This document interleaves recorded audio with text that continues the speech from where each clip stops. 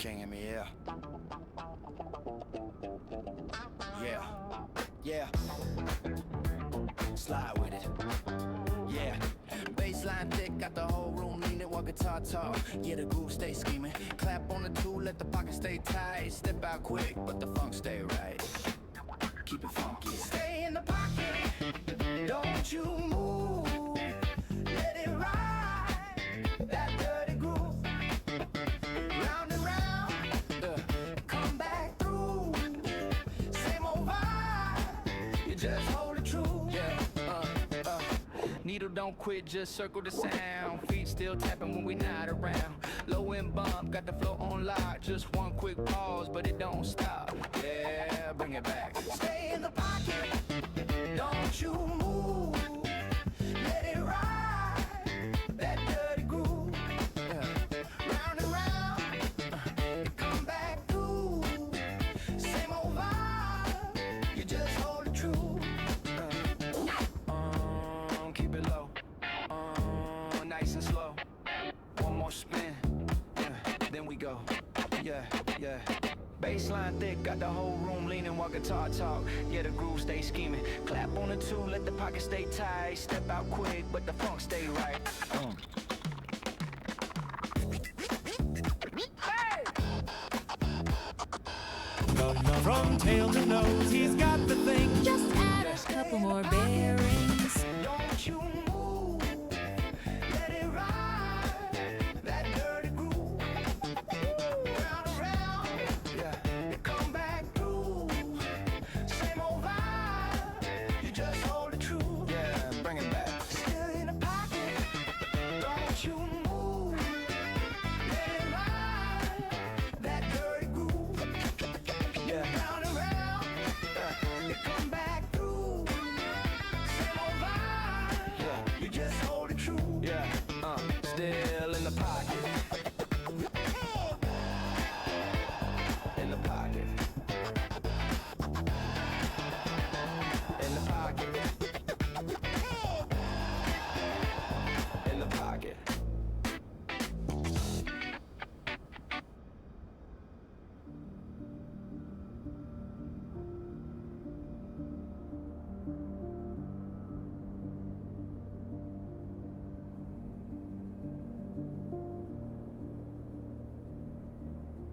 Count hours I haven't used. Chasing light that isn't due. Shadows stretching where I stand. Reaching for what's never in my hands.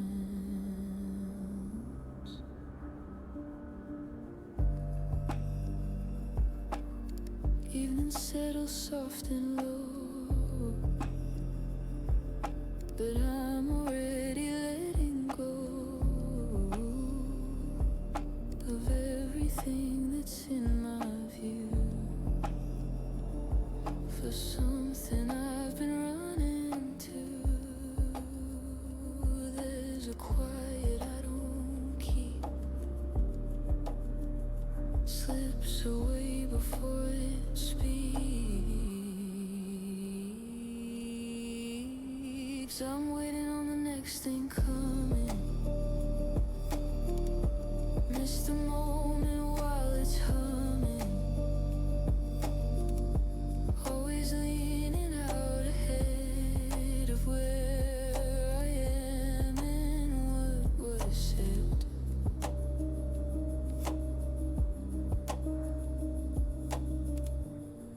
And welcome back to the Melvin Leroy channel. Happy Friday.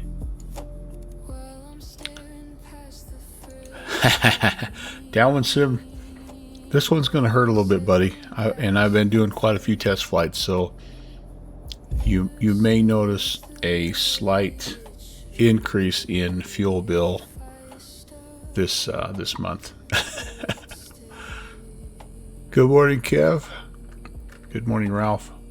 Good morning, anybody else that's out there. Good morning, cow jumping over the moon. Wait, no, that's the wrong thing. Yeah, man, check it out.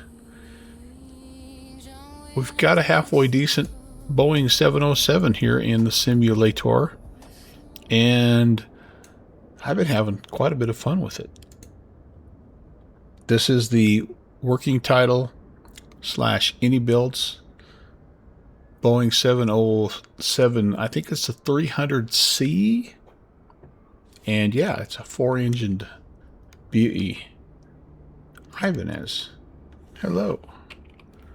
Really have been having fun with this thing. You guys know me, though. You know that I'm fairly easy to please. So if you're close on a lot of things, I'm gonna give you the benefit of the doubt. And I know there's been some people that have been like picking this thing apart. 5 stream streak for Ibanez. Hey Ibanez, good morning.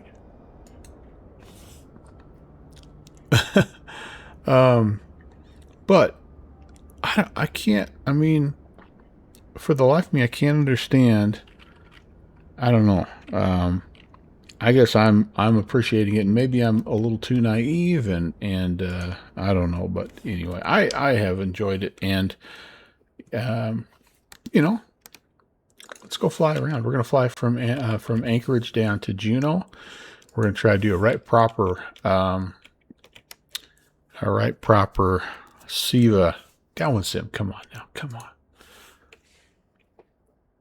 I do have my hang-ups on a few things. There's no doubt about that. But for the most part, I try to give you the benefit of the doubt. But anyway, SIVA navigation, Anchorage to Juneau. We could more than, I mean, we could basically fly this thing all radio nav if we really wanted to. We're out of here on the Anchorage, Anchorage 1. I should just put that in there. Keeps wanting to depart me off of runway 7. We're not going to be off of 7. I think we're going to be off of 25 right instead. I think we're going to depart westbound. It's just a little bit of a wind here, but that's calm, so that's maybe why. But anyway, well, heck, you know what? Yeah, we'll still depart. We'll still depart this way because it'll give me time to sort of climb up and get up and over the terrain and all that good stuff. But yeah, so Kev, and I've been guilty of it. I have. So I've been trying to be a little bit better, and I think I have. Hopefully I have. I don't know. But anyway, we could fly this thing probably just using VORs all the way down. Yeah, we're Johnstown Point to Yakutuk to Sisters Island, right? Is that what that is? Sisters, 3 Sisters, something like that. And then we're going to be doing a little LDA approach, I believe, here today to, oh, I should check. Again, calm. Yeah, so we'll, what do we have? Looks like it's an LDA to runway 8. That's going to kind of be our choice here.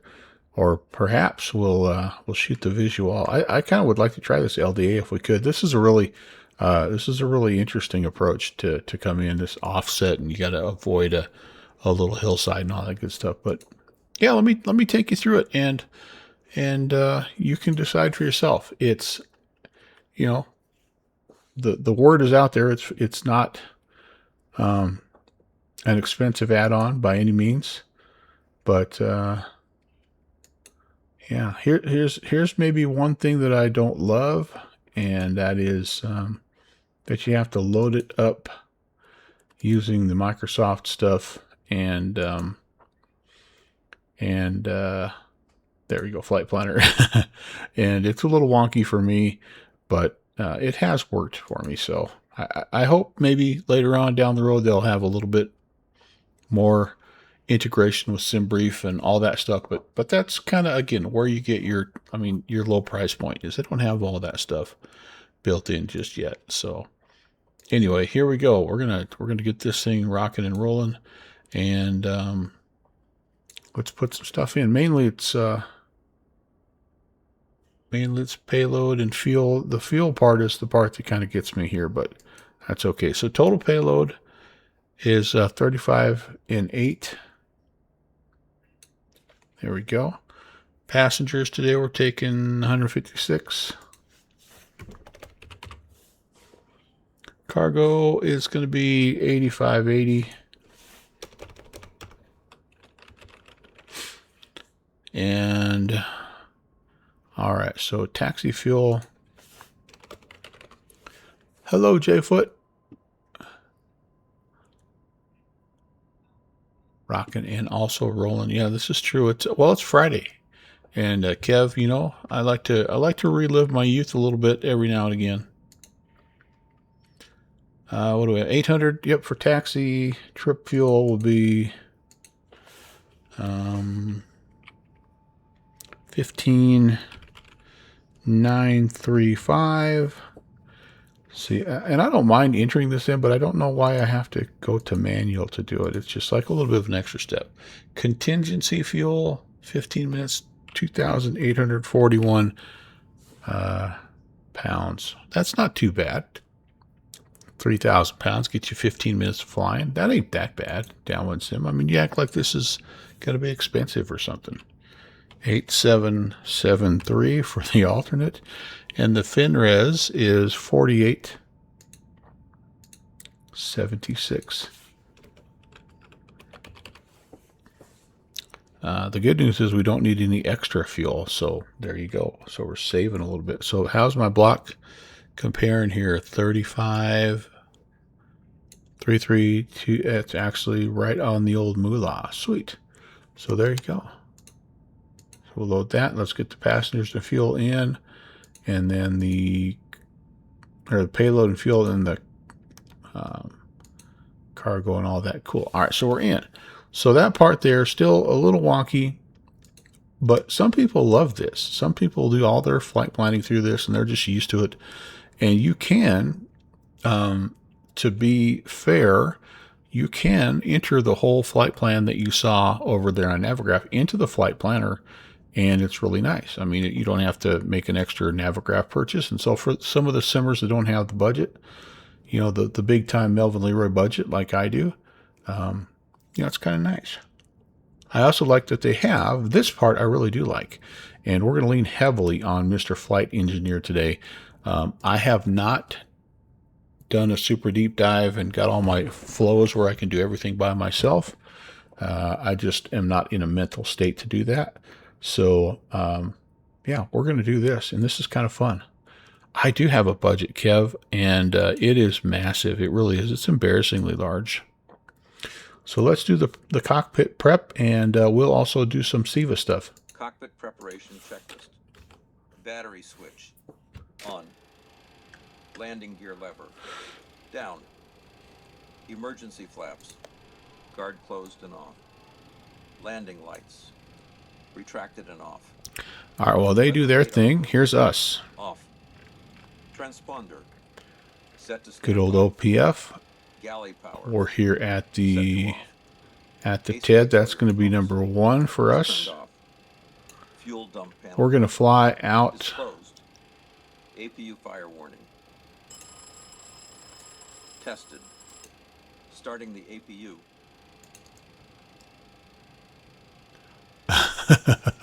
That's right. That's right, Dale. It's him. So we're going to fly this departure all the way out to Johnstown Point. And so our first waypoint is actually going to be Castle, then Katat, and on from there. So let's see. So Castle will be, oh gosh, and actually, hold on. This is waypoint 0. APU generator. So this is 1, 2, 3, APU bleed valve. 4, Open. Airspeed warning. 5, Tested. 6, Trim. and Tested and on. 7. Testing engine oil. And then from Sisters Island, that's where we'll get off of the INS, off the SIVA, and onto the radio navs. Tested. And so Juneau will be Power 8. selector. Now I'm actually putting APU. way more information into my Air conditioning. SIVA that I need to, but I'm doing that just to test it out and make sure it's going to work for me. So anyway, Spoiler yeah. and rudder test guards. All right, so here we are. We're in standby. Engine start switches. We're going to enter this first waypoint. Passenger sign. It's waypoint 0, and if you want to, like, Wing anti-ice. I don't know, go do something for 20 minutes, you can, because I'm just going to be entering in lat and longs. Set to normal. Window. And, Set yeah. to low. Probe heat. Tested and off.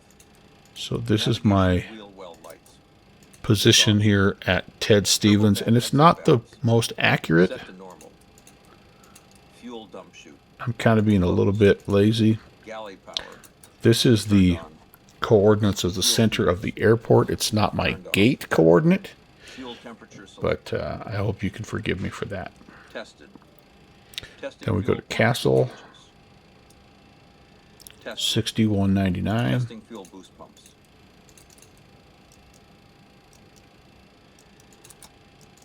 Testing And 145, 179. Okay, there's the first one, the second one. Reserve tank transfer Catat closed. North, Engine 2 and 3 hydraulic 6155. closed. Engine 2 and 3 hydraulic pumps And West, on. Checking 144, hydraulic pumps 423. Tested and off. Gripping stuff here, I know. Engine bleed air Yakutuk, switches off. Wing isolation valves. 59306. Crew oxygen 100% and on. Cockpit preparation checklist 139, completed. 389. There we go. Number 4, the Fakes intersection, 58589. Oops, north, sorry, 5889. West, 137485. How much fun is this, guys? Let me tell you. Right? Can you see why I love it? Can you see? Can you not? Are you not entertained? Bergs, 58312.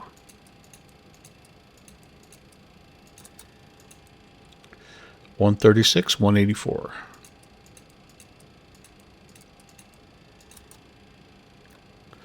Almost there. A sort. 58, 218. 135, 493.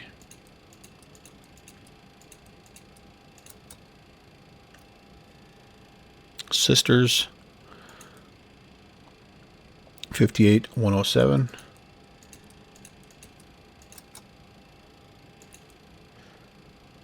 $135, $155. And then the final waypoint is Juneau. 58, 213.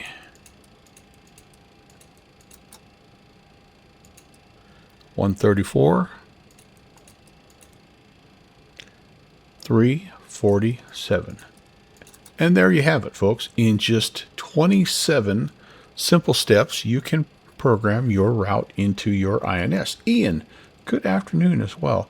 I should have went into align mode a little sooner, but I think I have my align set for instant align. Yes, so we're instantly aligned. That's right. Nom, what's up, man? One thing I have found on this is you do have the options over here on your SIVA to do like a fast align or a quick align. I think quick and realistic to me are kind of working the same. Like it's a 20-minute deal to align these things in real life. So I'm kind of cheating a little bit here. So I'm going instant.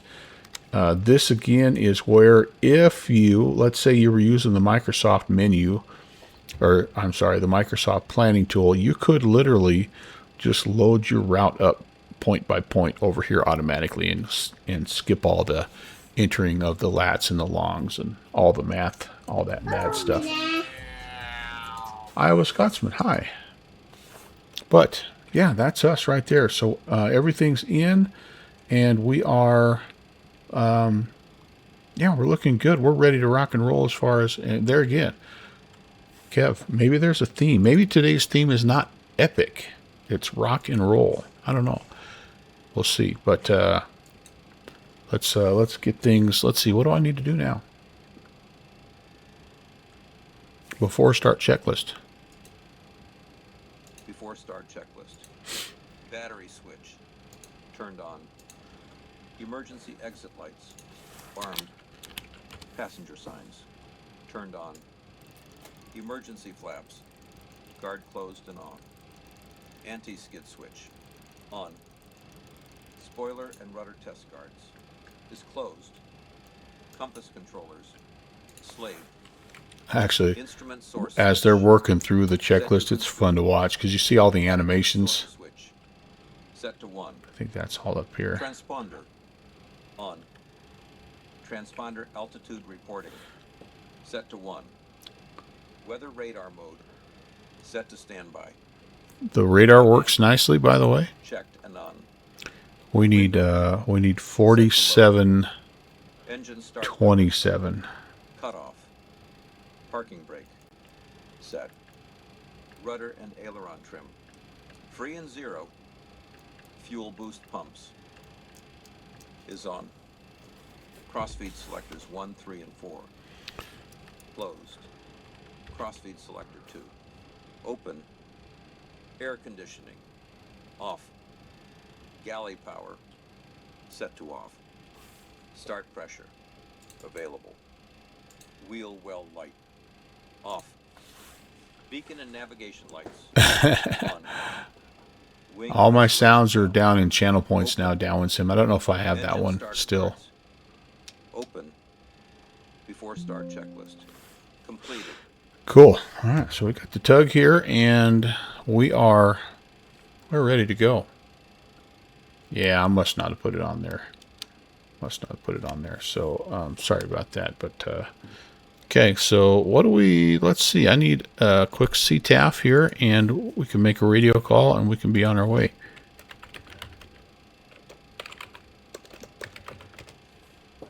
$18.30 is what we have down here. Oh, that's set. Cool.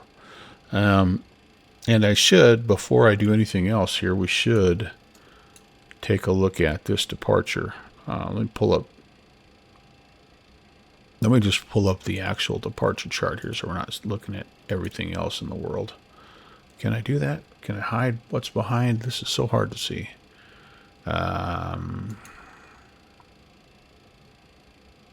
Yeah, here we go. All right, so we're going to base our initial departure off of Anchorage 11315. I am going to depart westbound, and then I'm going to come back around to Johnstown Point. So I think initially, actually what I'll probably do is,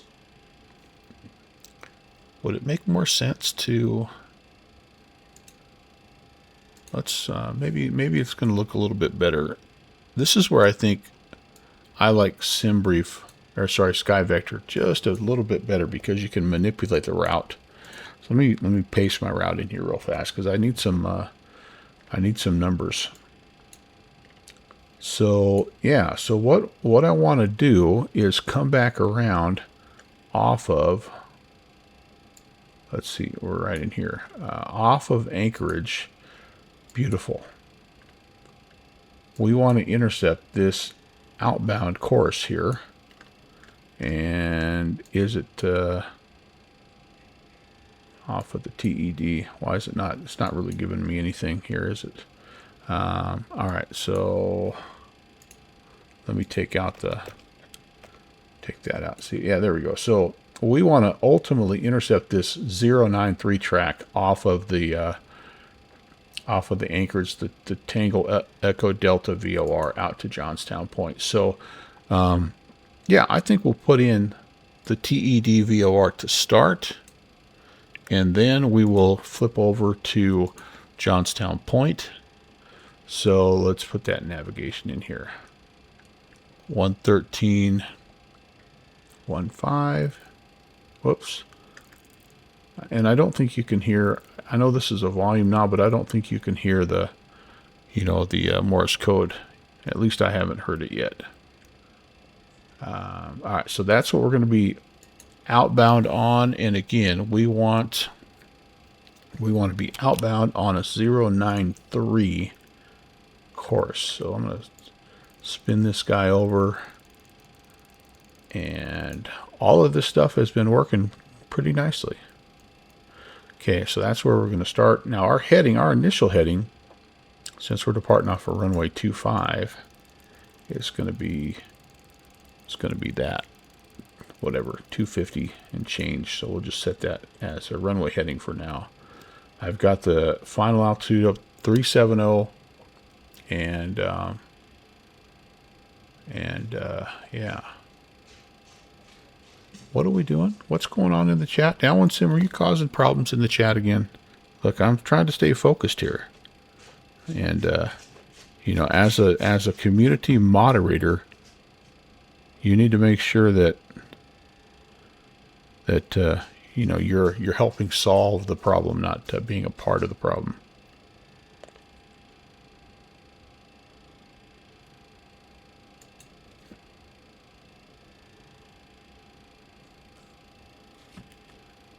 All right, so let's, time to push, I believe, my friends. Here we go. So let's kill the parking brake and put it in neutral, Kev. You started this one last night.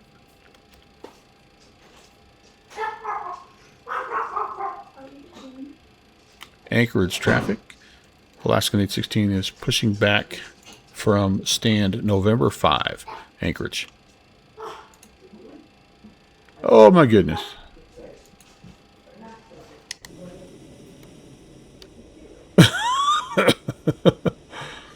Right there, that's pretty much how they do it here in Anchorage. All right, that's a first, and guess why? Guess why? Can we go forward? Will that help? All right. Here's why.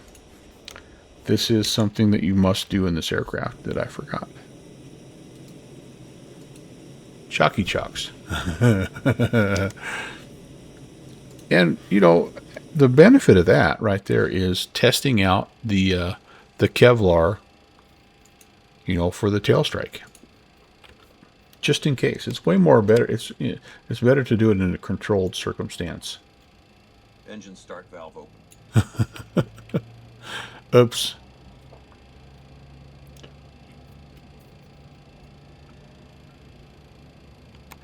%, N2. Lever to start.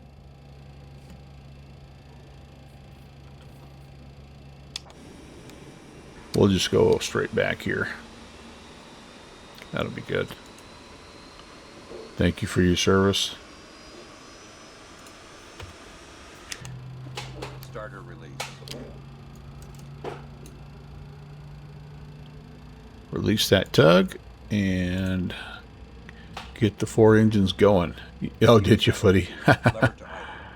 Yeah, it's my first time flying a plane. This is one of the few that actually make you do that from the outside, jetliner wise. Usually there's a toggle in the EFB. All right, that's a good start on number 3.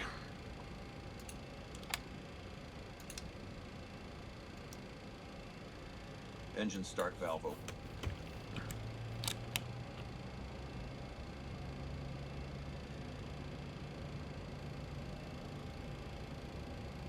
%, N2. Lever to start.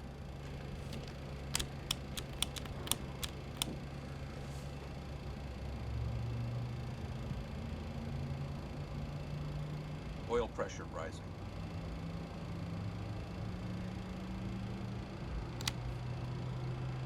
Starter release.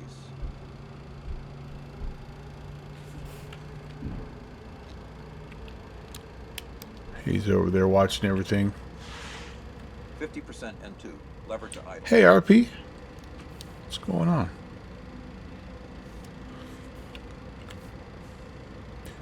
You just missed the pushback of the week.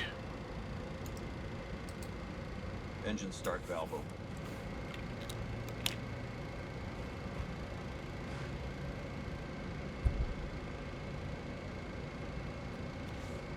%, N2, lever to start. Oh, I forgot to take the chocks off, so I popped a little wheelie.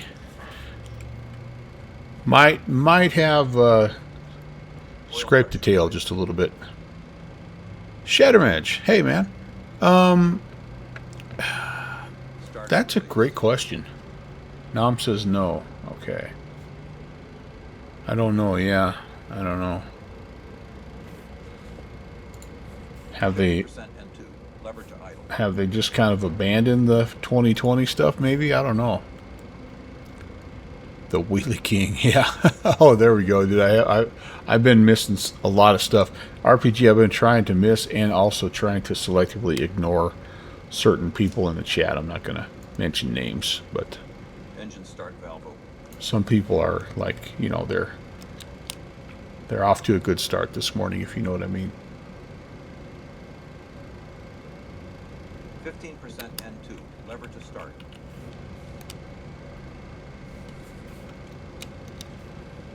Well, I thought it was a nice gesture for, and I didn't own it already, but if you did get the 2020 version that you could upgrade for free, that was nice.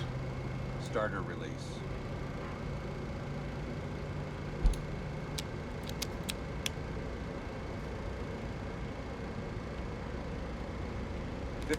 I love it. Love that. Lever to idle. All right, there's forced engines going,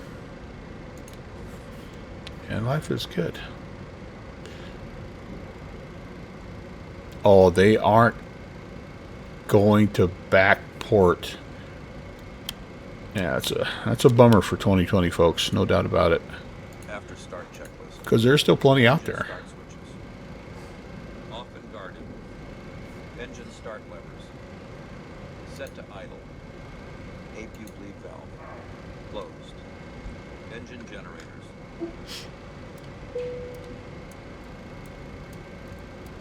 Check and on.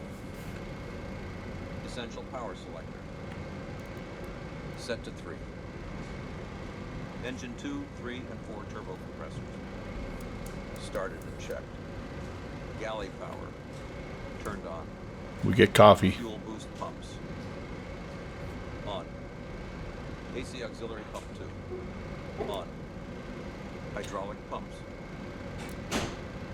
Checked and on. Interconnect valve. Off. Air conditioning. On. APU master switch. Off. Doors. Verify closed. After start checklist. Completed.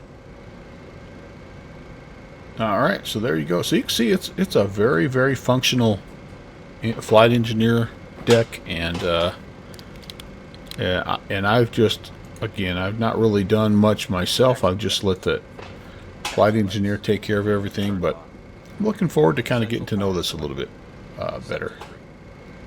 Probe heat. On. Transponder. On. Speed brake lever. Pull forward. Galley power is on. Fuel boost pumps. On. Fuel heaters. Off. Flaps. Set to 14 and green lights. Stabilizer trim. Set to 1.6 units. Oh yeah, I need to do that. Set to Data card. 02. So this is pretty nice here. Set the bugs, set the trim, and yeah, that's really a nice feature. Like, so much of this is automated now. So for the purists, they don't love that, but for the dude that is kind of like me on a Friday morning and just kind of wanting to go fly and sort of learn the aircraft maybe a little bit more gradually than normal, I think that's awesome. All right, here we go, you guys. Anchorage traffic, Alaskan 816 is going to be Echo to Kilo, runway 25 right. Anchorage traffic. RPG, right now I actually have I'm planning on landing on runway 8. I'm going to try to shoot that that LDA approach. However, we will see. It's calm winds down there, so we could kind of do whatever we would like.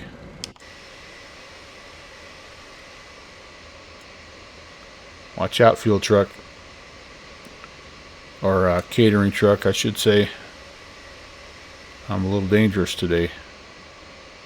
Those big old wings.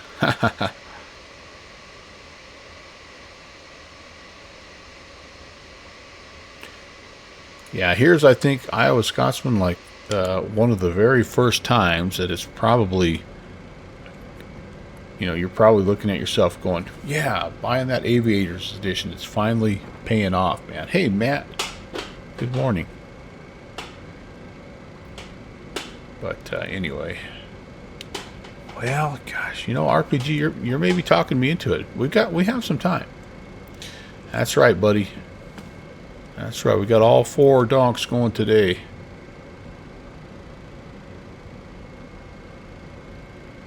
All right. So here's Echo, and make our way down here to Kilo.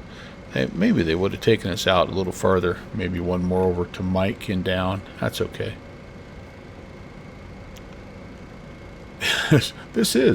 It's really undergone a quite a renovation, Matt.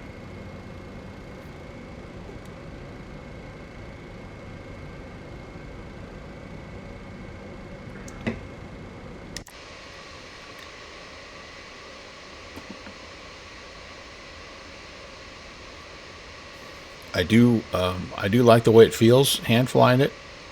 It does feel kind of big and heavy, although this is, even though it's a 4-engined aircraft, it's still not the gigantic, you know, like, it's still fairly medium sized in comparison. Hey, Artie, hello.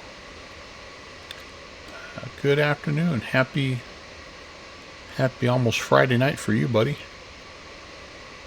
Yeah, John Travolta has one. I don't know is it still flyable? I know at one point in time he flew it quite a bit. Downwind Sim, how much? Oh, he gave it to the museum. Okay, good to know. How much are we taking out of the old fuel budget today with our 35,000 pounds of of fuel to fly for an hour and a half? Can't even imagine. I wonder how expensive that was to just maintain. I mean, I can't even, like you probably owned it right up until that first annual, right? And then once you saw the bill that was going to take to have somebody come in and recertify it, you're like, yeah, you know what? I think the old museum could use this.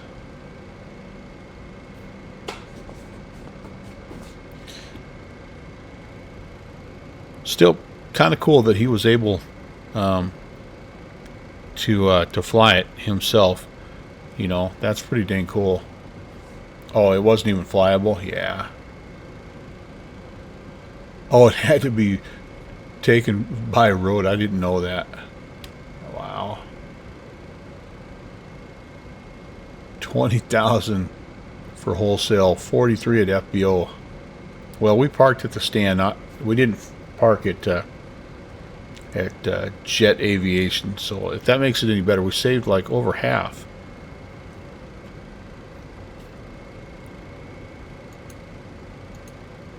Before takeoff, check. Air compressor 3. Set to off. Coolant air valve selector. Set to temperature control. Pressurization mode selector. Set for takeoff. Transponder on. Weather radar mode. Set to normal. Engine starts. We should get some pings on the weather radar today, that's for sure. Set to flight start. Strobe lights on. Landing lights.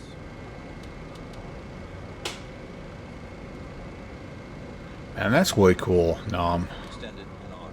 I don't know why. I just think that's cool. Completed. Anchorage traffic, Alaskan 816, departing 25 right, we will be southeast bound, Anchorage. All right, everybody. We are ready to go. Climbing out initially, just runway heading. And we'll come back around. We'll try to grab that VOR outbound.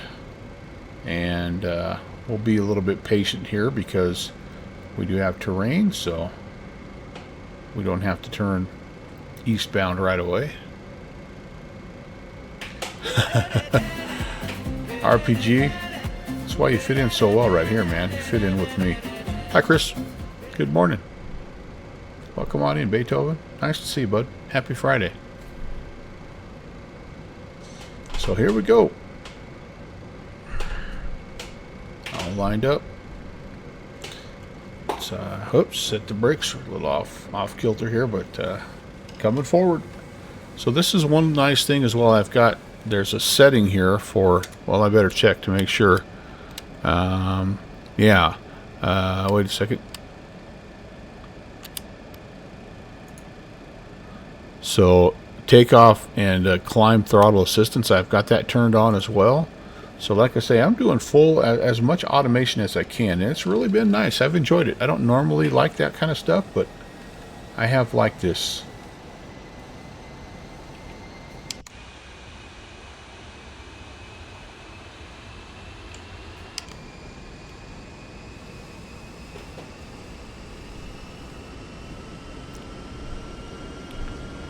Setting takeoff power. Takeoff power. That's right, Kev.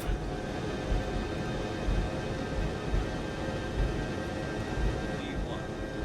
Rotate. We're pretty light. It's like a stall takeoff right there.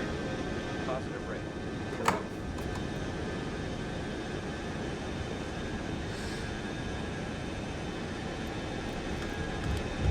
Speed shift. Select flat zone.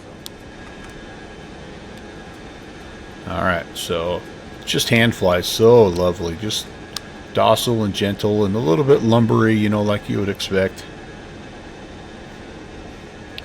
Just monitoring the airspeed a little bit here. Setting climb power.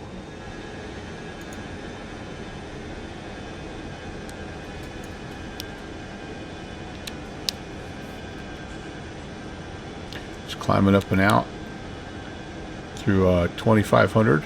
That's good. And I'm not sure when they turn us, but that's all right. Let's run an after takeoff check, and then we'll head for home. Takeoff checklist. Landing gear. Up and set to off. Engine start switches. Off and guarded. Pneumatics. Uh-oh. Already sleeping back here. Is on. After takeoff checklist. Completed. Okay, so let's see. Update our heading here. And come down here. We're going to go ahead and turn the autopilot on. And we're going to go to heading mode. And we're going to just capture the pitch. So you can see we're cooking. But that's okay because we're doing 250 already. And so now, my friends, let's see if we can make this. I'm going to turn to the south and kind of come around that way, like a little bit of a left-hand sort of downwind here. Left-hand traffic pattern to head out. And we were looking to intercept the 093 outbound radial. So we're going to try to come back sort of over the top of the airfield. And let's just point it eastbound, and we'll see kind of how it goes here.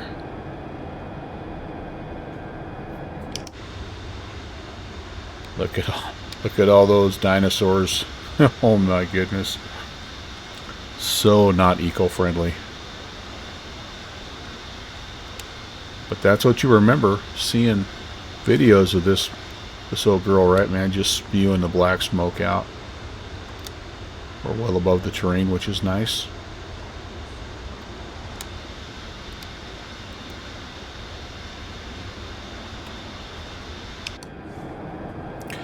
RP, you got it, buddy.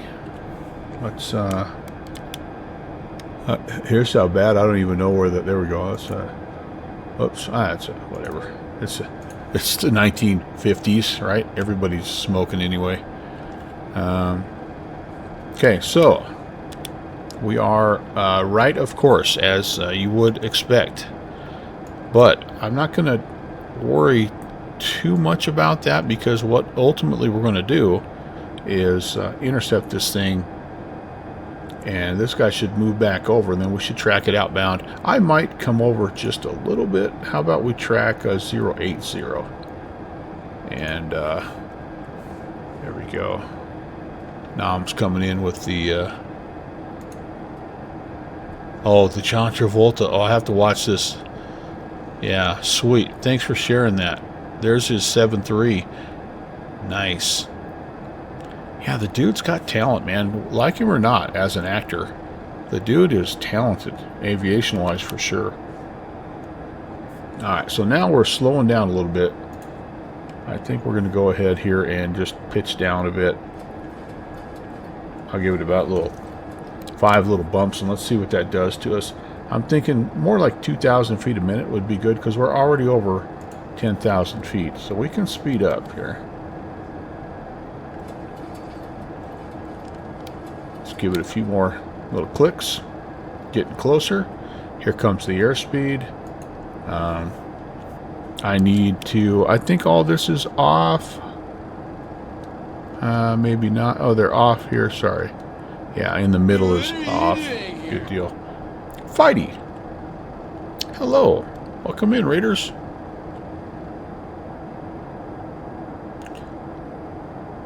It looks like a 737-600 until you see the cockpit, huh? Very cool. Sven. Good Abend. Great to see you guys. Hope you're doing well. Hope you had a good day. Up early. Doing flight sim stuff. Now it's time for you to take your wives out to dinner on a Friday night. Yeah, so you can see we're recovering our airspeed nicely. We're still doing 3,000 feet a minute. So this plane, especially light, it really goes. Just did a little Munich controlling. Yeah. Oh, pregame. That's right. It's time to start. Time to start some play-by-play. That's right. I love fall. Same thing happening around here, man. Everybody's getting ready. All the college teams, NFL camps, wrapping up. High schools are ready to go. What a fun time of year. Oh gosh, that's an early wake-up call. Well, Fighty, that's why you get paid the big bucks, man.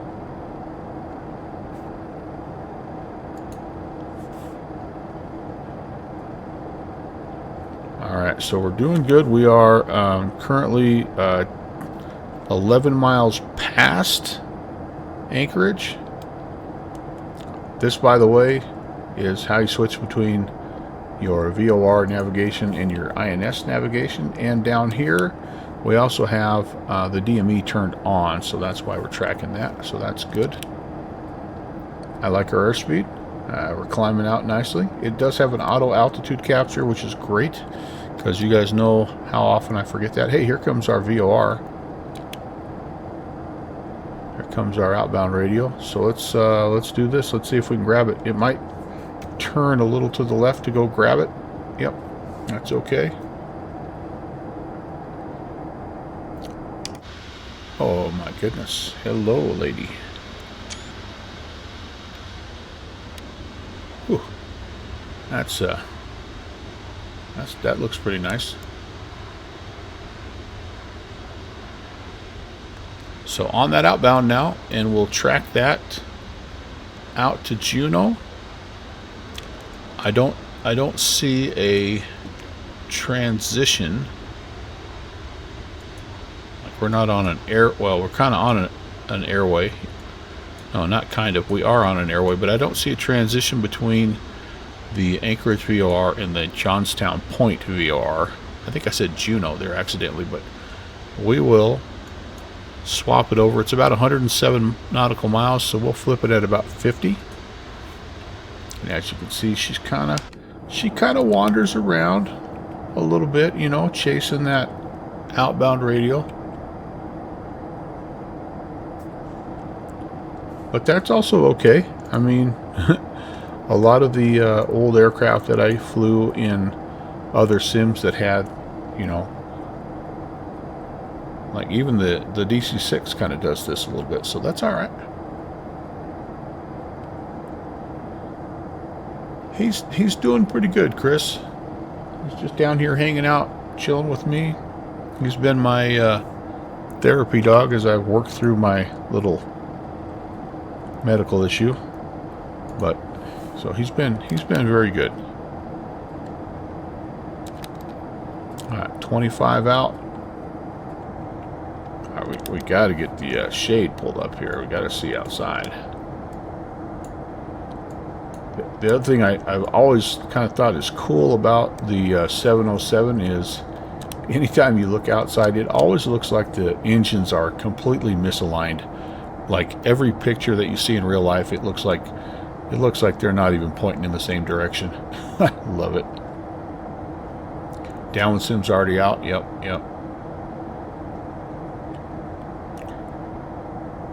Hopefully the flight attendant will notice that you're sleeping and not wake you up to ask you if you need anything. I always love that.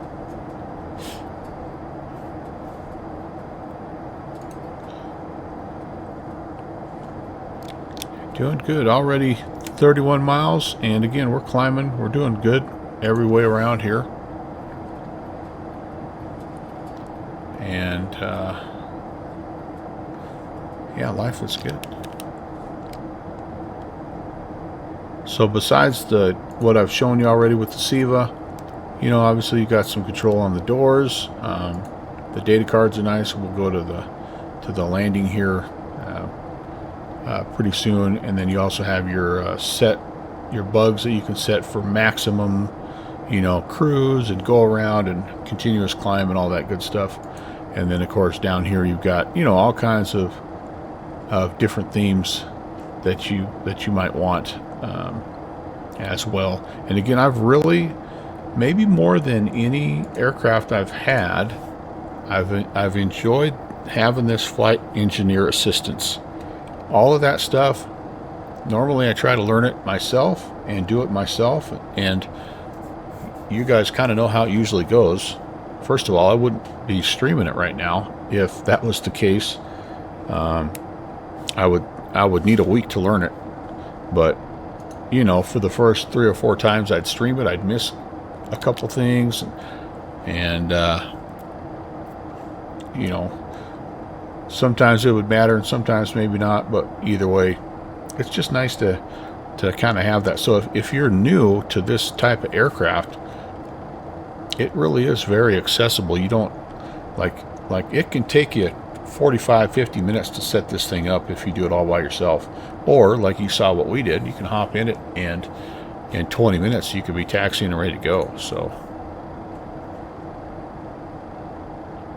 you like those aisle seats, so you get bumped into? Yeah. No, I mean, I started doing that honestly in the DC-6, and I was surprised how much I liked it. I'm like, oh, I can't, like, I always took a lot of pride in being able to fly the airplane by myself when it was a multi, you know, pilot experience, but this is a different level of enjoyment, because you can just focus on, truly just focus on managing the aircraft from the left-hand seat, and it gives you extra time to plan as far as like approaches and monitor. I mean, it just overall just helps out a ton. So okay, so we're almost halfway,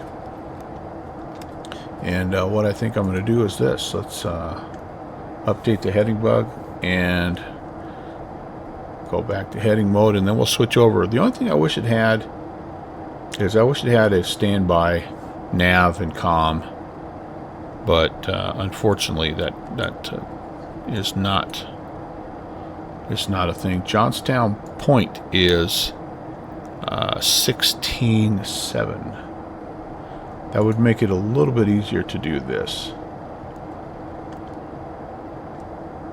16. Oh, darn it. And I find the click spots are a little tough, too. That's all right. All right, so there's 16.7. How much... So we're a little offline on that, and that's okay. What I'll do, instead of trying to intercept that... Oh, actually, we're not bad. So I'll just point it as close to it as I can. And we'll go back to localizer mode. So a slight correction, but more or less on track, and we're counting down now. Yeah, 50 miles to go. And now, so once we get past this point here, this Johnstown point, we are going to go into, hopefully, INS mode. Because, yeah, so Johnstown point was the last point that we didn't have. So Castle is the first point that we're tracking. So I might take it slightly past Johnstown point. Castle is oh, it's not too far away, I don't think. Castle, only 40 miles, but I might take it out a little ways here. One of the things that I've found with INS systems, and it could very well be just me, but if you engage the INS too soon before you get to your first waypoint, it sometimes wanders off a little bit. Kind of has a hard time tracking that, so you're always better to try to get yourself a little closer if you can. Here's an example. I was flying LA to Denver last night, and you can kind of see out of Denver, did pretty good tracking, hand flying tracking, got on the VOR, was tracking outbound, and then right about here I engaged the INS, and it just didn't quite know where it wanted to go, and it was going way over here, so I had to correct, kind of get back on, and then head up here. Las Vegas VOR was the first point, but you can see like how far apart that was. I just had a hard time. Once I got on that, though, the rest of it was pretty good. I did have a little bit of a hiccup right there. This was a little bit of a course change that a vector for descent that the controller gave me. But anyway, but that's the kind of thing that, like, I think that's really fun, and that's the part about this aircraft that for me is worth the $10 right there. There's a lot of coding that goes into that that I really appreciate.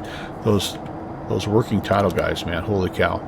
All right, we're at cruise, and we don't need to be max cruise, so let's pull back a little bit on the EPR. How about we go like 175-ish, and it'll hold our airspeed here. Yeah, we're Mach 0.87. I think we're doing okay. And 29 miles from the VOR. So after Johnstown Point, we want to be outbound on a 085. So I'm going to go ahead and just preset that in the heading bug. 98765. And yeah, when we fly over the VOR, we'll be ready to do the outbound and then get on the INS.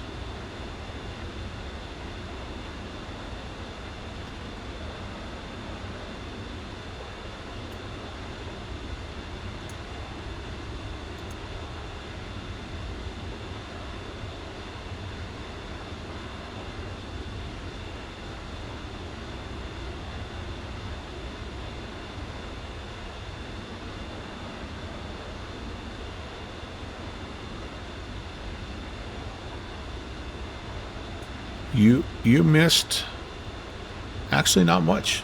It's been going pretty smooth. Welcome back.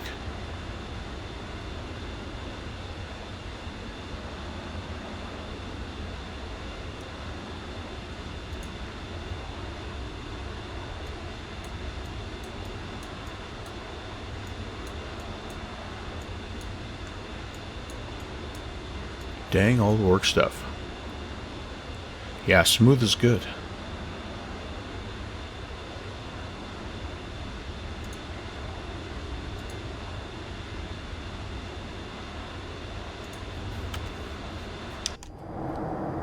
Okay, it doesn't take us long here. We get past, 15 miles. Isn't it, Fixie? Man, this thing is so nice. Fixie. Easy on the eyes. Welcome in, good fixins.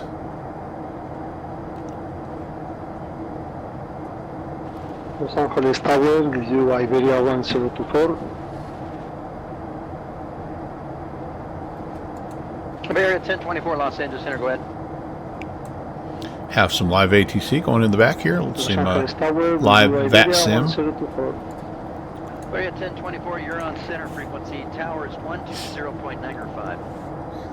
Too bad we weren't a little earlier. We could have been listening to Fidey over on Munchen. That'd be kind of fun. November 550 Bravo Kilo. All right, we're getting close here. And we do get a little bit of that kind of cone of confusion when you get right up and over the top of things. We're really booking too right now. We're really going. I'm going to pull back a little bit more on the EPR. This thing will absolutely cruise. It's awesome. Jake, what's up? Melroy. Yeah, I've had a few people call me that. That's okay. I've been called a lot worse. Welcome in, Jake. All right. Kind of wait for it here. I'll probably go there. It's starting to wiggle. There we go. All right, so let's come off of that. Let's go manual heading. And again, we'll just track this outbound just for a little bit. What did I say, 085? Let's see how close we got on that turn. It was a pretty easy turn, so we should be close. So this next leg, before we get to our castle waypoint, is only 40 miles, so I don't need to go too far. Let's just get it heading in the right direction here, and we'll see how she does. We'll get going.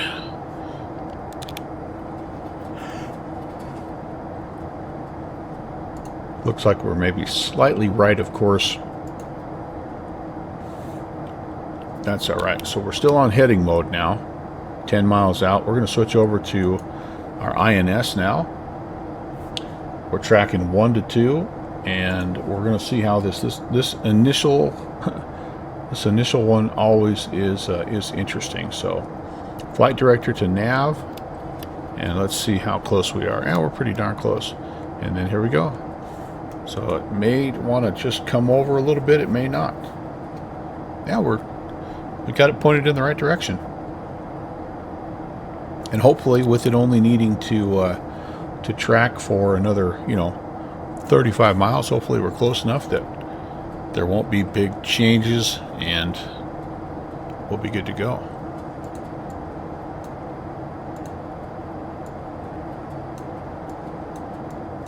So where are we? We're up here, right? Let's pop our flight plan. So we're just going to hopefully fly a straight line, like not a whole lot. No. So Castle is our first waypoint RPG, and then I added in, even though I really didn't need to, I added in KTAT, and I think I even put one in down here, Yak. I think. In fact, I think I did it. Yeah, I think I put fakes in, and yeah, all this down to Sisters Island.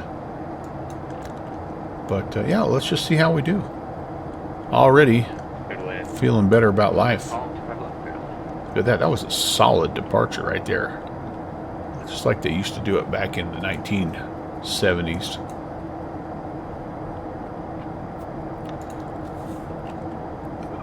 You know what, RPG? That's a great question. I have never tried it. And the reason why I wouldn't have done it here anyway is because I actually went out to the Johnstown VOR first.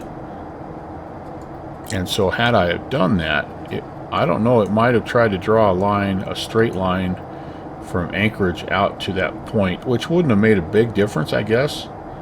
But yeah, I always like to just try to do it this way, and direct does work on this one. Oh, very cool. Saudi 41 tower now 120.95. See you later. Over to tower 109.5. Saudi 41. Have a nice day. Here's the other question, Footy, then, because it's I know some of them you can also go, you can do a waypoint change, and you can sometimes go from like 1 to 3 if you want to. Is that a functional thing as well, or do you know? This is literally my second INS flight, so I have just barely started to scratch the surface.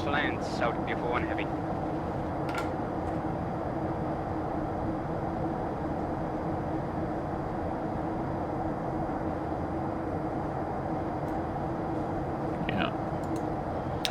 And I don't know how often you do that. Yeah, and it wouldn't really matter, right? Because for us, it would truly just be going, instead of going Castle, it'd be going to KTAT. But yeah, you know what? That's okay. We'll just roll with it here.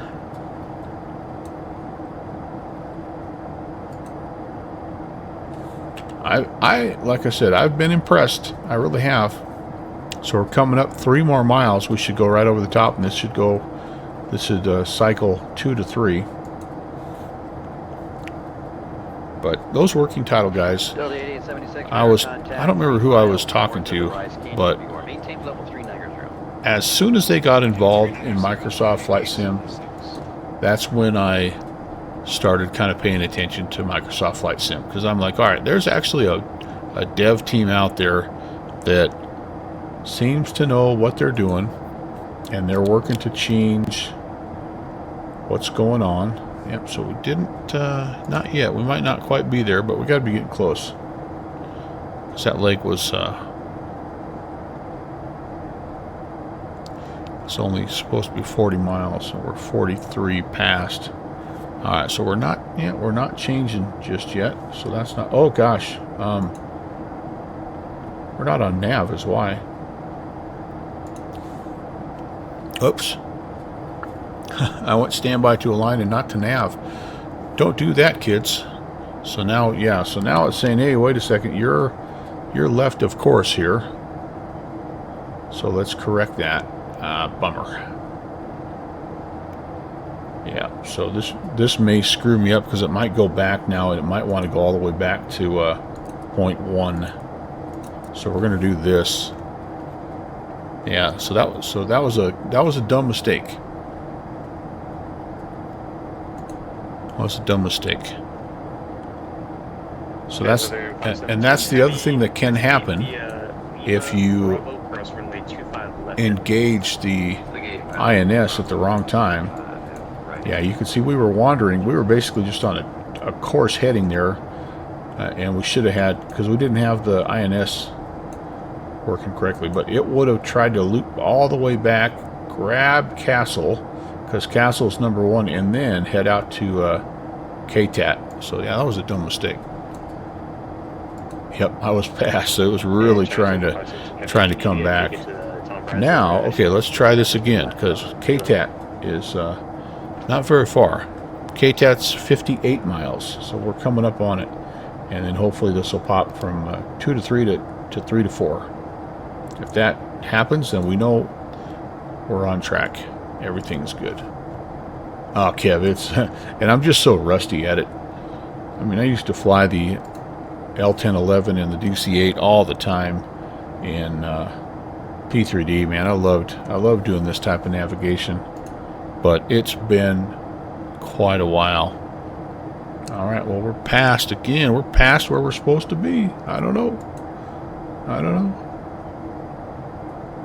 We're on auto, yep, and we're navving, so that should be flipping over. Well, good fixins. It worked nicely for me on my flight from LA to Denver, with the exception of the few times that I kind of messed it up. I don't think it's really all that different. I'm wondering if the fact that I went into a line mode too late, if that's screwing me up. That may be screwing me up. So the next waypoint is the Yakutuk VOR, and because it should have automatically switched and went 3 to 4, so I'm going to do that. Speaker 282, push and start. And then we'll try one more. and see if it sequences. If it doesn't, I'll just do it manually. And again, the nice thing about this route is we could truly just fly it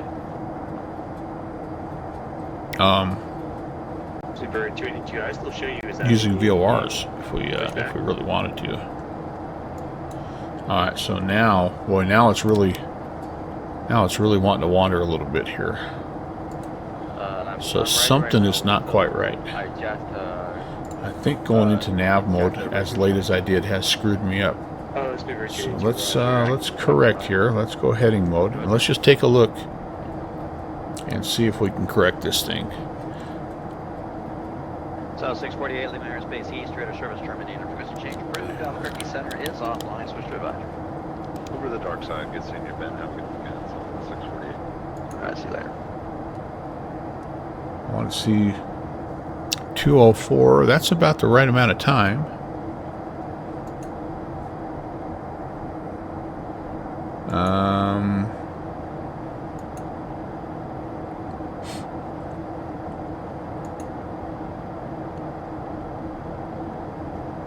I want to check on something here.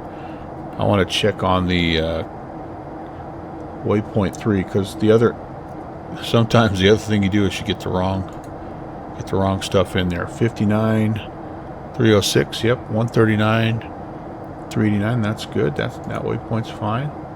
And then Yakutuk 58 589, that's fine. 137 45, so that's okay. Kev, we're gonna make it one way or another. So, all right. The suggestion, RP is saying try a direct and see if it picks it up from there. So, all right, let me see if I remember how to do that. Sadia 41 heavy. Text the gate via Yankee Echo Kilo. Because I thought that's kind of what I was doing right here. Taxi Yankee Echo Kilo, cross runway 24 left at Yankee. How do I do that, RP? Terminal 3, so you for RPG, how do I go direct to waypoint 4? Yakutuk. Roger. 13.3 is the VOR. Northwest 714, we'll go ahead and release you, Raiders. Oh, no, I can't release you. Denver Center's online. I'd be interested to see if that works. 5 minutes approved. Okay, 13.3. Let's get that set. So, direct from present position. So, No worries. so go 0 to 4. So waypoint. So you're saying 0, 4 like that. All right, let's see if that works. That's telling us we're not bad. Okay. Let's see. I haven't done that yet in this, so let's see how it handles it. And again, you can kind of compare. It's kind of interesting. You can see we drifted way up here, so it's no surprise that we're coming back to the right. Yeah, he's going to pass behind you. Shouldn't be a factor. But I don't know why it wanted to go.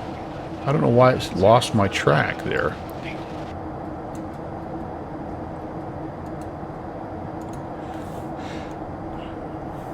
And that's the only, Ron, that's not a bad idea. That's the only one I've not used so far. I like the UNS. The UNS worked great. And then I flew just a VOR to VOR route, and that also worked great. Man, look at how good those glaciers look. Here we are looking at ones and zeros, and we're flying past these beautiful snowfields.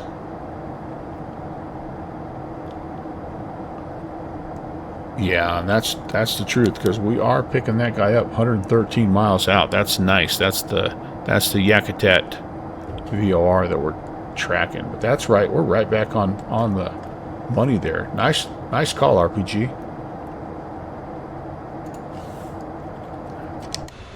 Let's get out here and do this. Come on. What are we doing? What are we doing? Is this a goal now? I love the guy on Saturday Night Live that imitates Tucker Carlson.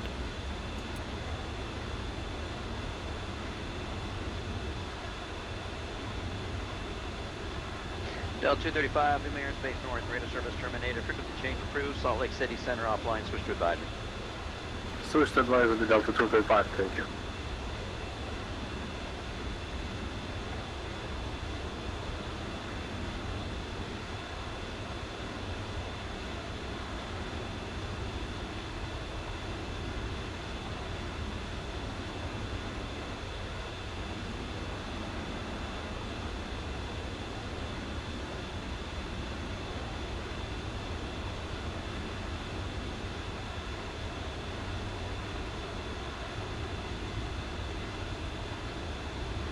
Yeah, on the one hand, right, RPG or Nom, you're looking out the window going, man, this is gorgeous, and the pilots are like, if we have a problem, there's nowhere to go. You got the ocean or you got the mountains. There's not a lot of flat places here.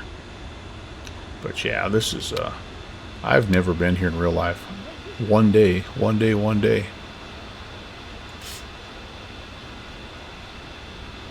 But for us sim jockeys, man, doesn't get much better.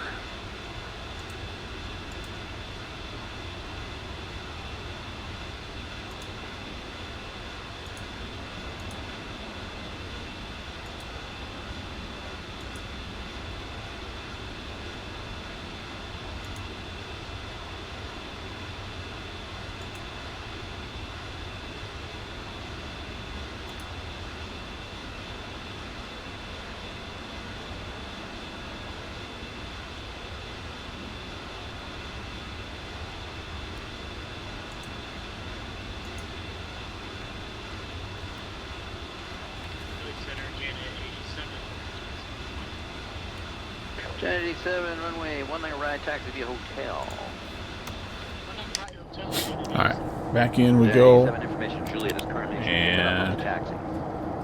okay, so again, we're going to be looking as we count down here to see if we go. Hopefully, it'll start to resequence us here. And if not, we're going to chalk that up to us just popping it into nav mode. Too late. But that's okay, because we're almost to the point, guys, where we need to go into more conventional navigation. Well, I shouldn't say that. The radio navigation, but the other thing we need to do is we need to descent plan, because we're up here at 38,000. We're coming up on Sisters, and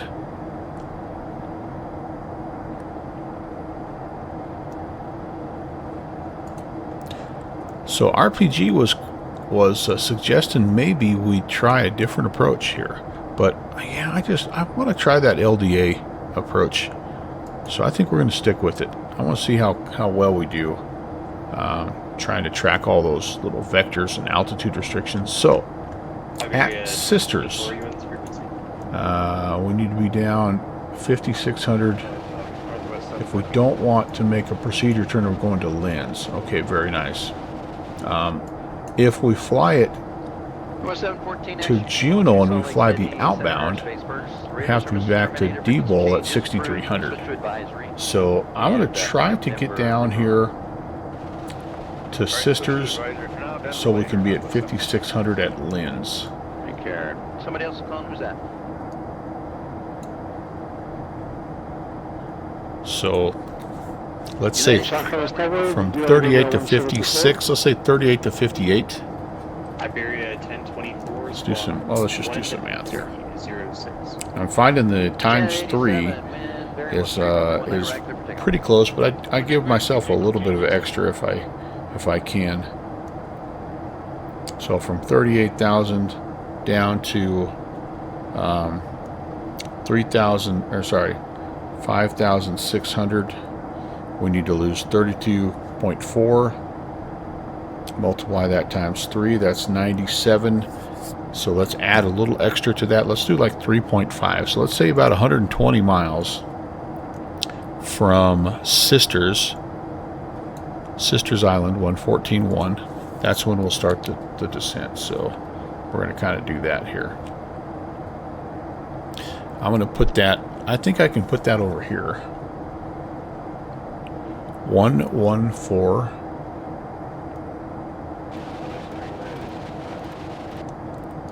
United 65, Los Angeles Center, go ahead.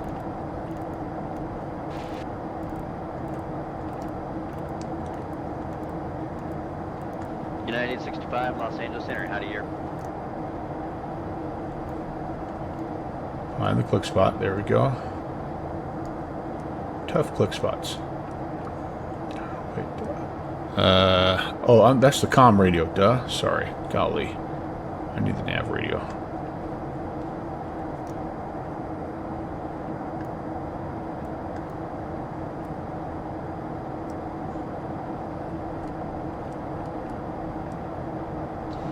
We'll have that DME turned on there as well. And so, yeah, hopefully we'll see that coming up. But if we start descending about 120 from Sisters, we should be able to get ourselves down and slowed down, because that's the other part of this, right? Not just about the going down, it's about the slowing down. And preset that. Oh, we forgot to go to standard in our altimeter. Gosh dang it.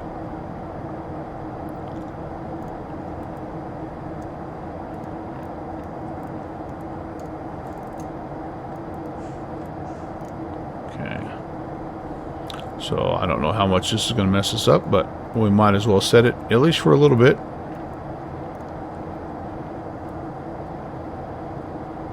Setting flight power. Yeah, oops. Ah, crap.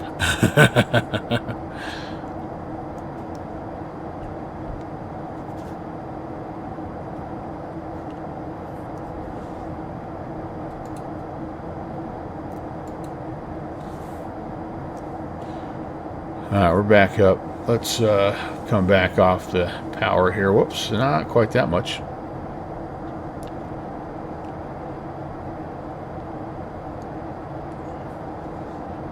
Intrograph center's got to close. Time now 16182. No longer flight on rest. See ya. Let's see, who should we go listen to now? Let's go to, this might be Barcelona. Barcelona.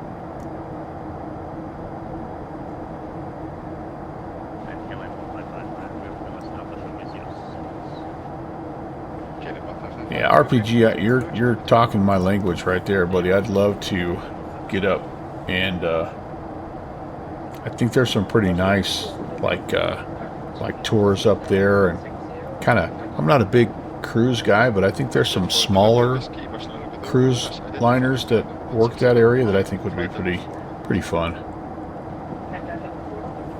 I think that'd be awesome. Awesome.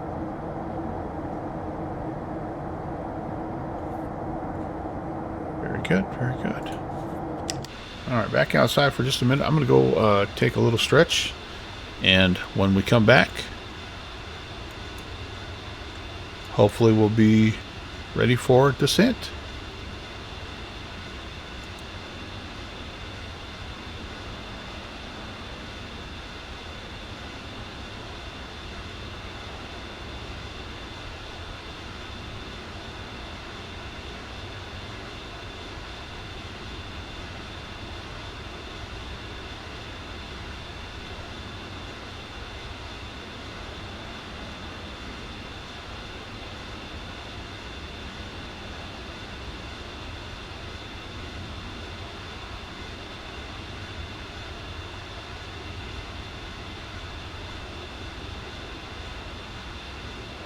Ryanair 900 Tango Victor cleared Marta to whiskey arrival. Expect rulers to whiskey transition.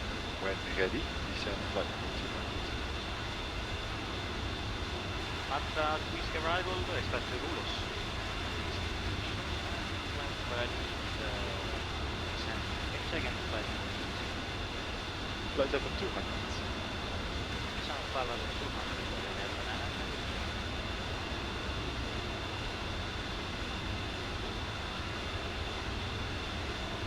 Notify 60 Charlie, welcome to Riga, stand 28 via port.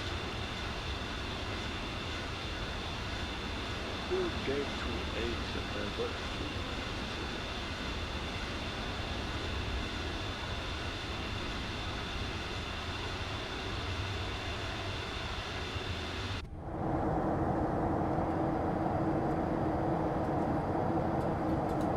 I mean, under the right circumstances, I think, Kev, I understand it. I do. Well, we're drifting again, by the way, you guys, so I don't know what's happened here, but we're definitely not picking up where we're... It's almost like it's going to fakes instead. So I think I screwed it up by not going into nav mode, guys. So I think what I'm going to do is this. Yakutuk is 13.3. I think what I'm going to do is just do conventional radio navigation I keep switching those terms around and I don't mean to. I want to be outbound. We still have a little bit before we get to Yakutuk, but I want to be outbound off of Yakutuk. Where are we? Yeah, 098 outbound. That's what I want to intercept. So let's set that. Touristic 508, leaving my airspace, Bordeaux offline. Right there. And we'll just keep flying. I might come around a little bit more like eastbound. We'll intercept it on the way out on the backside. It's time to flip over anyway, so that's all right.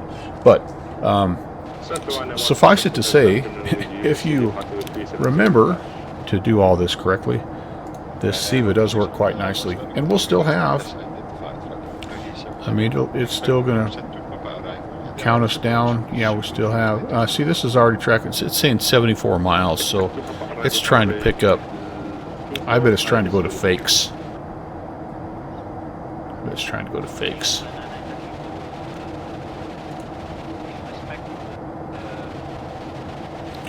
8.5 minutes. Yeah. How's our wind treating us? Yeah. Not really doing anything.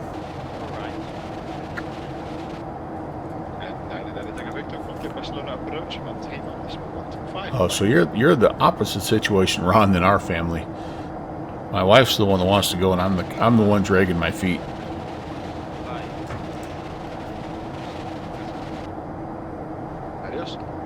I also think that there's a like a canal tour through Europe. I think it might start in or end in Amsterdam, and it kind of goes all the way down through.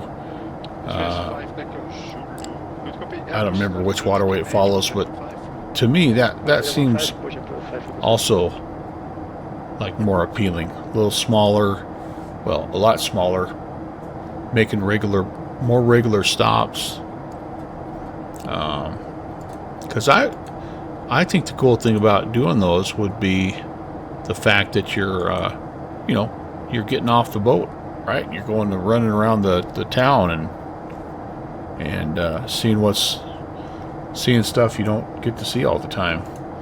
I mean, I don't want to, like, there's nothing against like a cruise to the Bahamas, but I don't want to spend like 2 days on a boat looking at water the whole time. But yeah, I think it's a Viking Cruise RPG. Gosh, it's that much? Dang. I'm sure it's all inclusive, but yeah.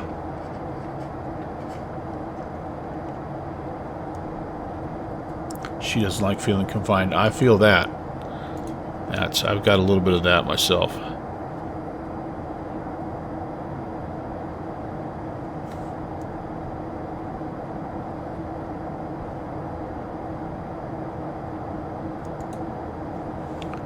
Stuff going on in Oman. I believe this is Oman. We flew out of the Middle East the other day, didn't we?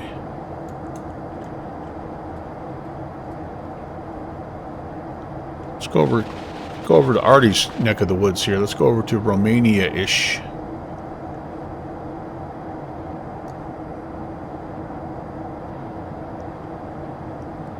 This stuff is so interesting to me.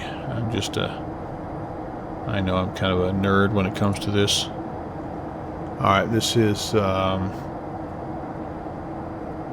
LRBB Center.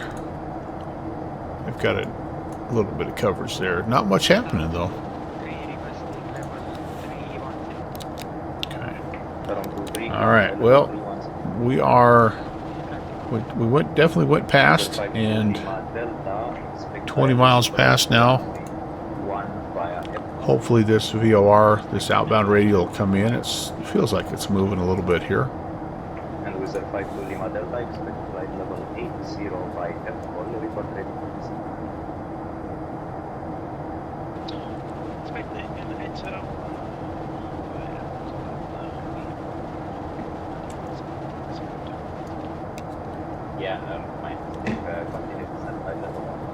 Yeah, and my wife would say, there's so much to do just on the boat.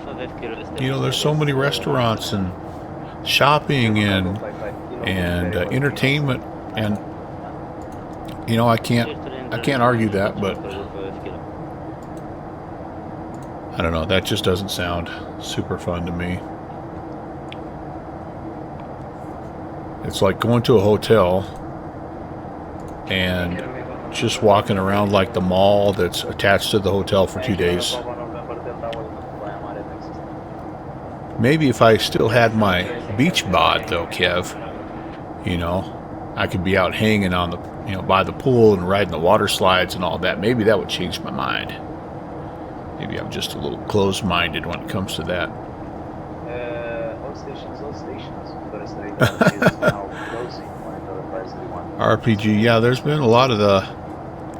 You always hear those horror stories of the flu and just all that stuff. Runway 19, Alright, we need to try to stock... Initial climb 6,000 feet and score. We need to try to stock... We've got both Captain Whip and Ibanez flying overseas.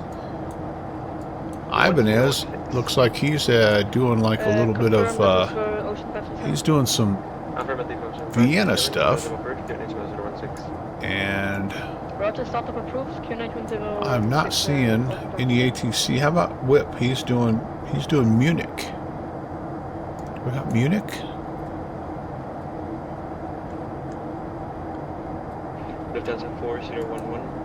It's always kind of fun when you can hear one of your sim friends. Alright, I got Munich Tower. I don't know where Whip is. If he's up already or what, but we'll tune in Munich and listen for Whip. Alright, we've got our VOR. And are we on? Yeah, we are. So let's go track that outbound radio.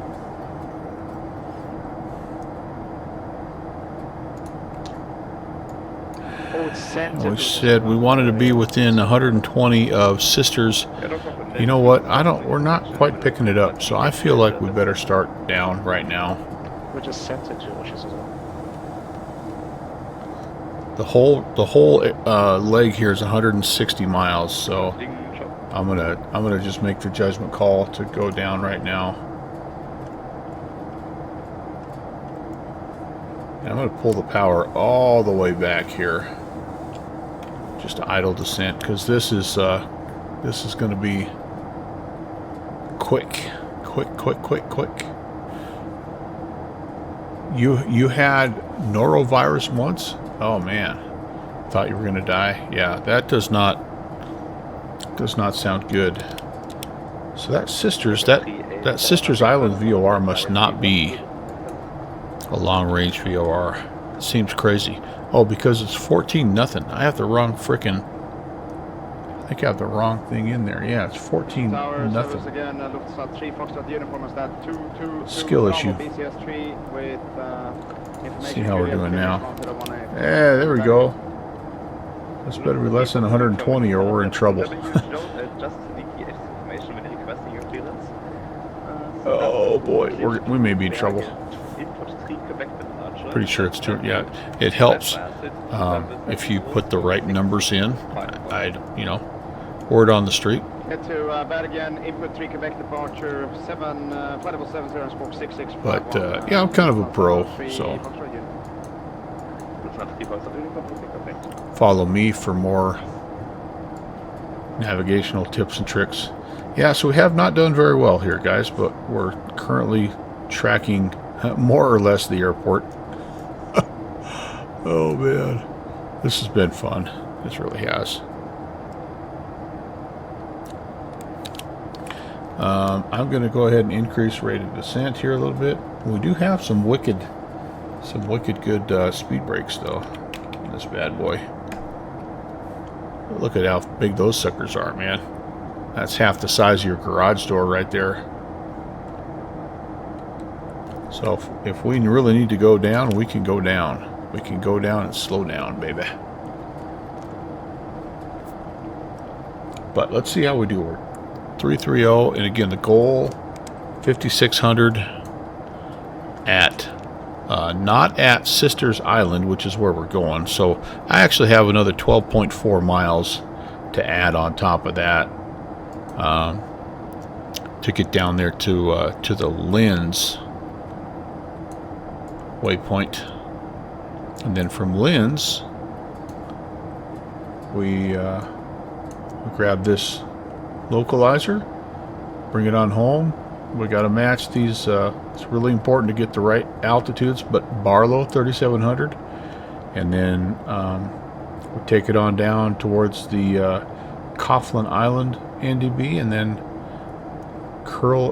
you kind of curl it around the little terrain and make a slight right-hand turn and put her down on the deck there. Again, 23 simple steps, and you too can land your 707 at Juneau, Alaska.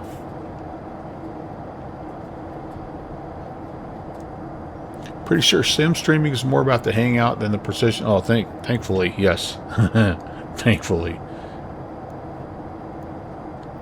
Although there are some streamers that are really good aviators, and man, oh man, can they pull off amazing feats in their simulated aircraft. That's why some of those guys are so popular, because they do both. They can entertain and they can fly the plane. That's only a few more steps in making MSFS 2024 multiplayer work. Oh, that's good. I like that. I like that. So I believe this is an offset because I think we're catching a crosswind. And so it's showing us basically our nose is pointed. I'm assuming that we're crabbing kind of to the left, pointing into the wind. So that's kind of interesting. Hey, did you guys see the announcement for X-Plane that they're improving their snow coverage? I think that's pretty cool. I've only done a limited number of landings on skis. I've always wanted to incorporate more of that, but I've never, first of all, never really had an aircraft that I've liked, that I felt has done a good job of that. And Microsoft Flight Sim is way too bumpy. So I'm hoping that X-Plane will be better.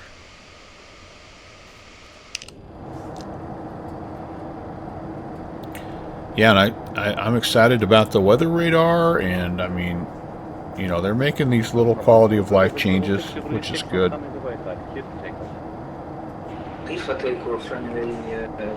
It's a rock solid platform. Yeah, ski ops, no doubt about it. Do we have a good ski plane in X-Plane? I don't know. All right, closing in. So 70 miles. We're at 25. Boeing 702 Tower Service. One departure is currently lining up. A380 wind check 0606.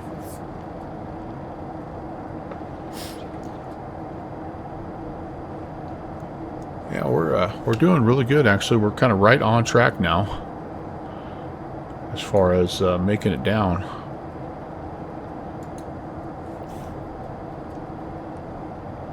In fact, I think we actually are going to be down to Sisters Island a little bit sooner than, or a little bit, will be a little lower than we anticipated. So let's do this. Let's just mellow our descent rate slightly. How about 1500? Where we can kind of manage our speed a little bit. And let's run a checklist. Should have had this done already. Mystery, hello. Started. Fuel crossfeed selectors. Yeah, it takes some tinkering, doesn't it, Mystery? You got to be a little bit of a of a guy that doesn't mind, you know, tweaking it a little bit. The default stuff is coming around, but it certainly does take a little bit of work. However, the good thing is there are a bunch of free tools that help with that, so that's kind of nice. And a couple of paywares, you know. But if you have Auto Ortho or the free version of Map Enhancement, you can make it look pretty good right out the box. Sim Heaven, I know they have the payware bundle, but they still offer that freeware bundle, and that helps. So those right there are two big ones. But yeah, I'd love to see a little bit better, you know, some more detail on the ground. I think that would be nice, obviously. You know, as a guy that likes to do bush pilot stuff, it'd be fun to have some better rocks and grass and things like that. But yeah, Auto Ortho is huge. Yep. So, but from the ground up, man, they've done some good things.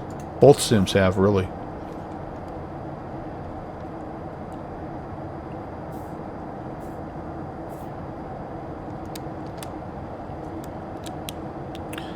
Coming down through 2100.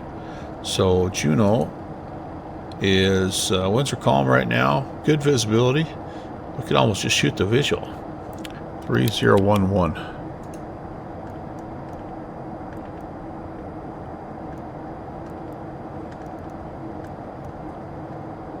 Okay. All right, looking good. How we doing here? Doing good. Doing good. About ready to flip it over to Sisters. Let's do it, because we're kind of, I feel like we're drifting a little bit here. Let's go to heading. Let's go to Sisters, which is 14 nothing.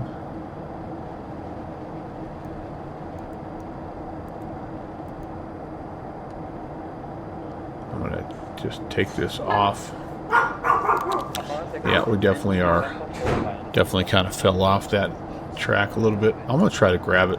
Since we're still 46 miles, I'm going to try to grab it instead of just tracking direct to it. So that, because otherwise it's going to make our turn, our final turn into lens a little bit sharper than I want. So at lens, again, 5,600. And again, I'm just sort of telling myself these things. So if we're at, if we're at even like 9 or 1,000 at Sisters Island, we're in good shape. So we need 10,000. We need to lose 10 in 43 miles. That's perfect. That's actually perfect. And I'm going to start pulling back. We're a little slow right now. All those good DC or 707 pilots would be keeping this thing cranked up till the very end, but I'm going to slow it down to try to help us out with that turn. So speaking of that turn, let's go here and let's look at this LDA. Oh, Glacier Bay, yeah, right. So when we hit Sisters Island, we're going to take a, we're going to make this turn here, and they're saying, yeah, no procedure turn to lens, so that's a 006 for 12.8 miles. So let's preset this. Oh, wait a second. I can't do that yet because I'm still trying to go grab that. Alright, sorry about that, folks. Still trying to grab that that outbound. I think we're close enough. There it comes. Okay, back on the loc. And then 006. So as you can see, it's quite a turn here. 5-6. Ooh, it is not loving this intercept at all. Oh man, it's really Struggling to find that radial now for some reason. Come on, girl, you got this. You got this. All the more reason to slow down, right? Slow down.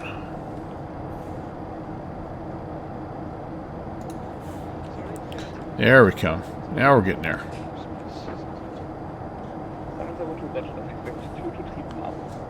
16,000, looking good. And again, it's so lovely here. If everything goes out the window here, if it, as Conti says, if it all turns to worms, we just jump in a left-hand downwind for a 2.6 and shoot the visual back on up, which is also plenty challenging with the terrain. It's a freaking tight turn, and I don't know if I could actually do that in this plane. I think this turn might be too tight. All right, we're back on track, baby. Ron, you still have the old V states? Ah, I used to love those, man. I used to love those.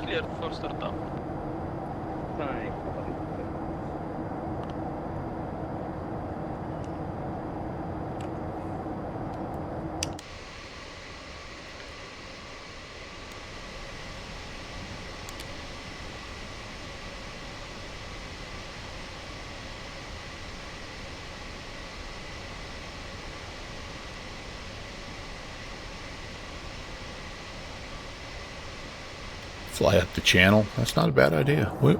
I'm not taking anything off the table at this point. All right, I'm going to turn ATC off so that we can focus up, baby. Get locked in.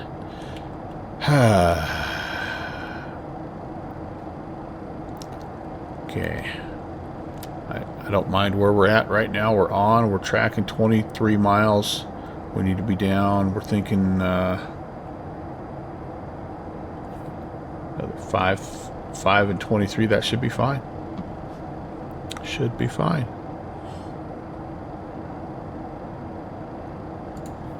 That should be fine.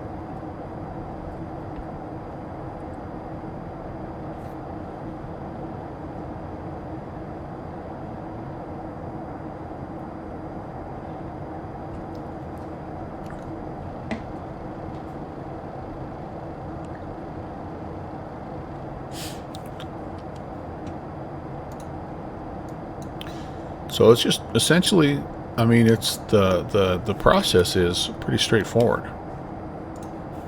So we got to fly around this little hill and come on in, and there's an airport down there somewhere. Well, actually, I think it's over there. Sorry. So, but we got to miss this hill, and then there's also a little hill right in front of the airport that we have to miss. And other than that, it's a piece of cake, right? It's a piece of cake.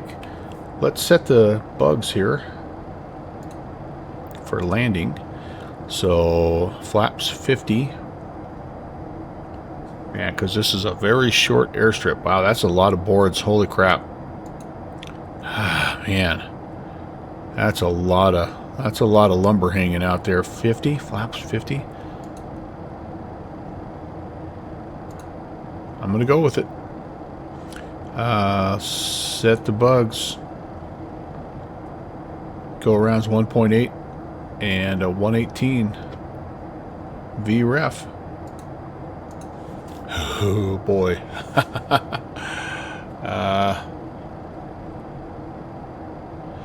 Yeah, so I was listening. I love that listen.vatsim.net, Kev. I love it. It's so cool, I think. Okay, 14 again. Trying to get down to roughly 9 or 1,000. Yeah, so 2,000 to lose. We're good. We just need to slow down a little bit. Pull the power back because we can go. We can start throwing some stuff out there at 223. Oh man, I've not done a flaps 50 landing in this thing yet. Flaps 50, by the way, for those of you that don't know, flaps 40 is maximum flaps in this plane, and then flaps 50, you open the window and you hold your arm out. That's flaps 50. Both you and the first officer. Just have a little bit of extra drag.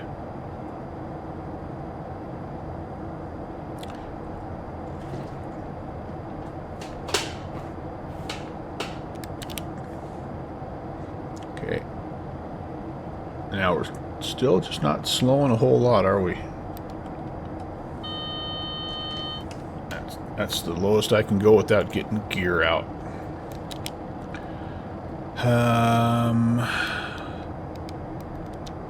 Let's pitch up a little.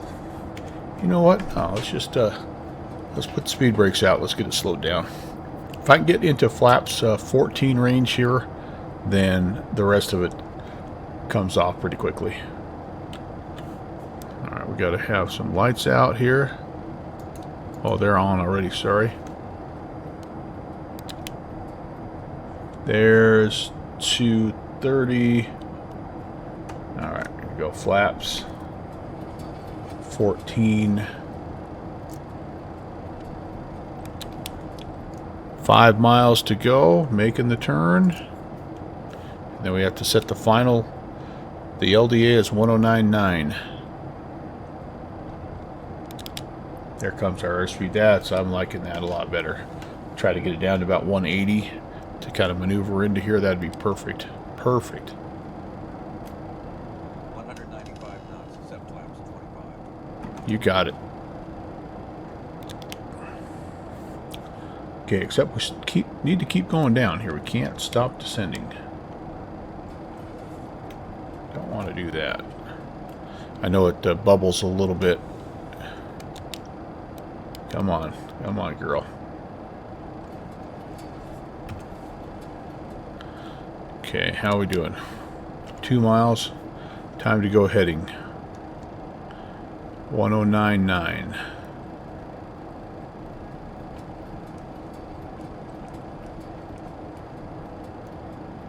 Set. 071. Oops. Set. Trying to get down to 5,600. And we're at 8.5. I think we're going to be alright. Ooh. CTAF call.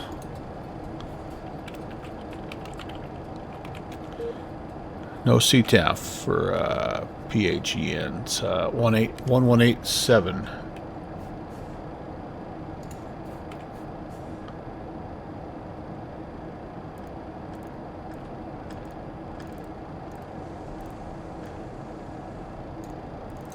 Gosh dang it.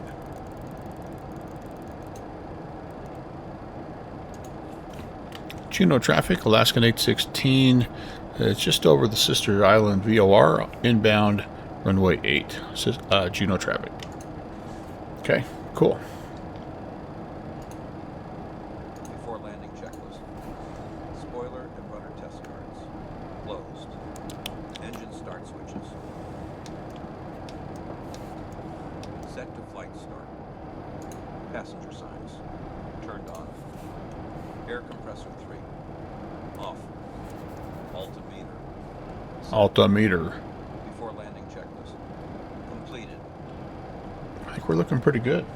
So just right. I always rush this. I think right over there. And then again, we've got this little hill we got to go around.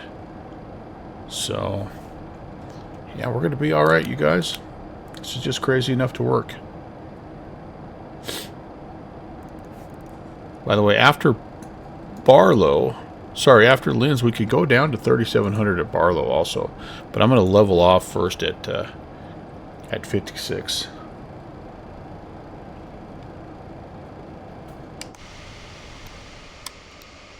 I like this livery.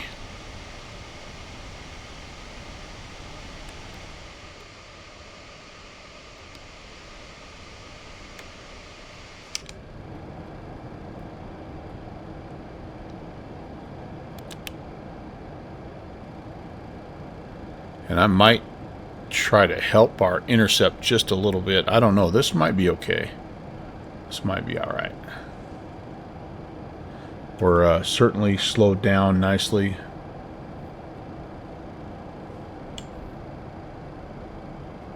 $1,000 to go. And that'll help this plane because it's a little bit of a wide turn, obviously.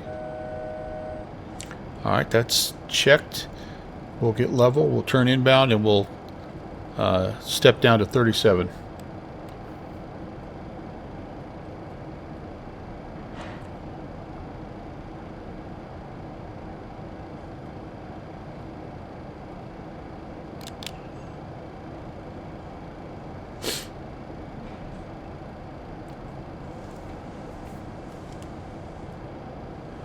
I'm gonna. Localizer arrived. All right. Yep. Okay. I was meaning to try to help out a little bit there on that, but all right. So we didn't quite get down all the way that I wanted to, but that's all right. We're pretty close. 37, and hopefully we won't overshoot too badly. We kind of have a little bit, you can see there, but more or less we're on track. Right, that's the hill right there that we're worried about. So she'll come back around, and so we're now at Lynn's, and we're, you know what, we're 55, so we're pretty well right there. We're right there. I'm gonna go ahead. We're gonna go flaps. Go gear down, flaps down. Juneau traffic, Alaskan 816, turning inbound, runway 8, Juneau. And, alright. No auto throttle, so you just kind of have to hold on tight. We're on the LDA. Thanks, Kev. I'm going to need it. And flaps 40. First time ever landing flaps 40 in this bad boy. Let's see. So Nam, they're not available anymore, unfortunately. He pulled them a while ago. So the only way to get them is to you got to know somebody. So we're trying to come up to Coughlin Island. This is where I wish we had an ADF. That would help out a lot, but we don't. Yeah, it's a bummer. It was really a cool concept at the time, kind of like the early version of Orbit's True Earth. So, all right, so we're in good shape here. And then there's that last little hill. We're gonna kind of come in right to the right of it, and then make a little bit of a little left-right, little Texas two-step, and be in business. So, and then this again, I don't think this provides any vertical guidance, so we're gonna just let's just take over. This could get interesting now, you guys.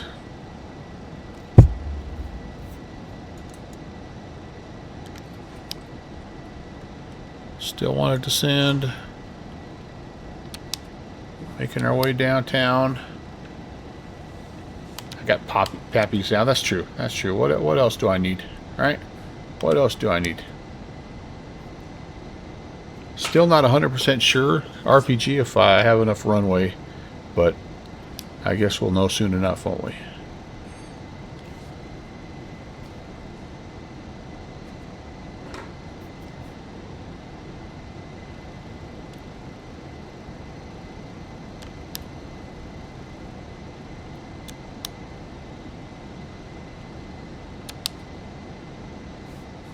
Feel like we're a little bit high, but we're not. I think we're right on the money.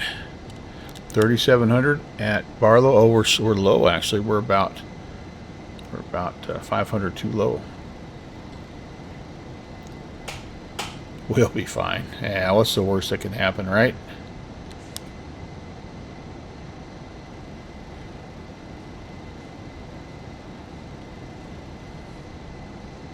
The key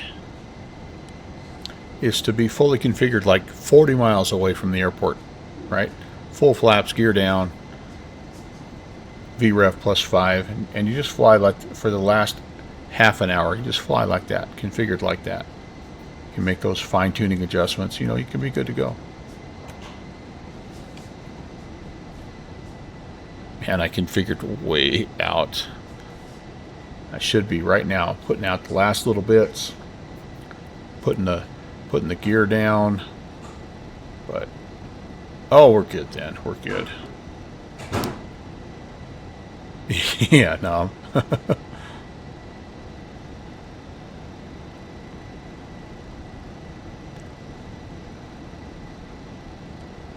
right.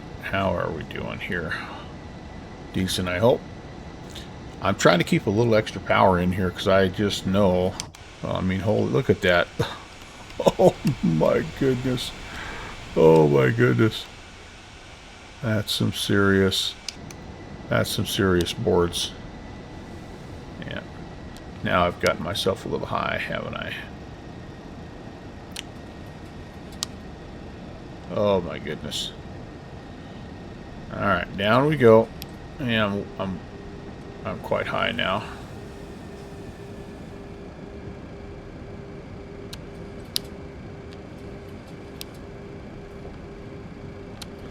Do have an outer marker, it would appear, so that's good.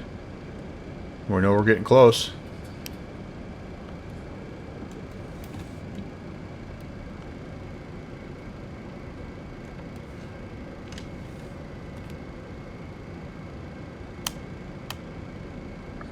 This got a little sloppy here at the end, guys. Doggone it. Just ended up a bit too high. Oh no! 1,000 feet. Kev, dang, I'm sorry, dude.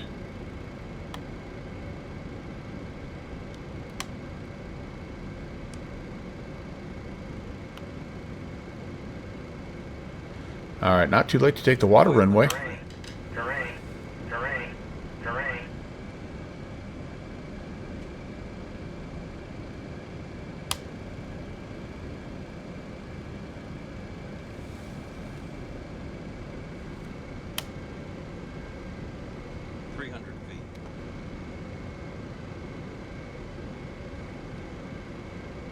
Whoa.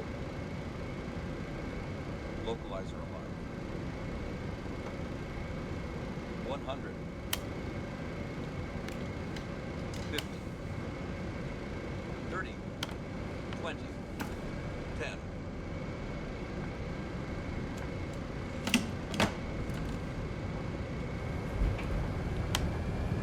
Got a little bit low at the end there, but overall, I'll take that.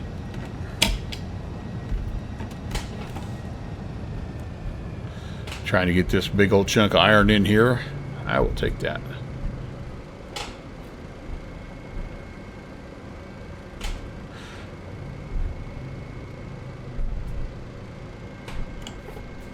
Welcome to Juneau, everybody.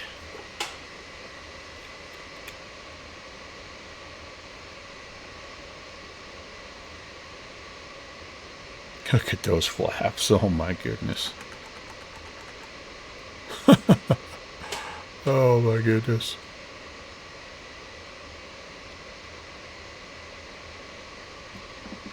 Juneau traffic, Alaskan 816 is clear of runway 8.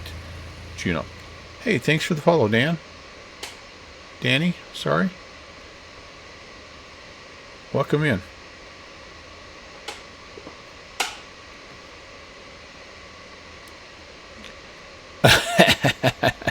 Sorry, Kev. I was trying to give you an look at the flaps, and I love how it takes like 45 minutes to retract them. They're just slowest. It's like the little gremlin inside is hand winding them back up. There we go.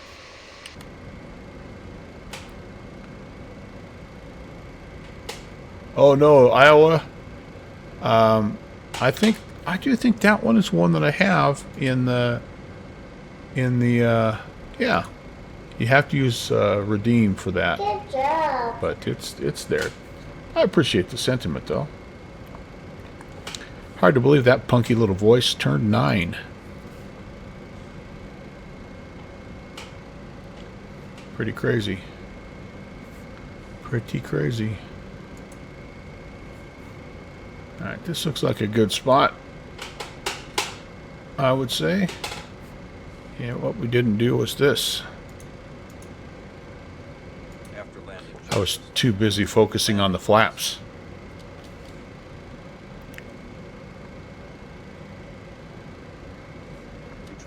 That's pretty fun. Strobe lights on. Just disregarding the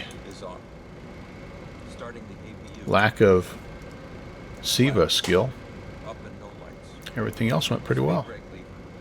Pull forward. Window heat. Off. Probe heat. Weather radar mode. Set to standby. Engine start switches. Off and guarded. Galley power. Off. Forward fuel boost pumps. On. Aft fuel boost pumps. Turned off. Pneumatics. Set. APU generator. Set and on. Man, this is nice to be able to just let them do it. After landing checklist. Complete. Completed. And let's shut her down. Shutdown checklist. Air conditioning. Off. Engine 2, 3, and 4 turbo compressors. Off. Anti-ice switches. Turned off. Next flight is going to be in into Riga. Engine bleed air switches. Is that Latvia? Transponder. We're going to be doing Weather radar mode. Hamburg to Riga. Essential power select. I'm working on the flight plan right now. Engine start levers. Cut off. Taxi lights. Off. Beacon light. Off. Emergency exit lights. Set to off. Passenger signs. Off. Fuel boost pumps. Is turned off. AC auxiliary pumps. Off. Engine 2 and 3 hydraulic pumps. Set to off. Shutdown checklist. Complete. Completed. Very good. Yeah. All right. So there you have it, guys. It's a cool plane. I like it. I'm going to come back to it again until I can get an INS flight in it on stream correctly. I think the only thing I didn't do was I just didn't click it into nav mode. And once you take off, I just think it does not work correctly. There's probably a procedure that you could use to like realign in the fly or on the fly, but I don't know what that one would be. So yeah, that's my mistake. But take a little bit of a break, guys. I'll give you some lame AI music, and we'll be back to some Riga Friday here in just a bit.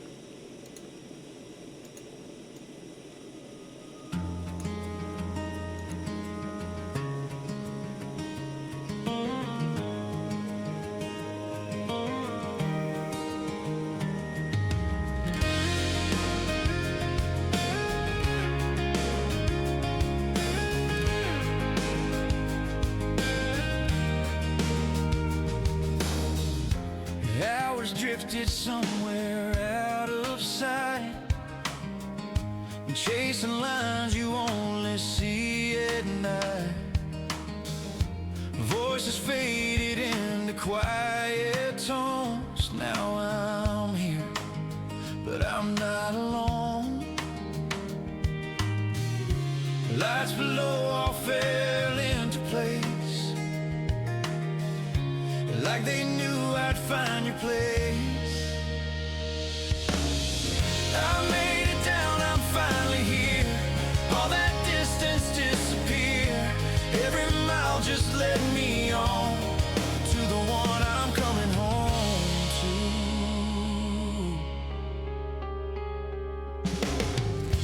The engine's resting in the cooling air.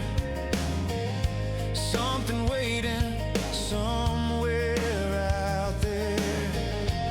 Every mile that pulled me through always brought me back to you.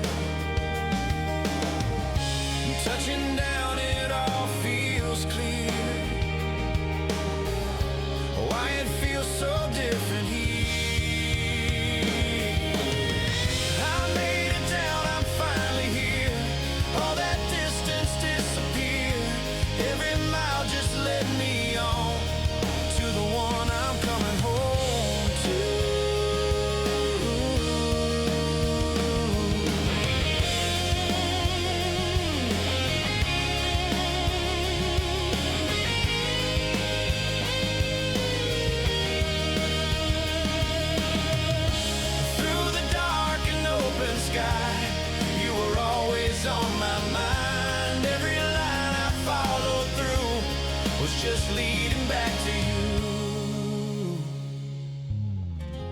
silence settle soft and slow. Now there's somewhere I can go. Got where I was meant to be, right where you've been waiting for me.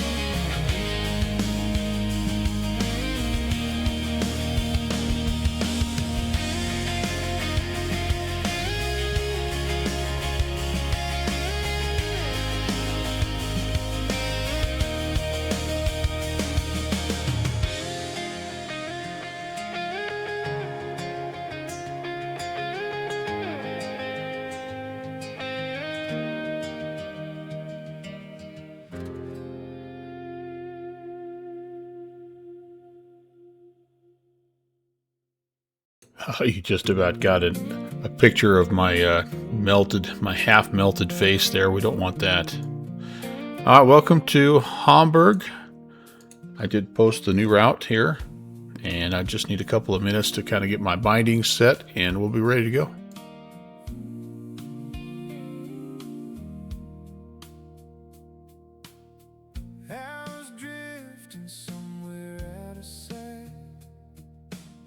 Chasing lines you only see at night. Voices fade into a distant tone. Everywhere and nowhere, all alone. Lights below start falling into place, like I've seen 100 times before. I made it down, but it don't feel the same. Left a piece of me in yesterday, somewhere out where all the hours been, trying to find where this one's supposed to end. Supposed to end.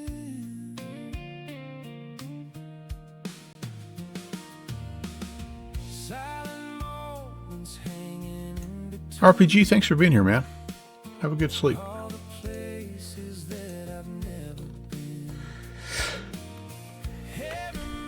All right, let's get connected. Make sure we have our spot here.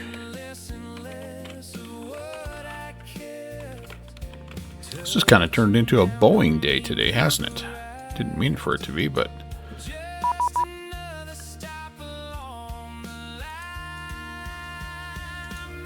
All right, AI music. Thank you for your service. Yeah, so here we are, Hamburg, heading to Riga in the Turkish livery for the Boeing 737-800 MAX. Yeah, I like it too. I like it too, Zilix. Let's get our flight plan pre-filed here, and there we go. Get that in. That's good. And I will need, I believe, a bit of a checklist. Por favor. Although this plane is the one that I know the best of all aircraft. This is here's your Melvin Leroy trivia question. The aircraft that I have the most VATSIM hours in is the 737, whatever variant of it. PMDG, iFly, Zebo, FlyJSim. It's the one I've flown the most. So for whatever, oh crud, and I forgot one very important thing. I have to do the little external iFly tool. Let me do that again. Hey, here's some more lame AI music for you while we wait. It's got its own external thing that I should set, you have the option to either run it automatically every time you start MSFS or manually you start it. I like to manually start it. Well, actually, what I like is I like it when it starts when you start the aircraft, like the Phoenix one. I don't like it being on all the time because I don't want to have it draw my resources, but they don't have that set up. That's just a little bit of an annoyance to me, but you know, that's all right. That's how she goes. All right, everything else though I think looks good, you guys. This is about an hour-and-a-half flight as well. And I'm hoping to have a little gas in the tank to do a helicopter flight after this.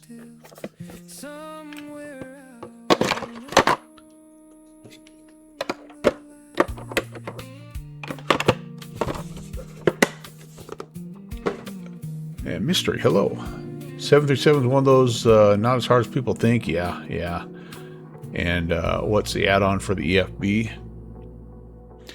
So it's the iFly plugin is what it's called, and it's just that external tool, just kind of like what the Phoenix has that runs in the background. And that's the dead giveaway. If you don't see the EFB, you know that you've loaded it incorrectly. Nothing will work. So I'm hoping I don't have to completely, I mean, I restarted the sim, which isn't a bad thing, but I'm hoping it should fire up. Just gonna take a minute, and you get to hear the awesome Asobo music on top of my lame AI music. Yeah, this is the iFly. Yep. How is it compared? I think it compares quite nicely, actually.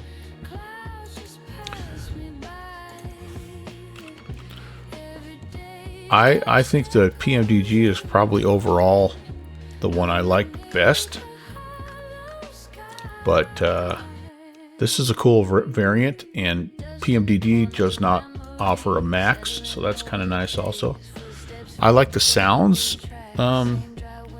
on this one, and I like just some of the other little features.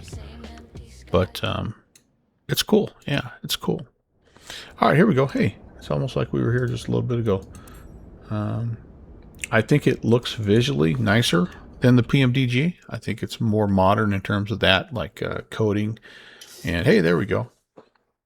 And all that stuff. But anyway, it's all good. It's all good. So, okay, we are, yeah, we're locked and loaded here. Let's go to, it does take me a minute though, my plane. So this has changed, by the way. They modeled really quite nicely. They modeled the EFB to look really like what you would see in an actual Boeing, but the community hated it because it was clunky. This is a lot nicer, no doubt about that, but I'm still getting used to this here as well. But I would I would say, Mystery, that you're not going to see a ton of differences. I'm sure that the Boeing purists will know the difference between the Max and just the regular 800 and all that. I don't really notice that. But I just enjoy flying them because, like I said earlier in Downwind Sim, even though he's busting on me, like I'm pretty easy to please. All right, so we do have ground power, and I gotta just double check and make sure that I've got the right throttle quadrants here. I may not know until I get a little more power to the aircraft. But yeah, it's a lot of very, very similar, you know, flows and all that stuff. The biggest difference is just the more modern avionics, and it's glassier, right? So it's definitely flight number last, Are you needing this, sir? Is that what you're looking for? Is a little route action?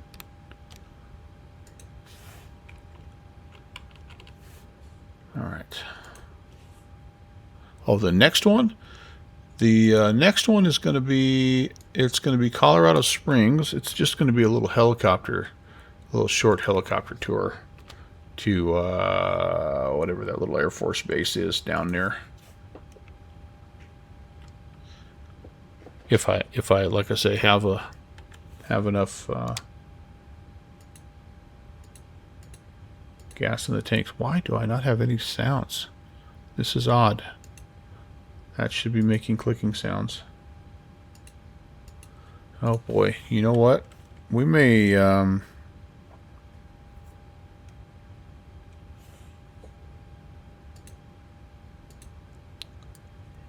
some of the sounds are working and some are not. And with system update, I wonder if this is going to mess with system update 6 or whatever. I wonder if this plane is ready.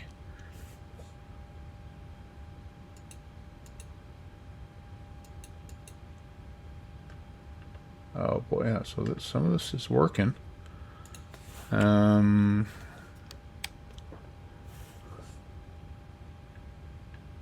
But I can't hear those button sounds. That's not good. Some sounds I can hear, some I can't. Okay, we may have to do a little wardrobe change here. Let's just go check sounds out and see if there's something I'm missing.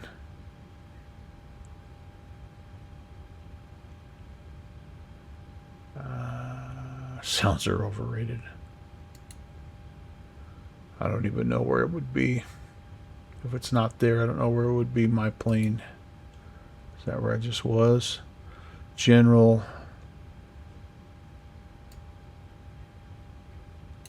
Yeah, we may have to switch over to the PMDG. Because I don't see anything here. Like, I don't remember there being any separate sound controls that you could, like, turn on and off. Cabin voice. Yeah. All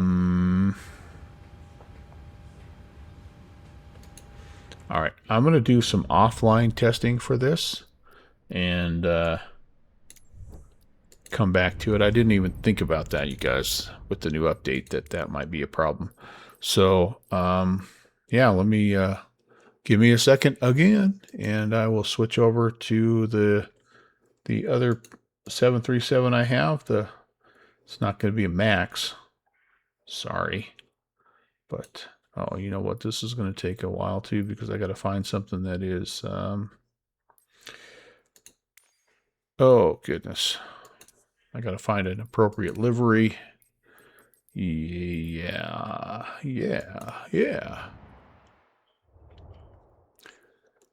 And Nom, that's exactly what I'm thinking. I'm thinking that exact same thing. I'm like, let's not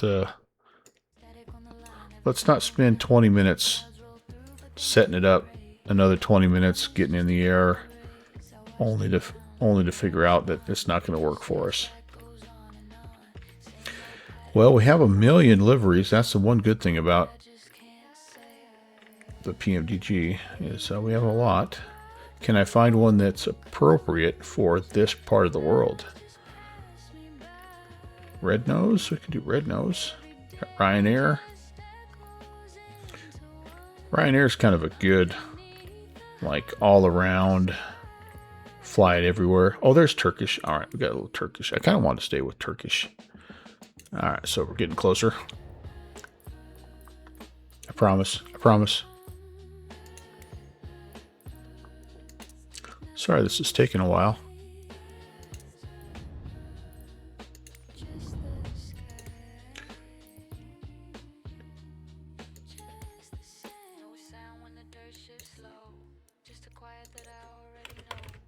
Hopefully no one's taking my spot at stand 2 Alpha.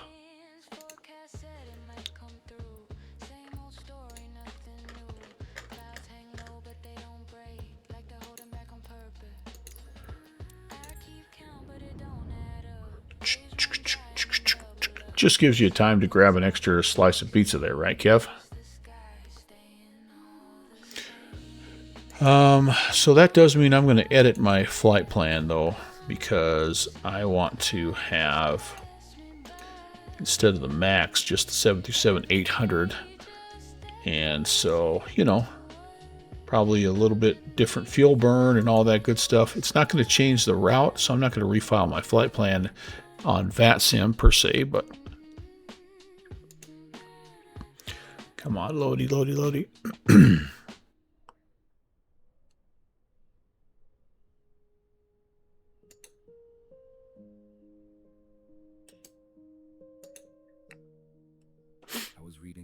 All right, there we go. That looks good there. And yeah, nothing to do now, but you got 3 slices in the oven right now. I got to think about what I want to have. It's 11:30 my time. It's going to be like 2 o'clock by the time I'm done. I need to grab something as I'm flying. You know, I don't want to get jittery while I'm flying. With no sound calling out through the strain, I was gripping control like it's something I own, but it slips through my hands like it's never been known. Oh, I know what we can look at. Hold on. I love the Lame music as much as the next guy, but let's go look at we had that Instagram post that was shared of John Travolta doing his check ride.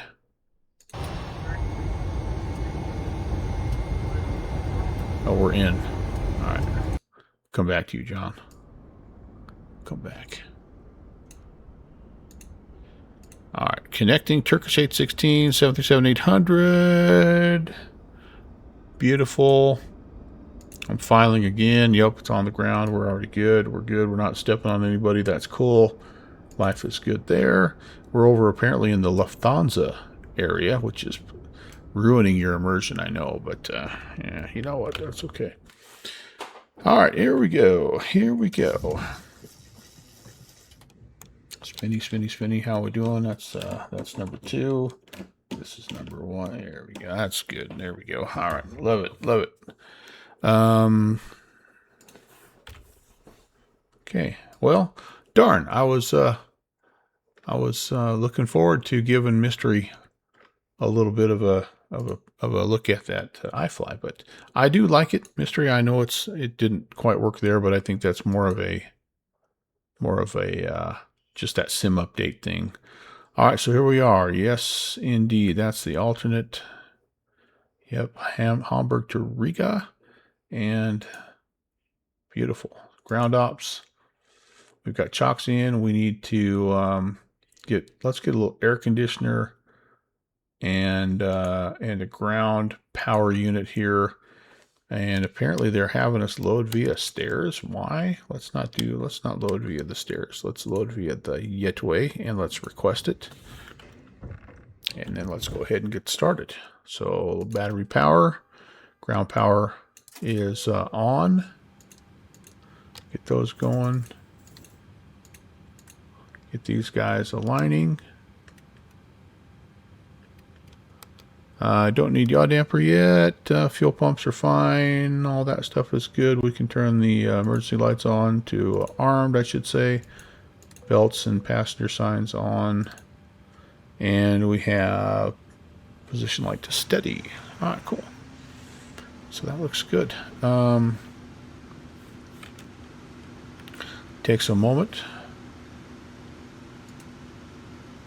Let's go position INIT.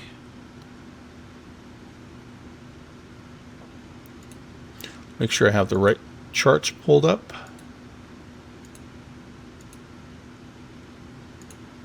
All right. Echo Delta Delta Hotel. It's our reference airport. Next page. This is our position. Both are pretty close. That's good. Go there. Awesome. And then we can do a route request.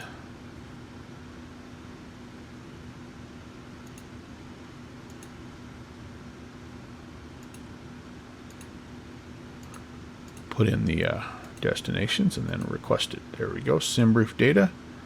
Set the payload, the fuel, and select the route.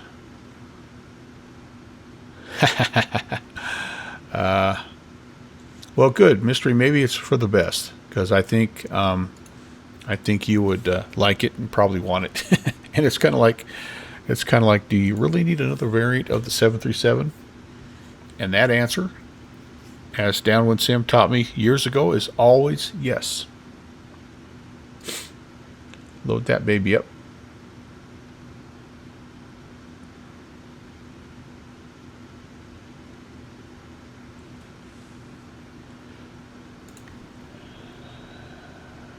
Activate tomato. Sweet. Let's see. Hamburg ATIS information. Alright, I gotta get some stuff down on my scratch pad here. Stand. Where am I? 2 Alpha.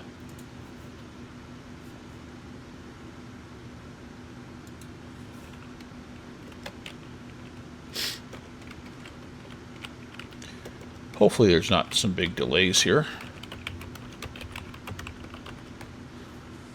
You never know. Over here, boy, these events on Friday can get pretty wild and woolly.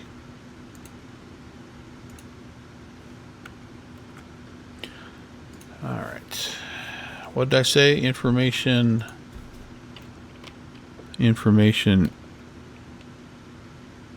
Echo. Expect ILS approaches runway 15, takeoff 23. Transition level is 60. When passing 2000, contact Bremen radar 126.325. That's a little different information that you get than you do in the States. Cav OK. Winds 150 at 5. QNH 1014. Okay, awesome. So let's talk to ground and let's get our clearance. Co-requesting Alpha to Frankfurt. Roving 474, Mach April clear to Frankfurt via Ideco 8 Bravo departure. Flight plan route, climb via SIT to altitude 5,000 feet. Squawk 1360. Cleared to Frankfurt via Ideco 8 Bravo departure, climbing via SIT 5,000 feet. Squawk 1360. Eurowings 474. Eurowings 474, read back correct. Ground hello, Turkish 816, information Echo at stand 2 Alpha, requesting IFR to Riga. To stations, I got Turkish 816, Hamburg April, hello, info Echo. Cleared to Riga via Lugek 3 Bravo departure. Flight planned route, climb via SIT to altitude 5,000 feet. Squawk 7275. Alright, clear to Riga, the Luged 3 Bravo departure. Fly the planned route, initial climb 5,000, squawk 7275, Turkish 816. Turkish 816, read back correct. Okay, cool. So that's essentially cleared as filed, which is always good. Hello, Lufthansa 929. Have you received PDC from 5 minutes ago? Okay. Oh, I got a 929 negative. Ah, so this is kind of different here. This is kind of cool. So I just got this message. Target time off block time. So I've never done this. And report ready according to the TSAT. All right, we're going to check this out, you guys. Wow. Wow. Alpha Zulu Hamburg April 9, clear to Heraklion via the AMLO 3 Bravo departure. Flight planned route. Climb via SIT to altitude 5,000. So this is what it's given me here. You are startup window. So I got to get ready to go here in about the next 10 minutes. Sweet. All right, we better get our butt going. That's kind of cool. All right, so here we go. Shouldn't be a problem. We said Lugig 3 Bravo.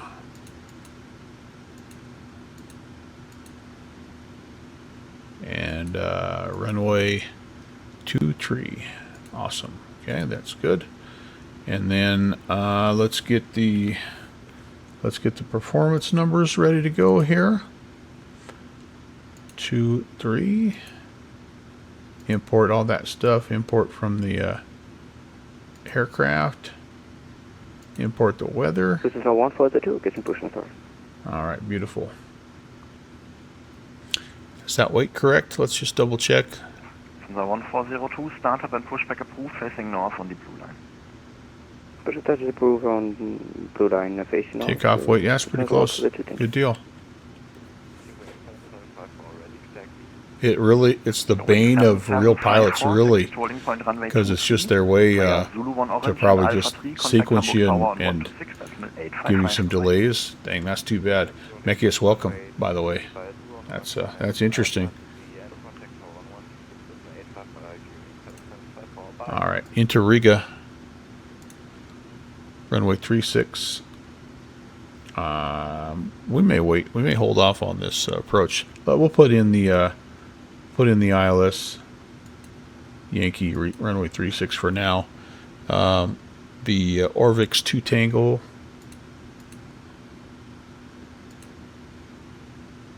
And it's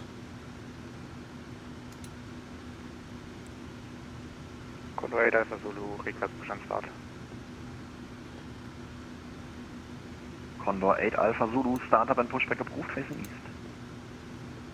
Which of these two do I want? 8 Alpha Zulu. Beehive. Okay.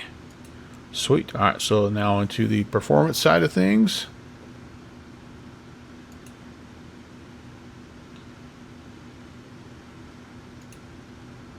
Let's request it. Isn't that interesting, Mekius? Like us sim pilots, like we love holding and go arounds and stuff like this that the real life pilots are like, they don't want any part of it. Diverting and like any of those things that make you feel more like it's real. I don't know, it's odd.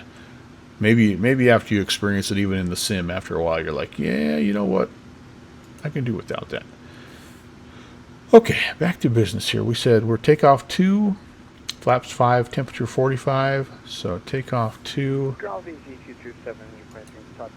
It's flaps 5 and temperature 45. Pushback approved, facing north on the orange line. Okay. CG auto pops 39, 39, 42. Sounds great. That's good there. And just a super quick check of the plan. I'm the man with the master plan. Let's go to the legs page here and step through this. Hanging a right out of Hamburg and heading to the northeast. Yep, that looks good.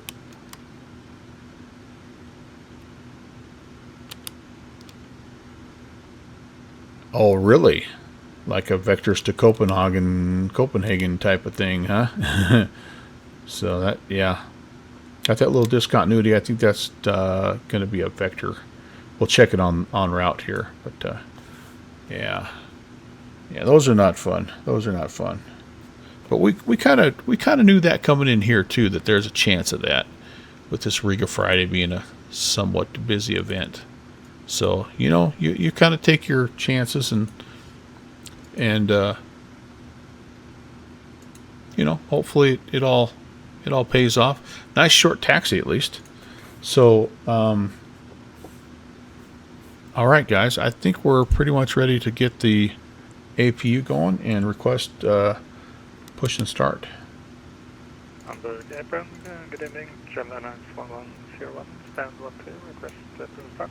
So now I need to understand here. Crap. I just got updated. 18 minutes now. Alright. Shoot. Well, I wish I hadn't done that. I'm going to turn you right back off, buddy. We will stay on the stay on the ground power for now. Have to go do some plane spotting, I guess. Well, before we do that, let's just make sure we have everything ready to go. So, IRS is aligned. Everything set up here. All that stuff looks good. I don't think I have anything in the center tanks. We'll just confirm. Oh, I do have a little bit in the center tanks. Okay, cool. 3 sizes Alfredo baked chicken served. That's the pizza, or? Oh, so I have to push fully ready. Ground, hello, Lufthansa 6 Papa Juliet. I'm just wondering if you've sent our PPC yet. We had an issue with the aircraft. So do I need to set takeoff time now? The time now is that. Lufthansa 6 Papa Juliet, yeah, I'm sorry. So can I change this, or because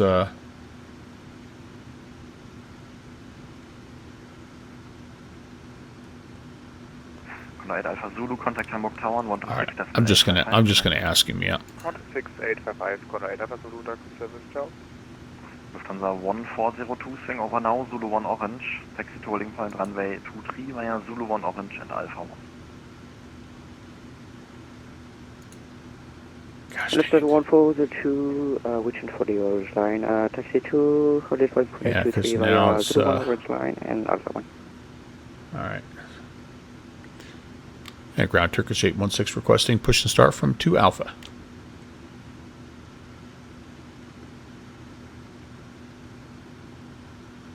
Turkish 816, Roger, 1 outbound to cross, in the meantime squawk 7275. Alright, squawking 7275, and we'll pay attention for that traffic, Turkish 816. Yeah, that was... Turkish 816, I call you for the pushback. Oh, you'll call for push. Okay, thank you. That was sort of confusing, but kind of cool. Alright, so 7275 wants that on. Cool, we're there, we're good, we're there. And Lufthansa 6 Papa Juliet, Roger, number 1 for clearance temperature. So get this going again. That APU fired up. And I was finishing out my flows here. 4, startup and pushback approved, facing west. What's my altitude? 37.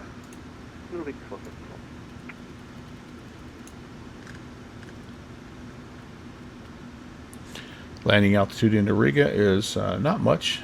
We'll set it at 100 for now. And yeah. APU spooling up, looking good.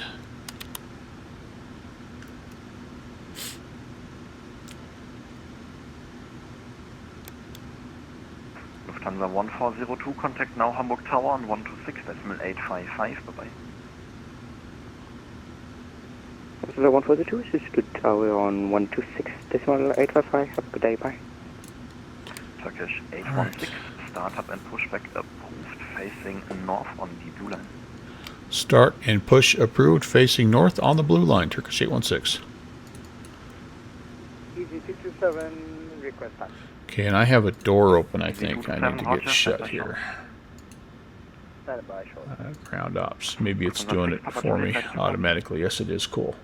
Sweet. Alright. Lufthansa 6 Papa Juliet, info Foxtrot current, cleared to Okay, Frankfurt I got via AMLO 3 Bravo departure, flight planned route, climb via SID to altitude 5,000 feet, squawk 1. Lead air pressure, I do. And looks like the ground was disconnected as well. Nope, ground's still connected. Let's we'll release and release. Remove chocks. Okay. 6 Papa Juliet, confirm squawk 1330. All those things are gone, or getting gone.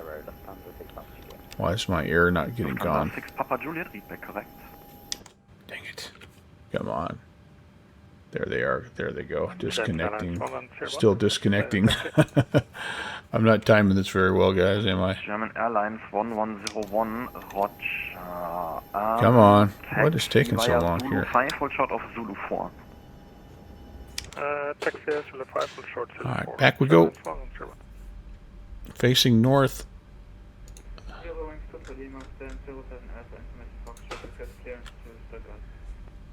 Your wings 2 for Lima, Hamburg Apron, hello. Number 1 for clearance, stand by short, call you back. Yeah, on the blue line. Alright, cool. Via Zulu 1 Orange and Alpha. Hard to do this when you're via Zulu 1 Orange line and Alpha 3, easy 227, thank you. Hamburg 1, guten Abend. not using GSX. Your wings 397, Hamburg Apron, hello. Number 2 for clearance, stand by short, call you back.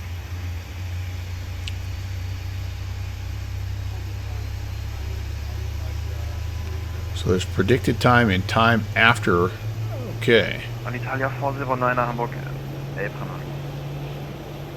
Gotcha. Oh gosh, wrong way, wrong way, wrong way, wrong way, wrong way, wrong way. There we go. Alitalia 409. Gonna miss my turn a little bit there.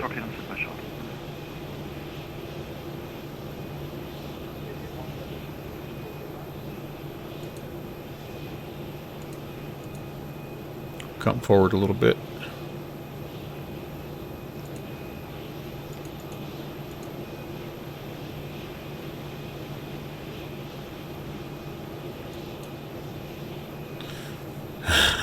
Not great.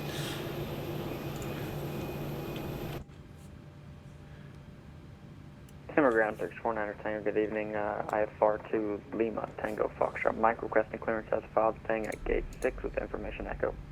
I think I can do better here. Turkish 409 Tango, Roger, number 4 for clearance, stand by short, call you back. Roger. There we go. That's closer at least. 7 contact Hamburg Tower. A little closer. At least we got out of that guy's way. Contact Tower 126, 855 easy 227, take you and see you later, bye. Lufthansa 8 Whiskey Echo, Hamburg Apron, hello, startup approved. We're right. Perfect. Look at that. That's perfect. No, it's not mystery. I haven't done a Riga Friday in a long time, actually. I don't normally get to stream this time of day, so this is kind of cool. I'm kind of pumped about this. So I should have the beacon light on. I gotta just slow down a little bit here.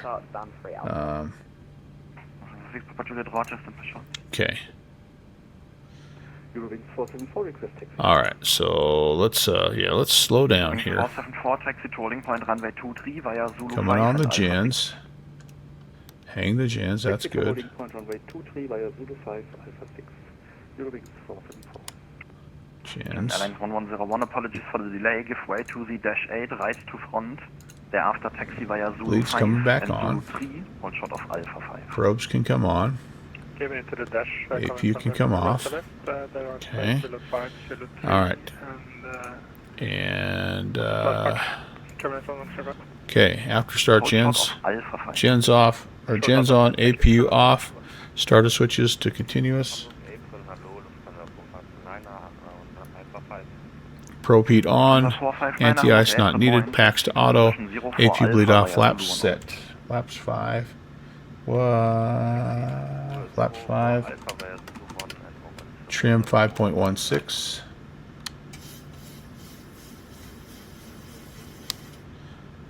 Transponder TARA. Flight controls are checked. Alitalia 409, Hamburg Apron, hello. Still number 3 for clearance. I call you in sequence. Yeah, we're ready to go.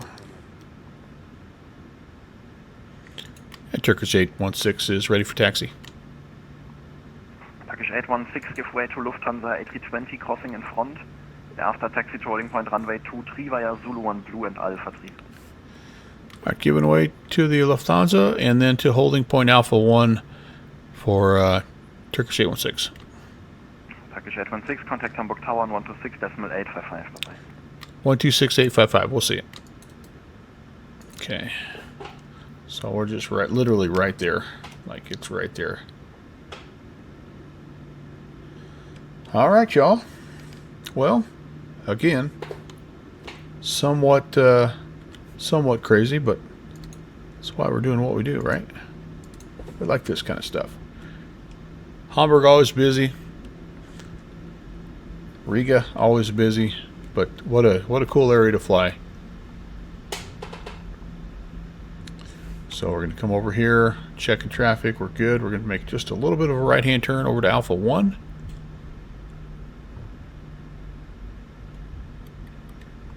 And I did not plan this, but that sure was nice having a short taxi roll. Holy cow. It's really nice.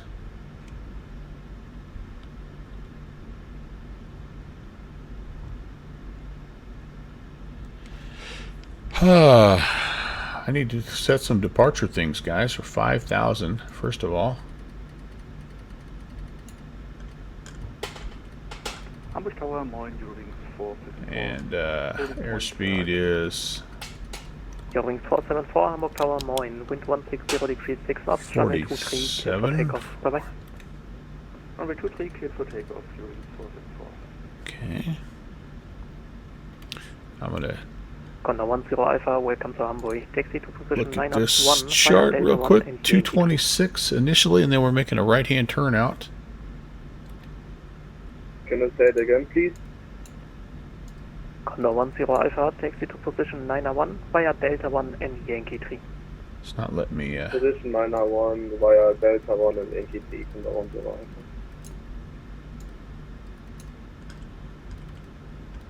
Alright, so there's heading, altitude, airspeed, all set. Flight director's coming on. I'm going to arm VNav, LNav, and auto throttle can be set, and we're ready to go. And tower Turkish 816, short of 23, ready for departure. Turkish 816, Hamburg Tower, moin, line up, runway 23. Line up, runway 23, Turkish 816. Alright, y'all. Yeah, everything up there looks to be good. Good evening, Gemini 1101, Alpha 1, ready for departure. Gemini 1101, Hamburg Tower, good evening. After next departing, Boeing 738, line up, runway 23 behind. After next departing 738, line up, runway 23 behind. I can feel the frames though, so we're a little choppy here. Turkish 816, wind 160 degrees 6 knots, runway 23, cleared for takeoff. Bye-bye. 23 cleared for takeoff. We'll see you, Turkish 816. So at 2,000, I got to go over to that departure frequency. So let me just take 1 second to put that in. Should have that in. Bad pilot. 26.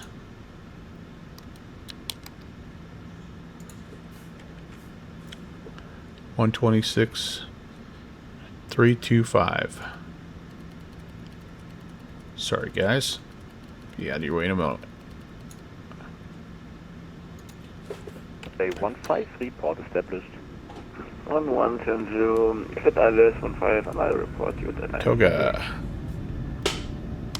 Condor 8 Alpha Zulu, free climb, monitor advisory, ciao. Advisory, Condor 8 Alpha Zulu, danke für Service, ciao. Danke fürs Fliegen. Airspeed's alive.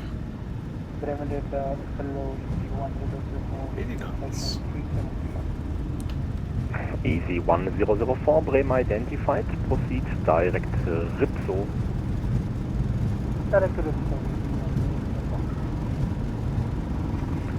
City Air, correction, Lux Air 90513, contact Hamburg Tower 126, decimal 855. 126, decimal 855, bye bye. City Air 9 Yankee, no speed restriction. Oh, I didn't put the QNH in. No speed restriction. Crap. Yankee. What a rookie.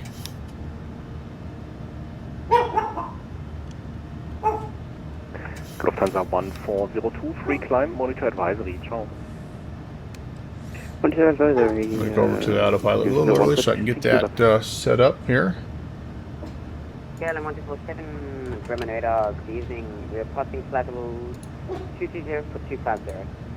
It was 1014. Luckily, it wasn't much of a difference, but that was another dumb mistake. Level 350 and proceed, proceed direct to Disregard, yeah, stay on route.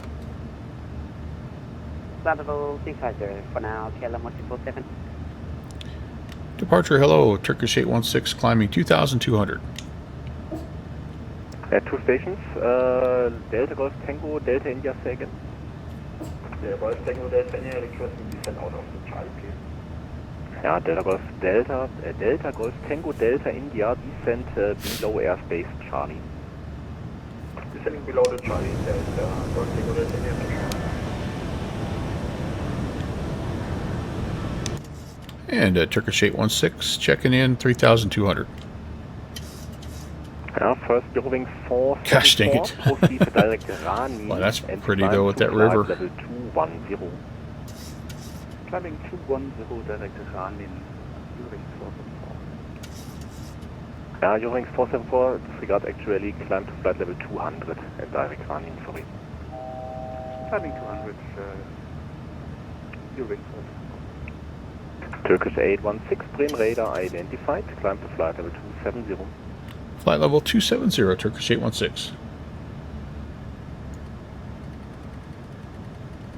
Moonraker 12 Victor, monitor advisory 12.8. Advisory 12 Victor, tschüss. Bremen, good evening, German Lines 11. Already sipped out the fuel from the center tanks. German Airlines 1101 Bremen radar identified, climb to flight level 240. Climb level 240, German Lines 101. And we're through transition level, our transition altitude. Standard. Alright, give you a little bit of this out here, kind of nice. Last station static only.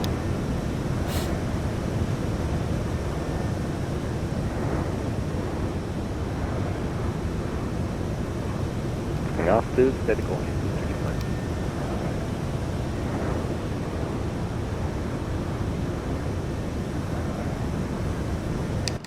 Alright. I'd like to stay out there a little bit longer, but Air 9er it's Yankee, alright. Yankee, contact tower 126.855. Alright. Flight directors, we're good. Auto throttle, auto brake, sorry, flaps up, and gear I can't stow because of the Bravo. Climbing out on the VNAV LNAV up to 270 set, and transition altitude set. Yeah, we're good. We are good.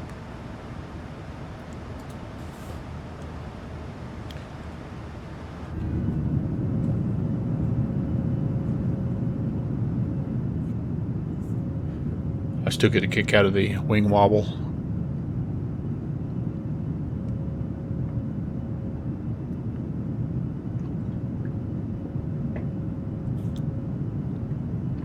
Thanks for coming along, you guys. Appreciate you being here. Happy Friday. If you're new here, my name's Brant. Welcome to the Melvin Leroy channel. I do not normally stream this time of day on Friday. I usually am later on, but I had a little bit of time today, so City Anana Yankee Bremen. Here we are doing some Riga stuff.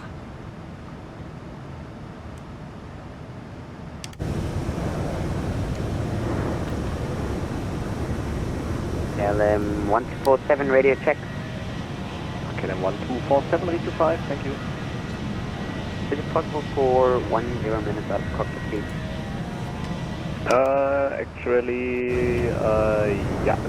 Give 1 second. We're good, KLM 147, thank you.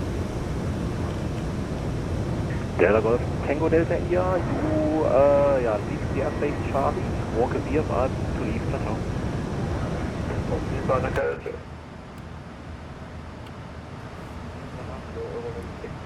There's some great events on Fridays, though, no doubt about that. 6850 Bremen radar. The cool thing about what the Europeans do is they kind of have a little bit more consistent lineup. So, you know, you have obviously Riga. During 6850, proceed direct Well, actually, you know what? It's maybe a little bit more Delta Hotel 433. on the Mondays that I'm used to with the turnaround. Budapest, vectors to Copenhagen, Nuremberg Monday, Oslo Monday. But tonight, over on the they have Friday night at Bucharest also here, which starts at right about the same time, about an hour ago. But anyway, tonight there's a pretty good one over in the States, the Metroplex Madness, which is the D10. It's the Dallas-Fort Worth guys. So if you're looking for something to do, that starts at 2300 Zulu. So that's, you know, that's Dallas-Fort Worth and Houston, you know, Houston and well, the D10, I guess. So it's a little bit north of the Houston area, but I wouldn't be surprised if the Houston guys are also staffed up. But that'll be kind of fun. That was the plan originally, but we're just doing this instead today. We'll do this one. We'll get maybe a little helicopter flight in, and it kind of works out nice because I can get my simming fix, and then I can also be done because Friday night at my house is date night, so it's kind of nice to have a little time for both. I mean, I always make time for the date night, but usually we do the date night, and then after my wife kind of gets rounded around and headed to bed, that's when I hop on the sim, and I don't mind that either. That's been kind of fun, doing a little bit more of a late night thing, but anyway, yeah, that's us. That's our Friday. Radar identified, Squawk 1000. So that predicted time thing 6850 confirmed is interesting. We're gonna have to fly out of here again and just kind of get used to that.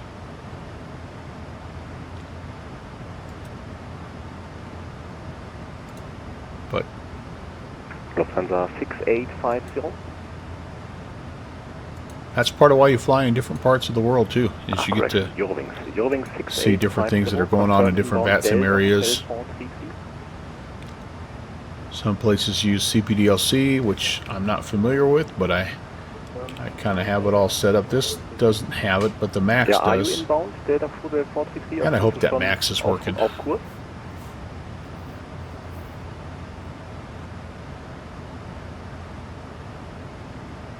Those iFly guys will get it updated though, pretty quick. Musst du auch nicht, nur Delta Hotel 433.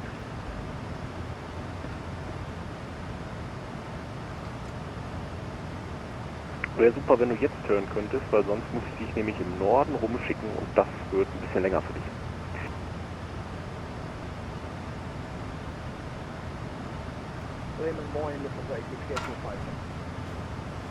Lufthansa 80 Whiskey Echo, Bremen identified, climb to flight level 240. Flight 240, Eurowings 6850, yeah, turn now left heading 330, left heading 330.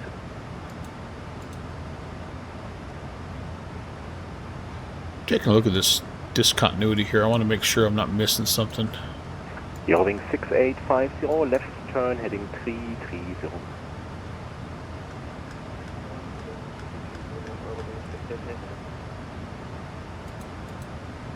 Right after Sydney. German Airlines 1101, monitor advisory 122.8, ciao. 122.8, danke, schönen Abend, German Airlines 1101. Gleichfalls. Yeah. So that's a vector there to the final approach course there. So we'll leave that in. And we'll leave that in. That'll be fine.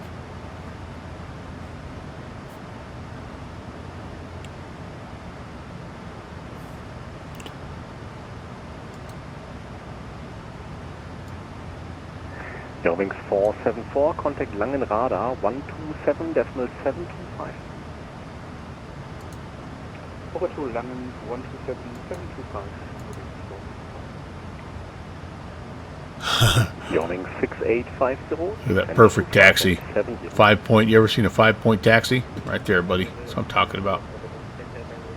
How do we do on our last Turkish flight? 816, monitor advisory, ciao. Over to advisory, Turkish 816. Ah, bummer. All right, so let's clear ourselves to 370. Lufthansa 6 Papa Juliet, proceed direct to Riga. And let's go to, actually what we'll probably do is this. I will probably just see who's on in terms of our next controller. And oh man, it might be a while. All right, well we'll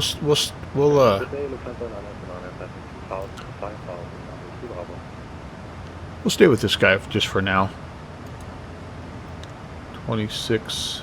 Lufthansa 929, Bremen radar identified, climb to flight level 240. We will monitor advisory.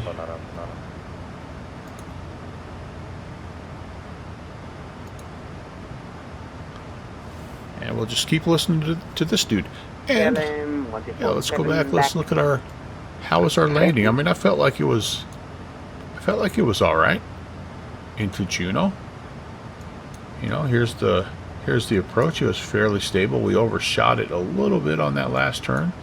But we did okay. We kind of got a little low at the end there, but 187. That's not bad. 117 was the airspeed. I don't remember what the ref was. That seems like it was pretty close. And yeah, pretty well on the center line. Maybe a little bit short of the big stripes. Well within the touchdown zone. And off on echo. I mean, we only used half the runway, man. That wasn't that bad. Not half bad. That was a lot of fun.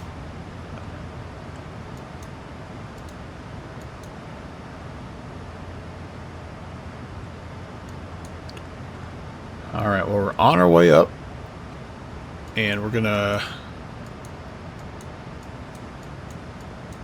from the looks of it, not have a lot of ATC to talk to here for a while.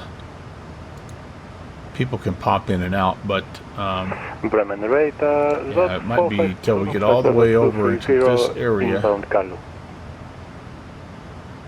that we end up talking to somebody. So I think what I'm going to probably do is step out, grab a stretch, grab something to drink, and be right back.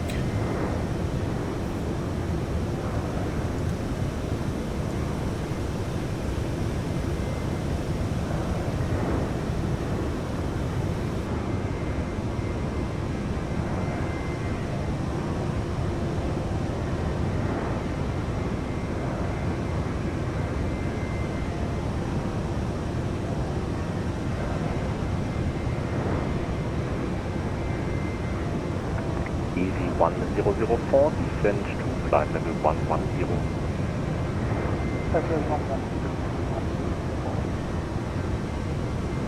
Premium radar unit.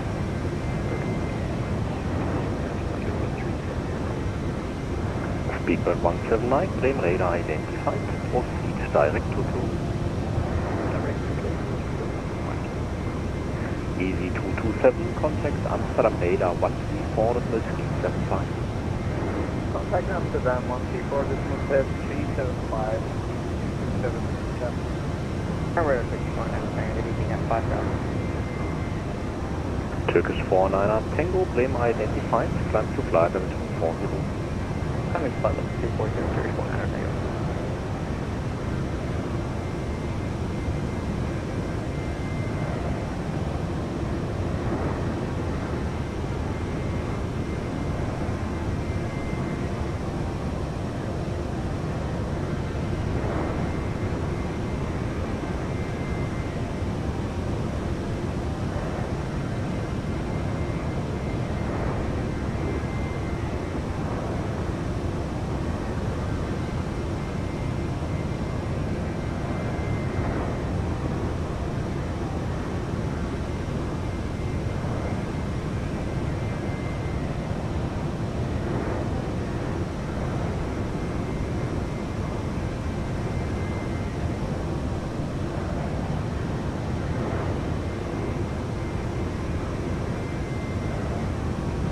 Lufthansa 8 Whiskey Echo, monitor advisory, altitude decimal 8.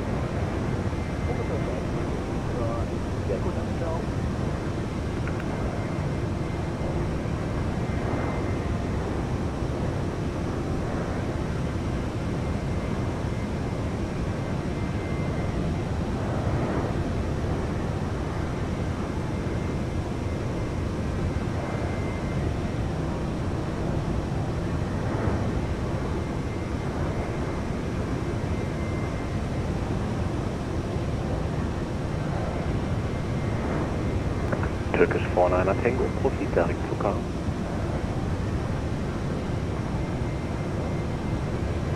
Direct to Turkish 49er.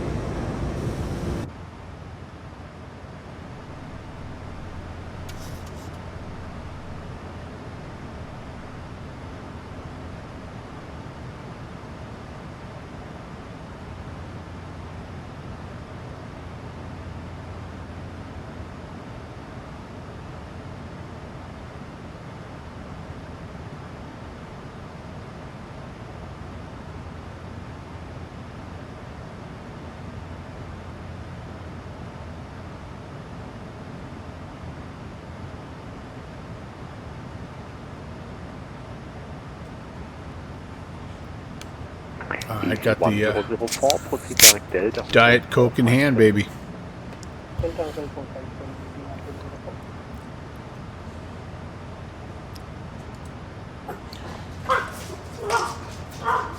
Cody says hello.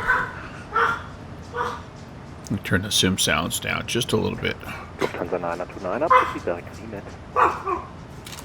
I'm eating some crackers now, so I've got every dog in the county right next to me. I'm saving it for tonight, Slanty. You know, for date night. Fucking favorite.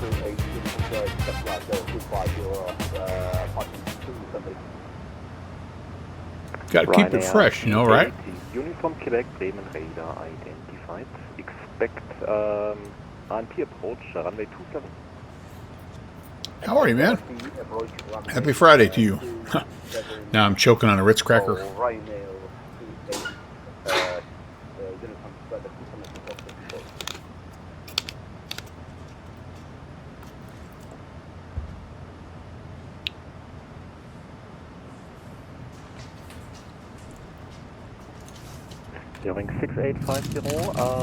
How goes your 707 configuration? We just did a flight from Anchorage down to Juneau, and I forgot to switch the INS over to nav, so it didn't work quite as well as it should have. Heck yeah. I hope you had a good week. I love the pictures at the ball game. So cool. Air descent to 4,000 feet and maintain speed 220 knots or greater. Descent to flight level, descent to 4,000 feet. I feel like my mic is way loud. I just turned it down a little bit. I feel like I never quite know when I turn on Streamlabs exactly what I'm going to get. And I'm too inept to set up anything like Voice Meter Banana or something like that. All right, up to cruise. We're heading to Riga. Slant Alpha. Great place to fly on a Friday. You're like me, though. You're a working stiff. You don't get to fly these day events. Are you doing the Metroplex Madness tonight? I seem to remember you talking about that.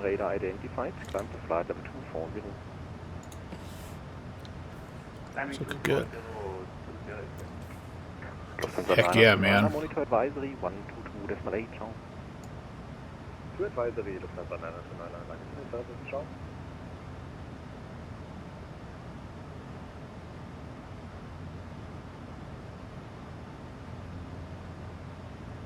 Easy 1004, descend to altitude 5,000 feet, QNH 1013 and reduced speed 220. Man, there are a million places to fly right now. Warsaw, Riga, Stockholm, Finland, 49 Tango, monitor advisory 122.8. Moscow, over here in, is this India? Monitor advisory 1 Tango, bye-bye. Lufthansa 875, contact Down here in the Middle East. 375. Man, oh man. Oh, here's India, sorry. This is Ukraine. 6850, descend to 3000. Romania. Man, they are lit up on a Friday night. Through Austria. Germany's always well covered. London City. Man, there's a lot of good ATC. How's it looking over here? Not too much yet. Still early. Although, a little Caribbean event or something going down here. That's nice. KLM 1247, monitor advisory 122.8. Yeah. Very nice, very nice. Kazakhstan, maybe. Okay, that could be. My geography is not very good. Ready to copy. Yeah, to jet 62 Mike, clear to Düsseldorf. Let's go back to that.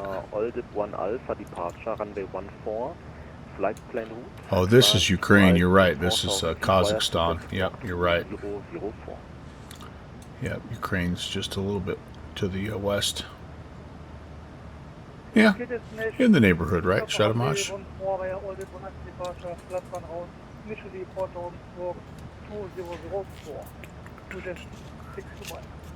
Sim update 6, yep.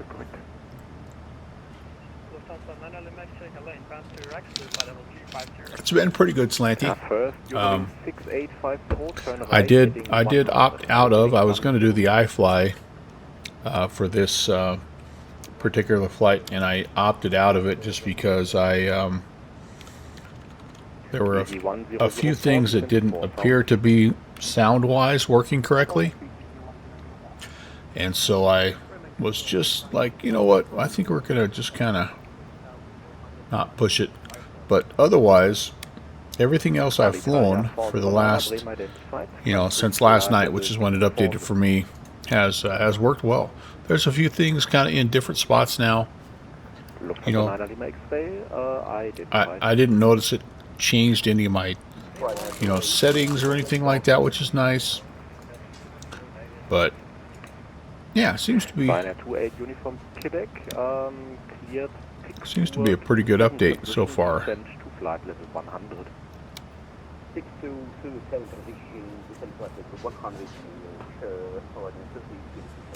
All right, you guys. I'll share a cracker with you. Direct, let's see, proceed direct Otmec.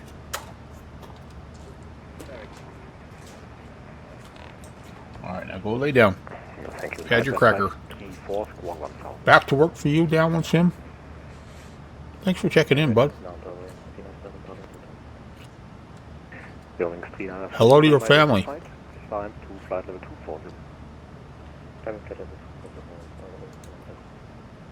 Easy 4004, continue on present heading.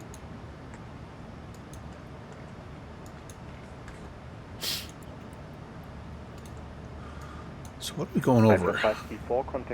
The Baltic Sea right now. One of the coolest liveries of the new A220 is that Baltic livery. Kind of that neon chartreuse green.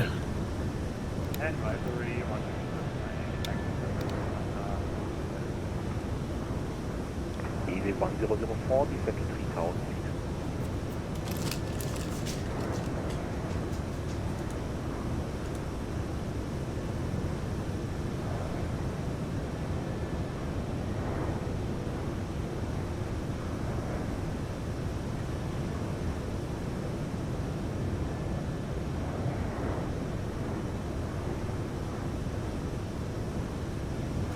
Thought I might see a lot of BCS3s. There's one.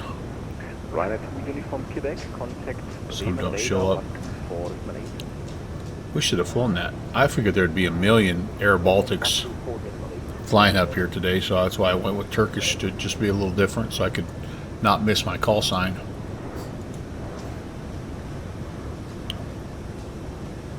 Boeing 6850, maintain speed 180 knots or greater until 6 miles final.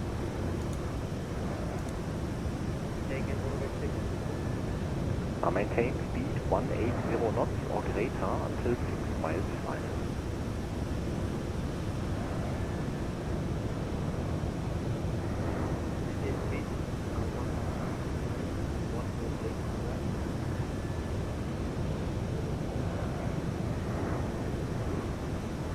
Boeing 6850, contact tower 126.855.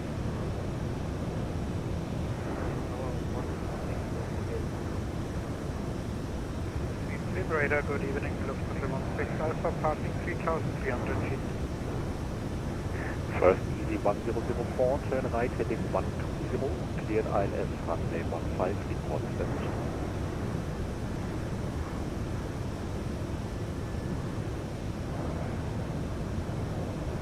Easy 1004, right turn heading 120, cleared ILS, runway 15, report established. Right heading 120. Speedbird 497, Bremen radar identified, proceed direct to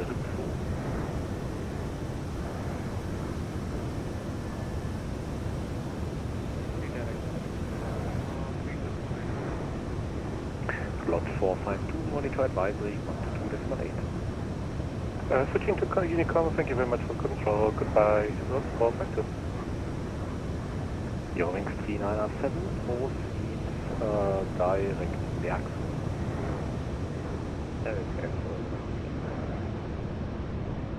Sim radar moment,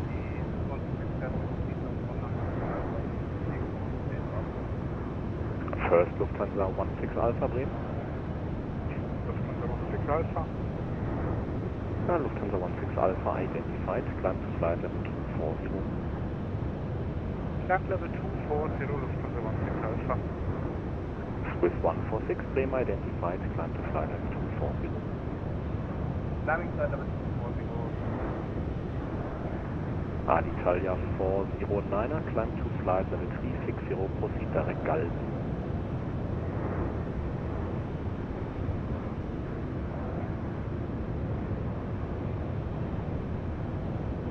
Direct Galsen.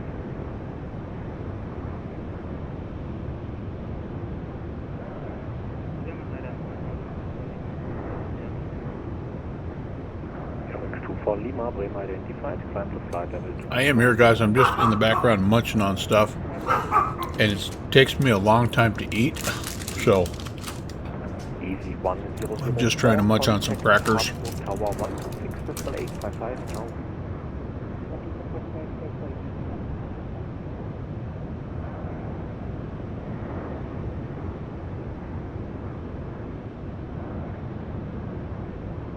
KLM 147 requesting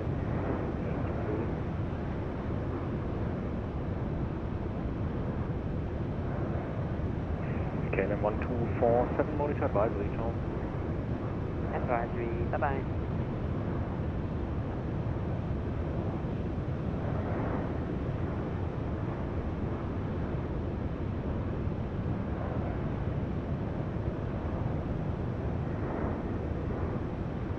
Swiss 146, climb to disregard.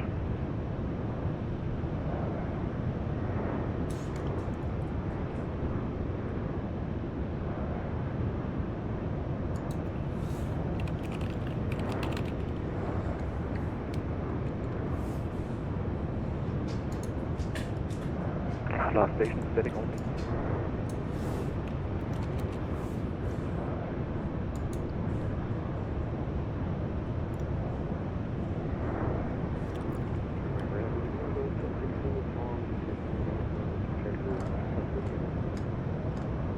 Boeing 76 uniform, Bremen radar identified. Proceed direct to Rizzo.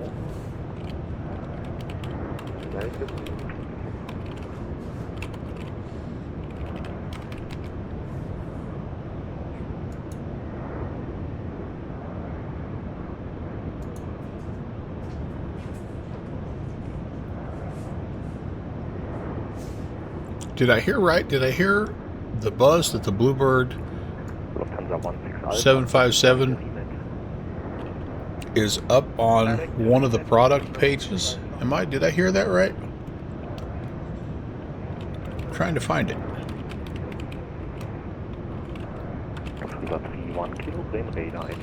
It was like on the Just Flight product page.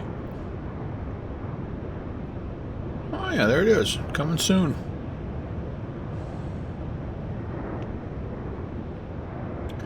This kind of sounds like though this was just added to the product page, so people are getting pretty excited. So it's going to start out with the 200, the shorter variant. Then they're going to add the 300 variant. You're going to get that for free. And then when they do the 2020, yeah, here it is. Initial release is the 200 with both the Pratt & Whitney and Rolls-Royce engines. 300 will be added soon after as a free edition, and then the since it's just 2024 compatible, the native 24 version will arrive after, also as a free edition. So lots of people are quite excited about that. It's been a long time coming. Good for them. Eurowings 3907, monitor advisory 12.8 feet 9 knots. Gleich.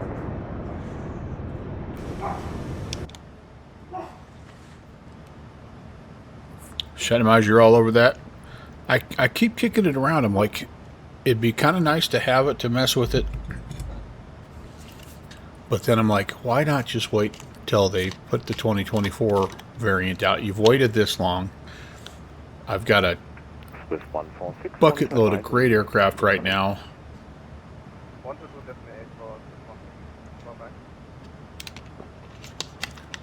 But it is definitely very, very appealing.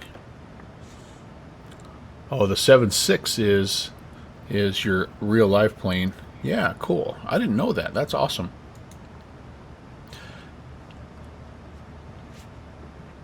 So you've probably been flying that Flight Factor for a long time. That was the only one I didn't pick up. Well, I shouldn't say that, because I didn't get the 777 either. But I had that. I've had that 757 from Flight Factor for quite a while.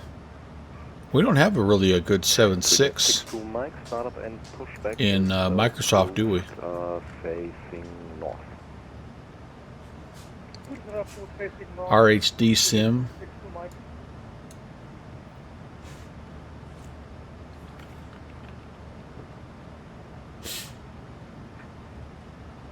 Oh, you never opened X-Plane? Yeah. I think that 7.6 is a pretty good add-on overall. It's just the Flight Factor stuff. It's good, but it's very it's pricey, so it's hard to justify getting too many of them.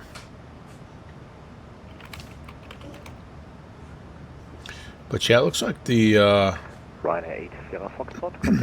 RHD Sim has announced one, but no specific release just yet. Oh, wait a second. Do we have one? Oh, there's a freeware one. Oh, it's a Captain Sim. Okay, never mind.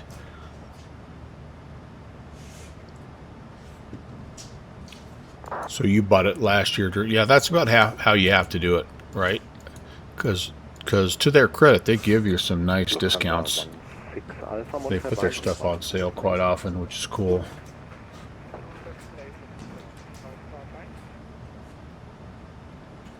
I don't have any more, bud. Sorry.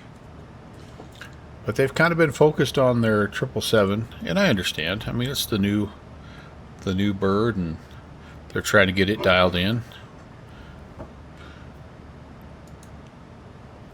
Eurowings 24 Lima, climb to flight level 340, monitor advisory, John.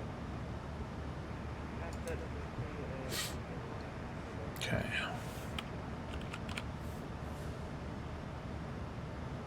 Speedbird 17 Mike, monitor advisory 122.8.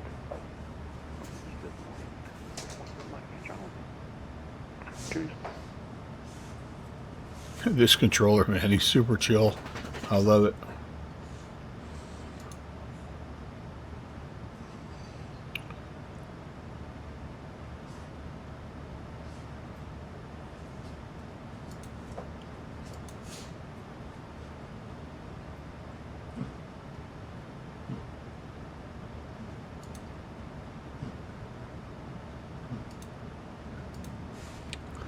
I'll have to update that as we go. Still a little bit of a ways out here to pick up. Oh, never mind. Riga ATIS has just become available, and I am in receipt of it. So it looks like we've got information. Charlie. ILS approaches. Runway 36.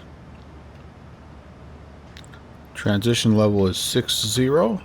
Winds are calm. Cav okay. Temp 20. Dew point 14. QNH 1018. Alright, so ILS runway 36. I don't remember what we had planned, so let's go take a look. Just about out of that guy's airspace, aren't we? Out of his range, which is okay, because we're going to pick up momentarily our center controller here, if I could figure out who it is.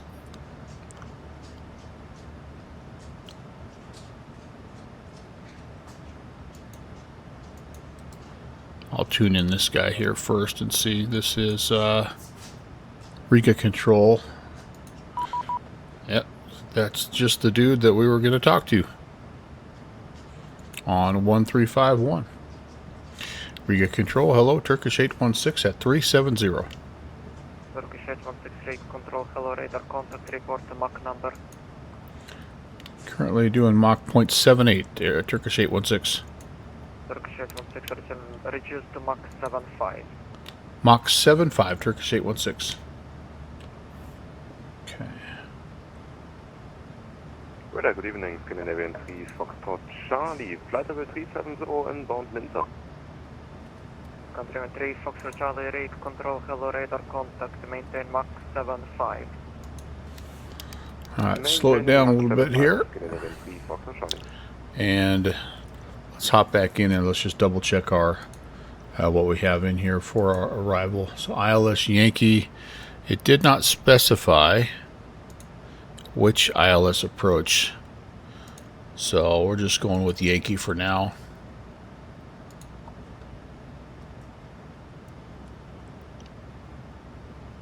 And we said from,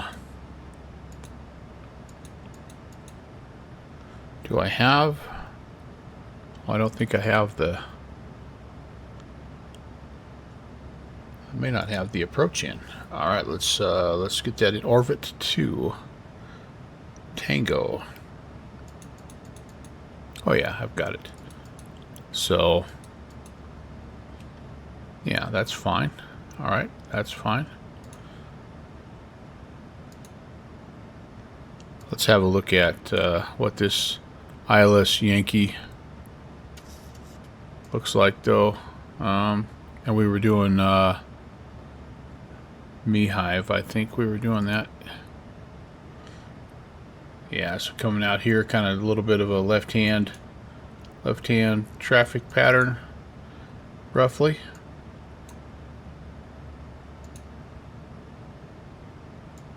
One 355.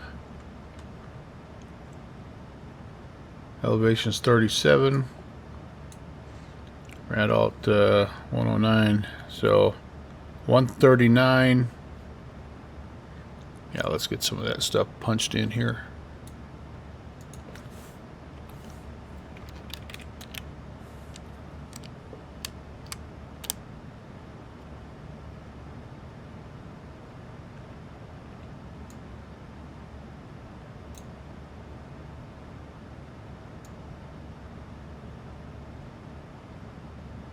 Air Baltic 5, Papa Golf, Monitor Advisory 1 to 2 decimal 8, bye-bye.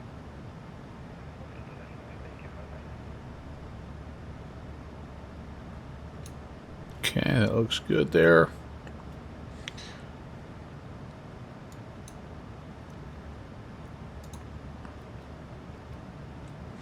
That'll be 355. Expect Orvix to Tango arrival for ILS Yankee runway 36. Expect the Orvix to Tango for the Yankee 36, runway total 8 out of Foxtrot. So that's exactly what we have, ILS Yankee 36. Perfect. Moonraker 1 to Victor, expect Orvix to Tango arrival for ILS Yankee approach runway 36, and your flight plan will end with waypoint Orvix.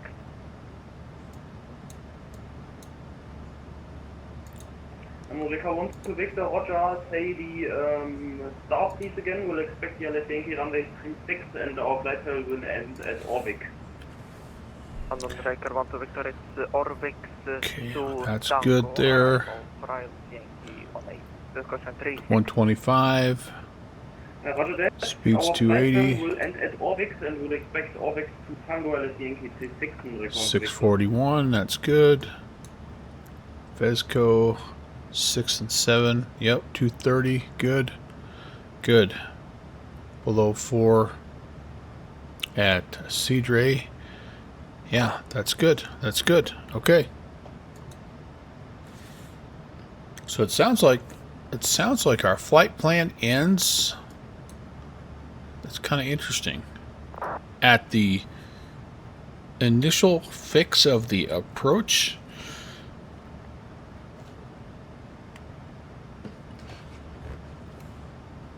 That's what they just told this last guy here.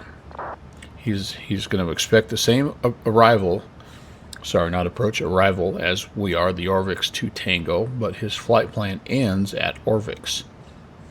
So they must really denote a transition between your en route plan and your arrival. But everything else that we have set looks to be what I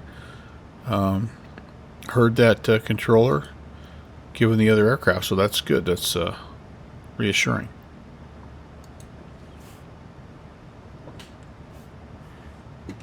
Air Baltic 242 for separation, turn right heading 280. Right, heading 280, Air Baltic. Should have had my traffic on this whole time here, guys.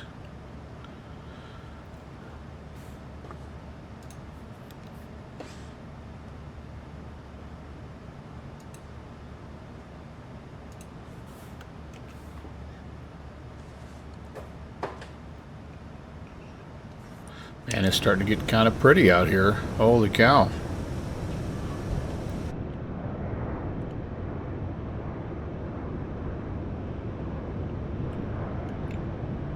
Timed that just about perfect, didn't we, guys? Friday evening.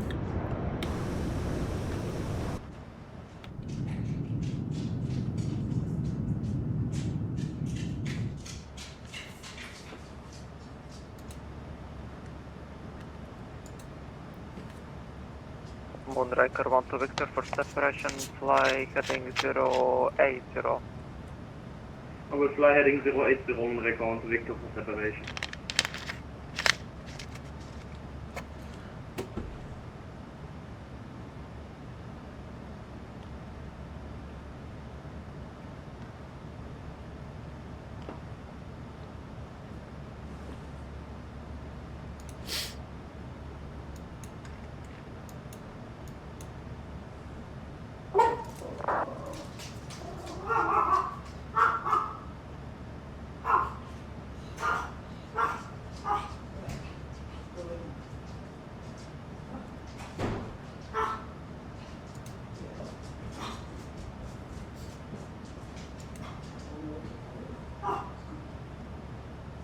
Air Baltic 242, thank you very much. Resume all navigation direct D-pad.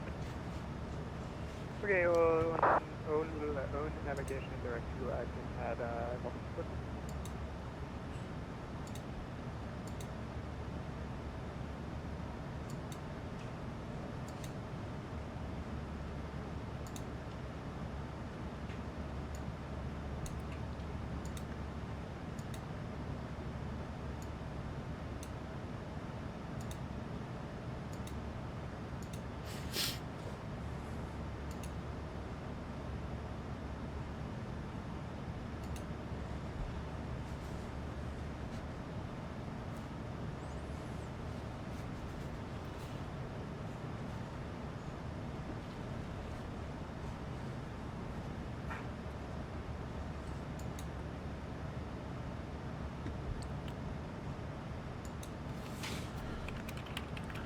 Moonraker 1 to Victory, choose to Mach 75.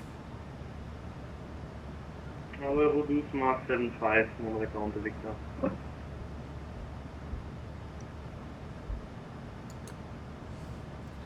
Okay, coming up on that top of descent, and we'll see. I don't know if I need to request descent. It doesn't sound like it. Sounds like 3 Foxtrot Charlie, expect Orvix 2 There we Tango, go. ILS Yankee 180, correction runway 36. just going to be expecting us to descend via. Expecting Orvix to Tango, ILS Yankee runway 36, Scandinavian 3, Foxtrot Charlie. On Turkish 816, same for you, expect Orvix 2 Tango for ILS Yankee 36.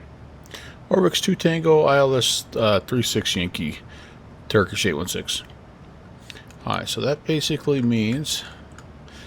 And for clarification for Turkish 816, does that mean we're cleared to descend via or just expect that? You can just only expect that. I will give you descent clearance later. Alright, thank you. Okay, yeah, important. Important.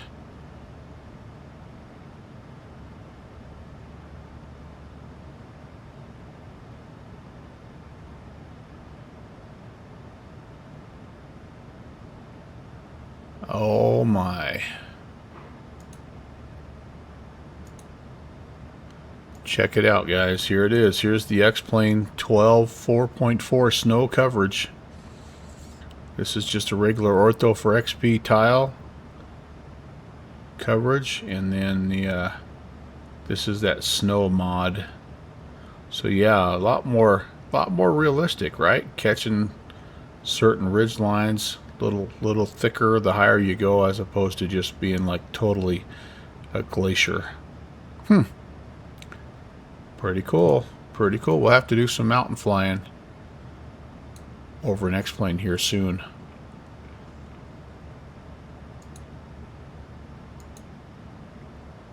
Riga Control, good evening, Nordic 8, Yankee Alpha, flight over 3708, fast Yankee. Nordic 8 Yankee Alpha, Riga Control, hello, radar contact, expect Lapsa to Tango arrival for ILS Yankee 36. Expect Lapsa to Tango arrival for ILS Yankee runway 36, Nordic 8 Yankee Alpha.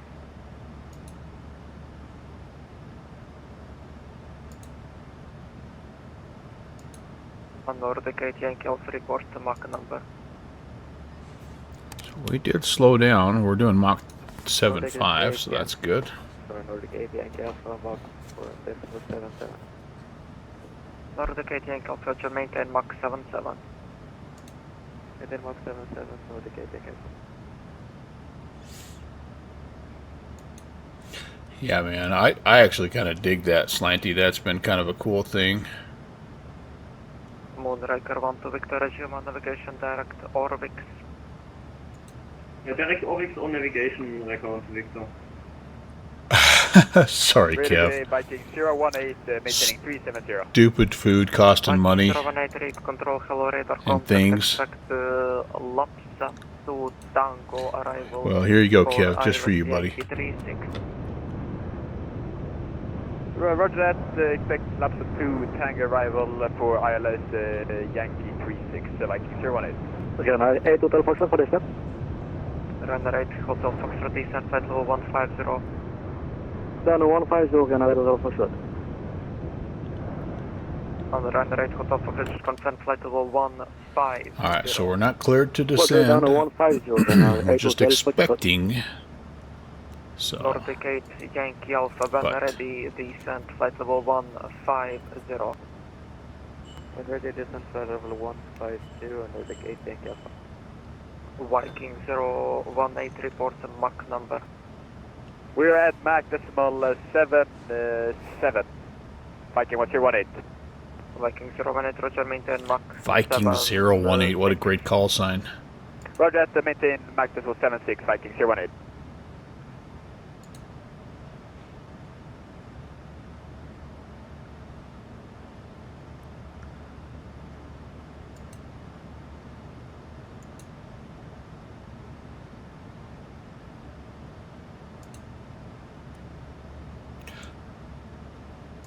On Viking 018, when ready, descent flight level 160. When ready, descent flight level 160, Viking 018. Runway 8 Hotel Foxtrot on conversion speed 280 knots or greater. On conversion 280 knots or better, Runway Hotel Foxtrot. Moonraker 1 to Victor, when ready, descent flight level 160. Got a nice little train coming in here.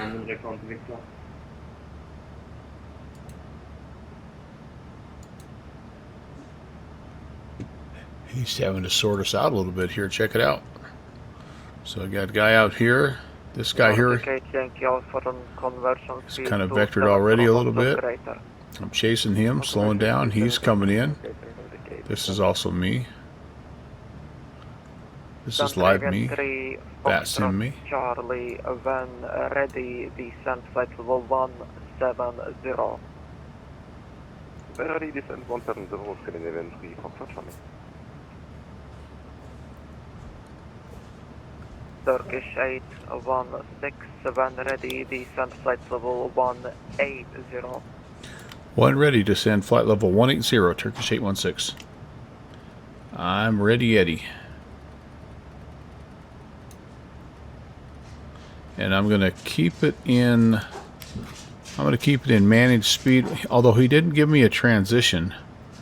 But I think he wants me to continue to be Mach decimal 75, so we're going to go ahead and just we'll just there we go. And that's he'll probably tell us that. Will take to 70 on Recon to Victor.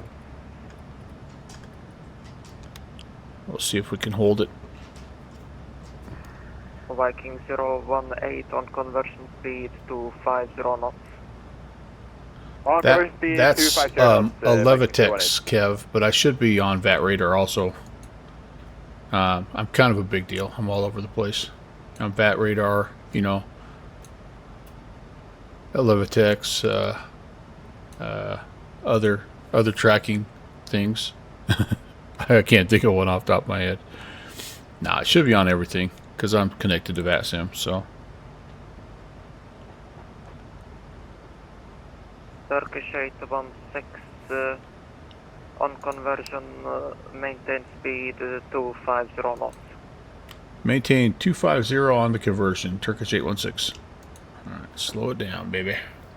It's country 3 Foxtrot Charlie on conversion speed 260 knots. On conversion speed 260 knots, Scandinavian 3 Foxtrot Charlie.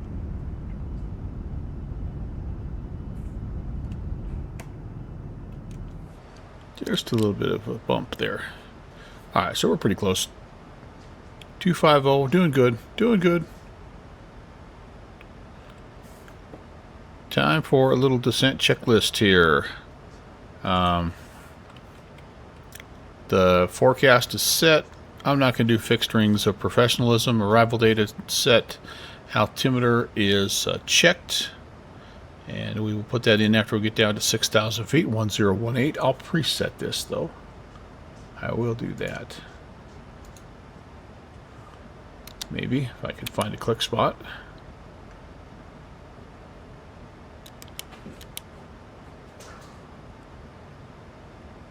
Okay, that's preset and ready to go.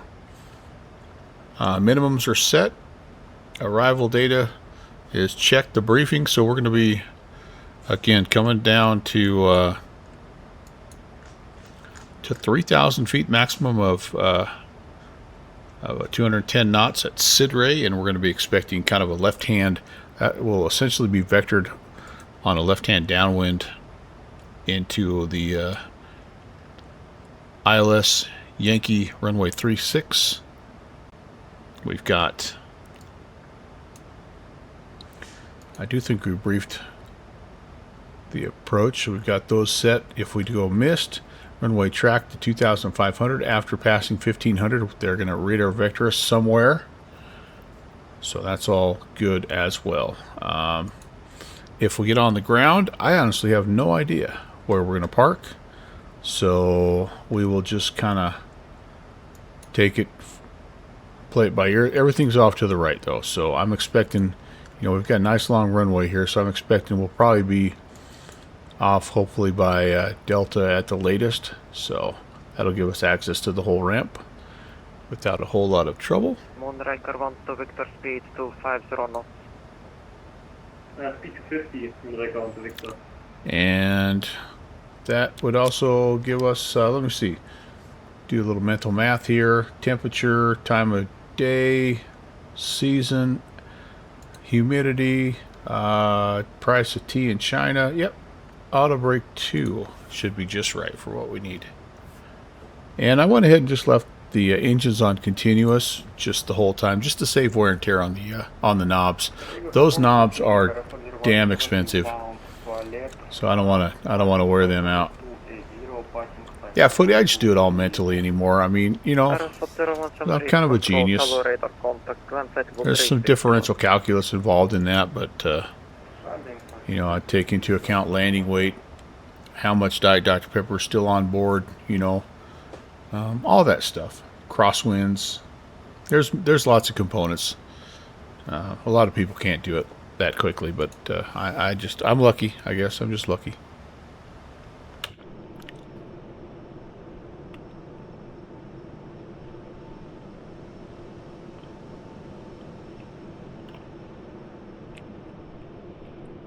Gun drive 3 Fox Charlie, speed 250 knots. Speed 230, Well, hello, Tex. I'll sped up again, dang it. Slow down, slow down, slow down. How are you, Tex?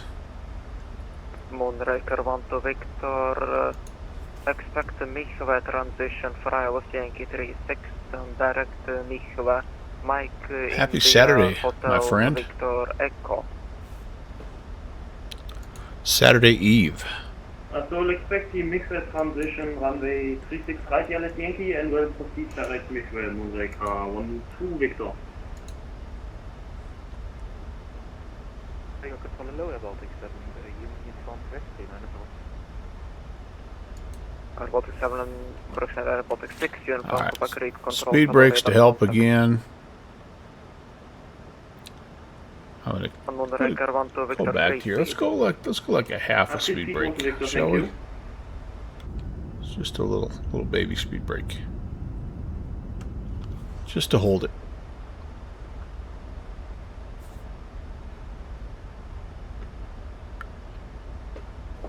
Ryanair 8 Hotel Foxtrot, contact Riga, approach 129.25, bye-bye. Over the approach, 129. I may not have enough stamina to do this last flight. Bye-bye.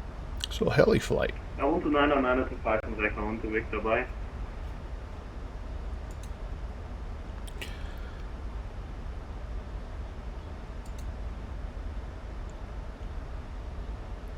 Now we've been going for a little while today. It's all right. Summertime up here, but I bet it still gets pretty cold.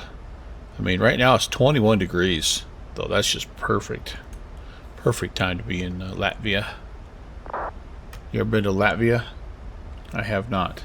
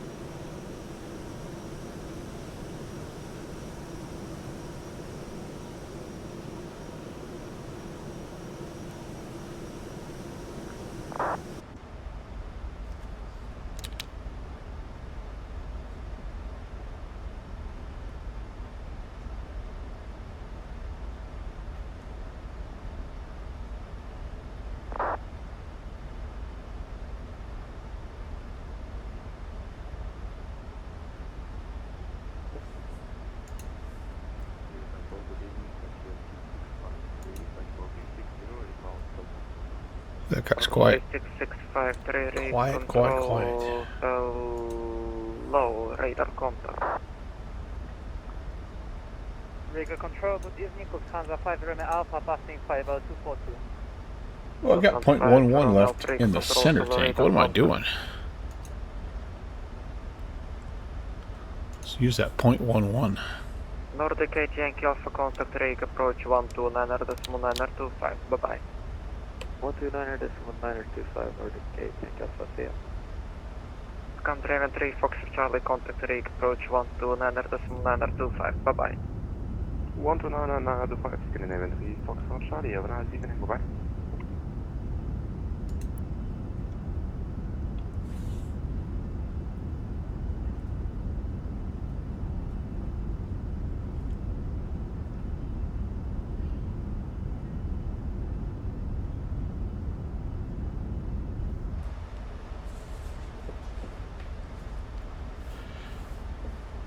Transition level we said was 6. 7,000, 6,000.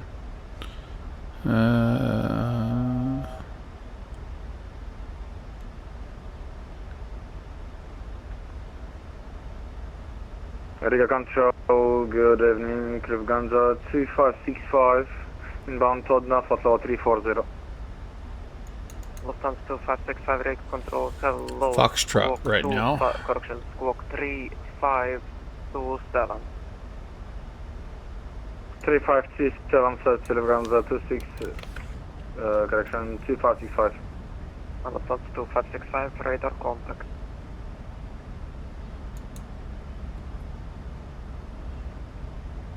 Yeah, transition level is 60. Okay.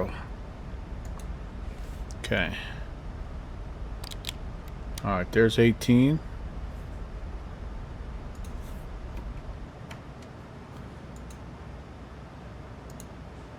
Turkish 816 descent flight level 160.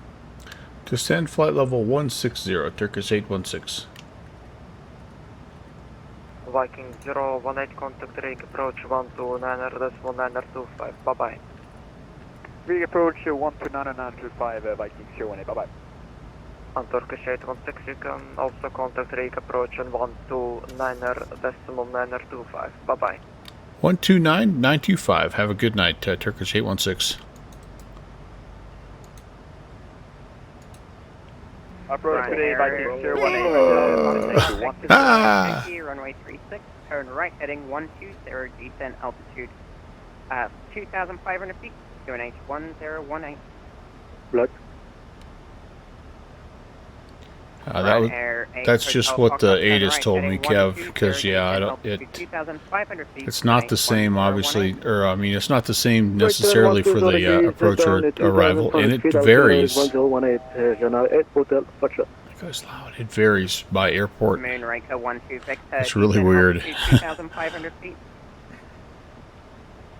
I will descend to 2,500 Mosaic County Victor. Really weird. Approach today, Viking 018, descend to 160.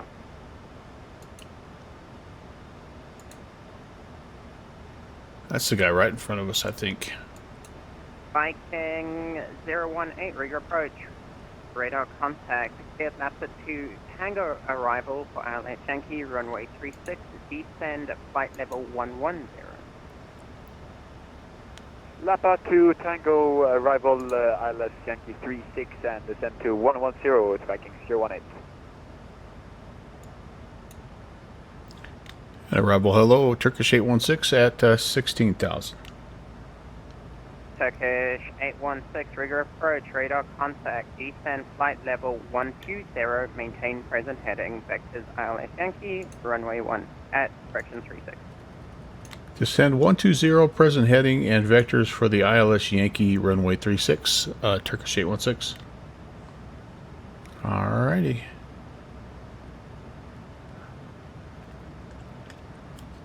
Run Air 8 Hotel Foxtrot, resume O navigation, direct midway, Mike, India, Hotel, Victor, Echo.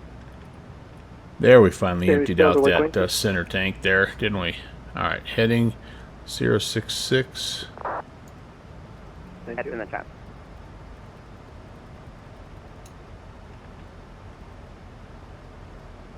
Heading select. I'm your Huckleberry. There we go. There we go. No, Kev, come on. All you have to do is just, well, depending on the aircraft, it'll frickin' do it for you. It'll sense where you're at, and you know, like if you fly at if you flew out of Riga all the time, you would just be used to it being flight level 60. I'm sure. I mean, I guess it could change day to day. Yeah, we're presently direct to... But it's not that big of a deal. It's no big deal. Scandinavian 3 Foxtrot Charlie, turn right heading 120. Speeding up again here. Targeting 120, Scandinavian 3 Foxtrot Charlie.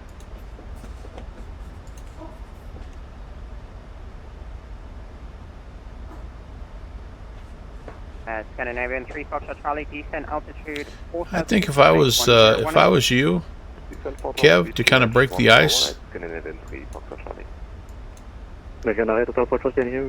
we reduce to... I'm thinking, well, Run Air 8 Hotel Foxtrot. I think it's not. I think it's not as bad as you think, right? Moonraker 126. I'm thinking though, if you want to break the ice, like a good spot to do that is down like Spain, Portugal, kind of Gibraltar area. Like these guys have some kind of nice events and cool places to fly, and but they're not ever super busy, and the controllers are awesome and easy to understand. So that's a great place if you want to just kind of break yourself in. And then I would honestly just kind of work your way up, man. Work your way up towards France, the UK, do some stuff in there, and then just kind of work your way east. You know, the thing about German airspace is they're super like they're very by the book. And so that can be really good, but only after you sort of had a little bit of time over in Europe. Yeah, that would be my recommendation. I think the 818, turn left heading 010. Left turn 010, Turkish 816.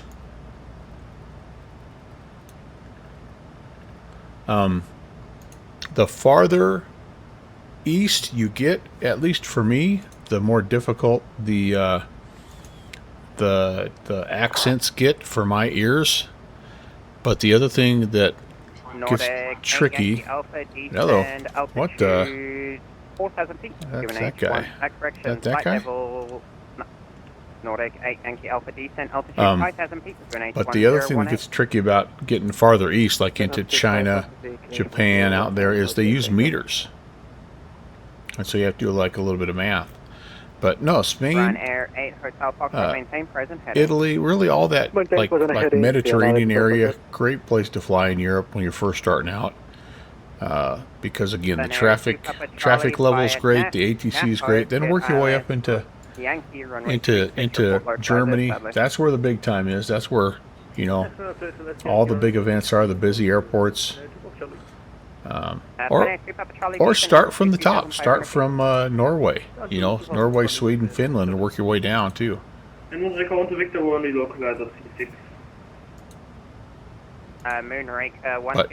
just got to dive in, man. And remember what they tell you. Your first 100 flights are going to be your worst 100 flights. Right?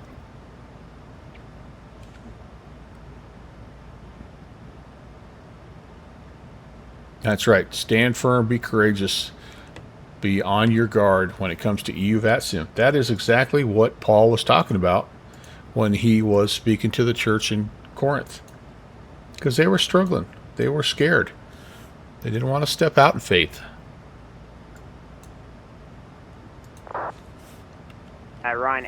Ryanair 8 Hotel Foxtrot, turn right. That is heading exactly 17 at correction 180. exactly Right turn 180. what's going on there, Kev. Turkish 816, turn right, heading 120. Right turn 120, Turkish 816.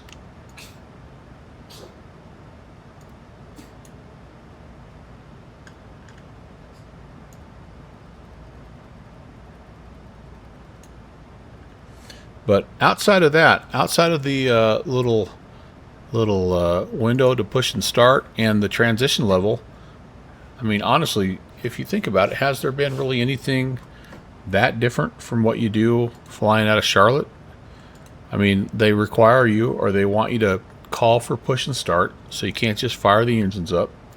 Ryanair 8 Hotel Foxtrot, turn left, heading 340. They like for you to Yankee, runway report 36, report localizer established. what stand you're at when you check in. Otherwise, though, it's super similar, I think. I think that's what you'd find anyway. Moonraker 12 Victor, if you... And you might be sandbagging us all, because you might be flying offline or off stream right now somewhere. You might be doing vectors to Copenhagen every Monday for all I know, and just acting like you're scared.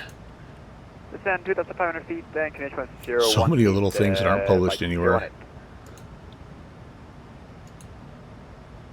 Nah, you'd be surprised how little of that there is, and then just ask, right? Like, they're cool with that.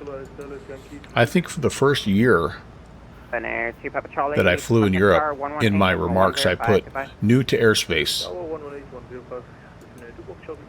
Captain Pelican, what's up? Hello. Scandinavian 21 Kilo, are you able to receive?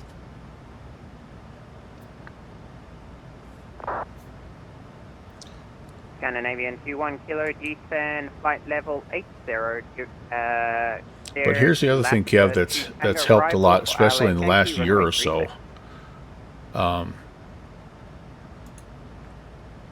The SimBrief has updated their European routing, and that has helped a lot. Not sandbagging. So you can get 99% of the time you're going to get exactly what you want via SimBrief. 4,000 feet, Turkish 816. Nordic 8 Yankee Alpha, turn right, heading 170, descent altitude 2,500 feet. Right, heading 170, 2,500 feet, Nordic 8 Yankee Alpha. I'm going to slow down a little bit here. Here's what we need to do, Kev. Here's what we need to do. Well, it just wasn't quite as accurate. Like the routing was. Like now they're noticing preferred routes and things like that. Just things that help out. And whereas before it had really none of that. It just kind of spit out what it thought was the best, most efficient route, and it used its algorithm and did okay. But you always got a super long route, and they always the ATC was always just giving you shortcuts, basically. Yeah, not necessarily even amendments, but just like shortcuts. And so you knew that the route was way more complicated than it needed to be. But if you don't fly over here all the time, you don't really know that. But anyway, so now I've noticed in the last, well, since one of the last couple of updates for SimBrief, that it's much better. Now, here's what we need to do, Kev, because this would help you out a bunch. You and I need to just plan a night where we fly somewhere in Europe, and we'll fly the same route, same aircraft. Will be one after the next, and you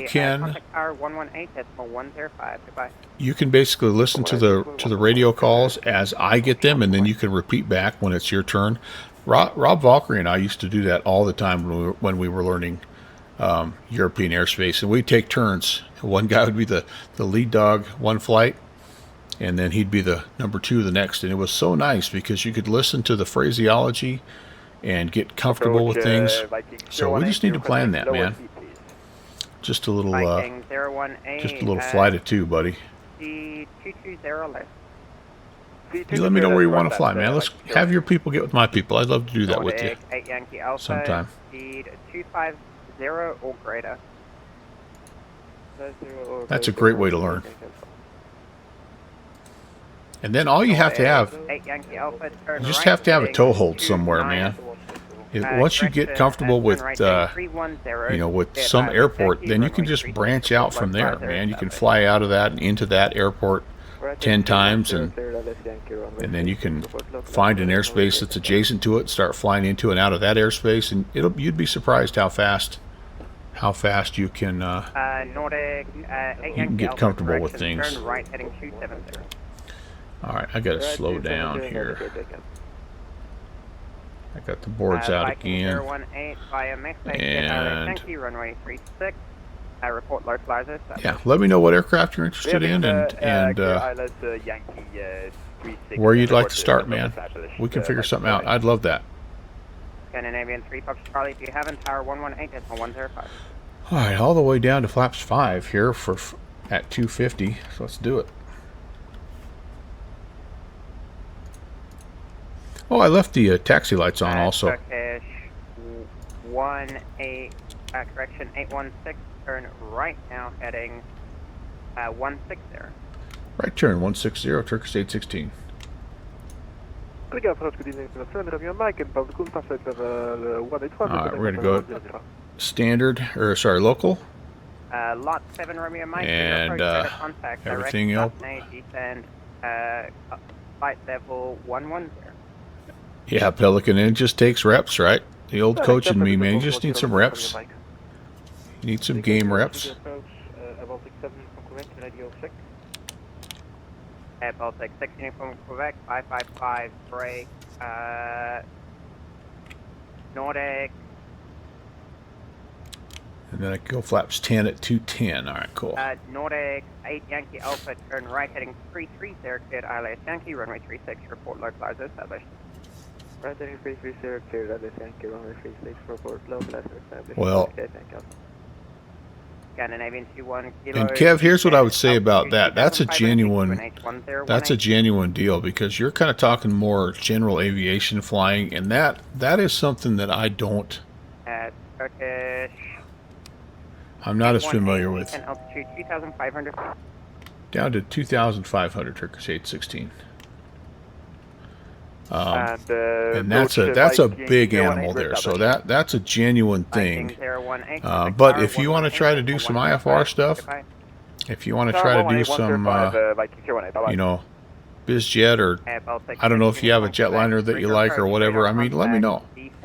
And I'm up for, you know, like, I'm up for hopping in a general aviation aircraft and figuring out how to get flight following or stuff like that. 777, heck yeah, man. We can do either or. 36, turn right, heading now 110. We can do either or.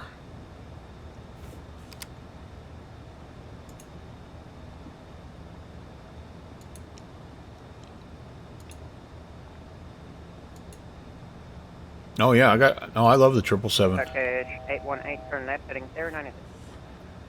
Left turn 090, Turkish 816.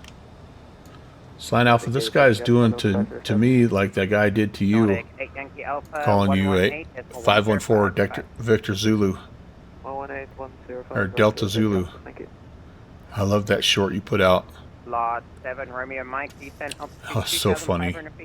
He keeps calling me 818. Runway 36, report localizer established. No, I got a 777. I just don't have the flight factor 777, but that's no worries. Okay, 210. That's our speed in the turn. 16, turn left, heading 030, cleared ILS Yankee, runway 36, report localizer established. All right, left turn 030, cleared for the ILS Yankee 36 approach, and we'll report established, Turkish 816.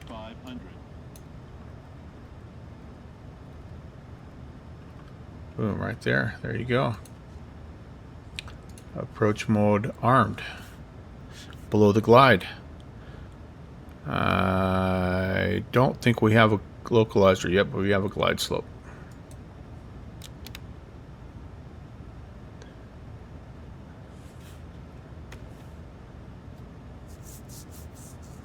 Yeah, that's all. That's, yep. It doesn't matter to VATSIM. That's exactly right. Yeah, let's make this happen, dude.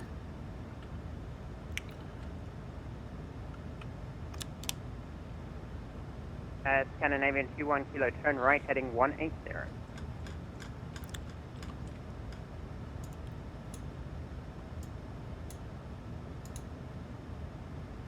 This is the portion of the program where you worry you don't have the right thing set. 1081. Yep, I got it. I got it. We're blowing right through the freaking localizer, though, for some reason.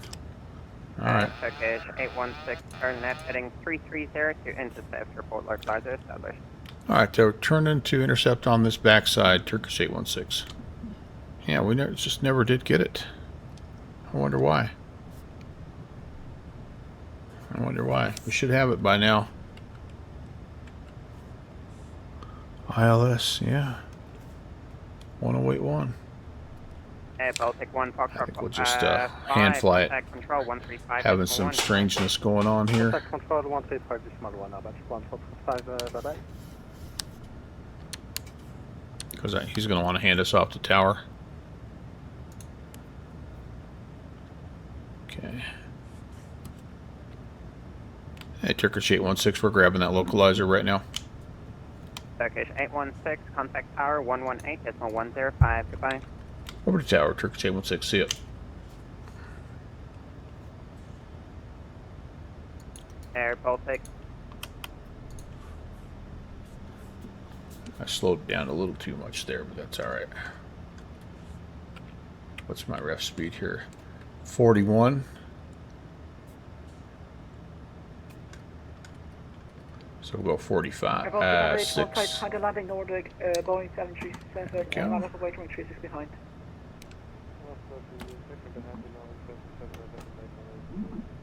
Alright, just a little hand fly. Never did get the localizer. Tower hello, Turkish 816 on the ILS 36. Turkish 816 for guitar, hello, continue approach, number 2. Continue number 2, Turkish 816.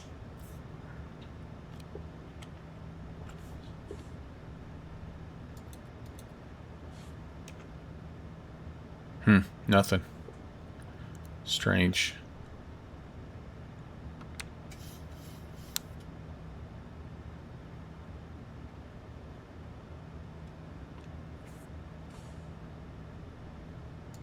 Alright. We're going to take over the Nordic throttles here. Alpha, welcome to Riga, contact Riga ground 118.805, bye-bye. 118.805, Nordic 8, got it.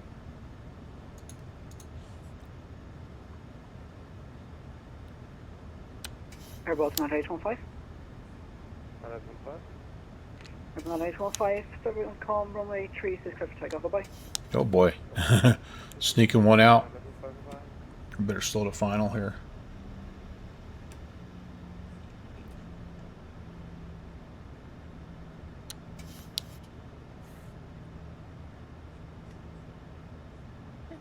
Can't even go gear down to slow down because I've not been cleared to land yet. That would be alright.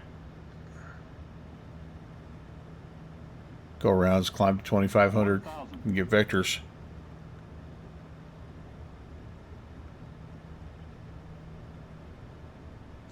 Come on, late landing clearance. Come on, buddy. I know, I know.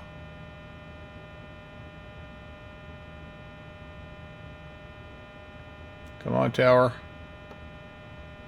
Come on, tower.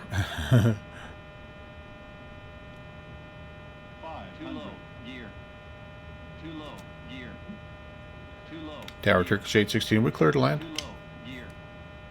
Hey, for runway 361. Clear to land, Turkish 816. Alright. He, Riga Tower, good evening. there was the guy. That dude was right there, wasn't he? Correction, Riga Tower, hello, continue approach. I should have went around. Good. I'll do you, that's it.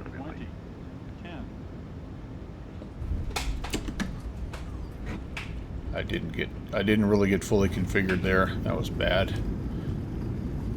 That was bad. Oh well. We're down. Reverser's green. Manual braking. Don't think we're gonna get this one. Here's 80 knots. Whew, gosh dang. Yeah, that was, I should have just went around.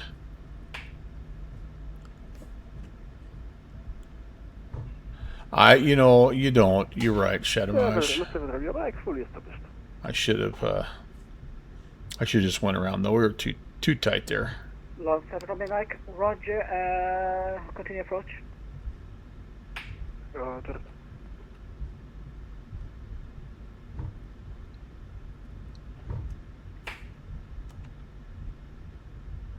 Alright, welcome to Riga. Turkish 8 will say, welcome to Riga, contact ground 118.905, over. Over to ground, Turkish 816. Alright, let's catch our breath here.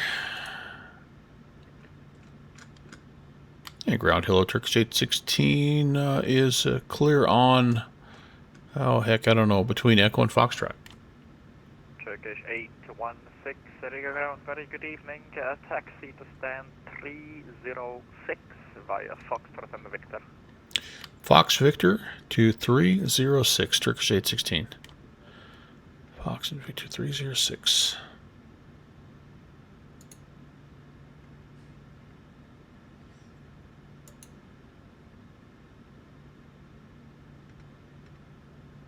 Oh, I see where it's at. Okay, cool. All right, let's get out the way here and go park.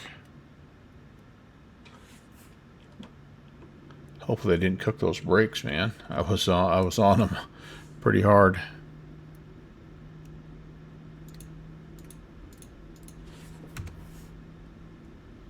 .306. Right over here, kind of right on the end of this stand here, kind of the second one in. 5 X-ray taxi to holding point runway 36 via Foxtrot at Alpha and intersection Bravo available. Let's get the AP going here as well. Roger, taxi to holding point 36 via Foxtrot and Bravo. Holding point 36 via Foxtrot and Bravo, we're level 25 X-ray. Right next to the plane that's parked, essentially. Alright, we all cleaned up, looks like we are.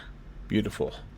And I can turn the positions and strobes off. Anti-calls can't come off. Right over there.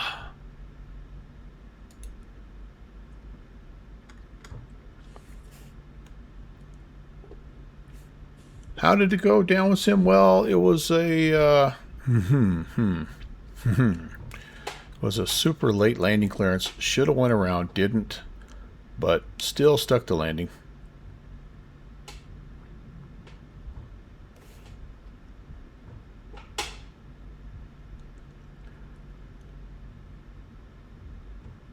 .306 coming right up.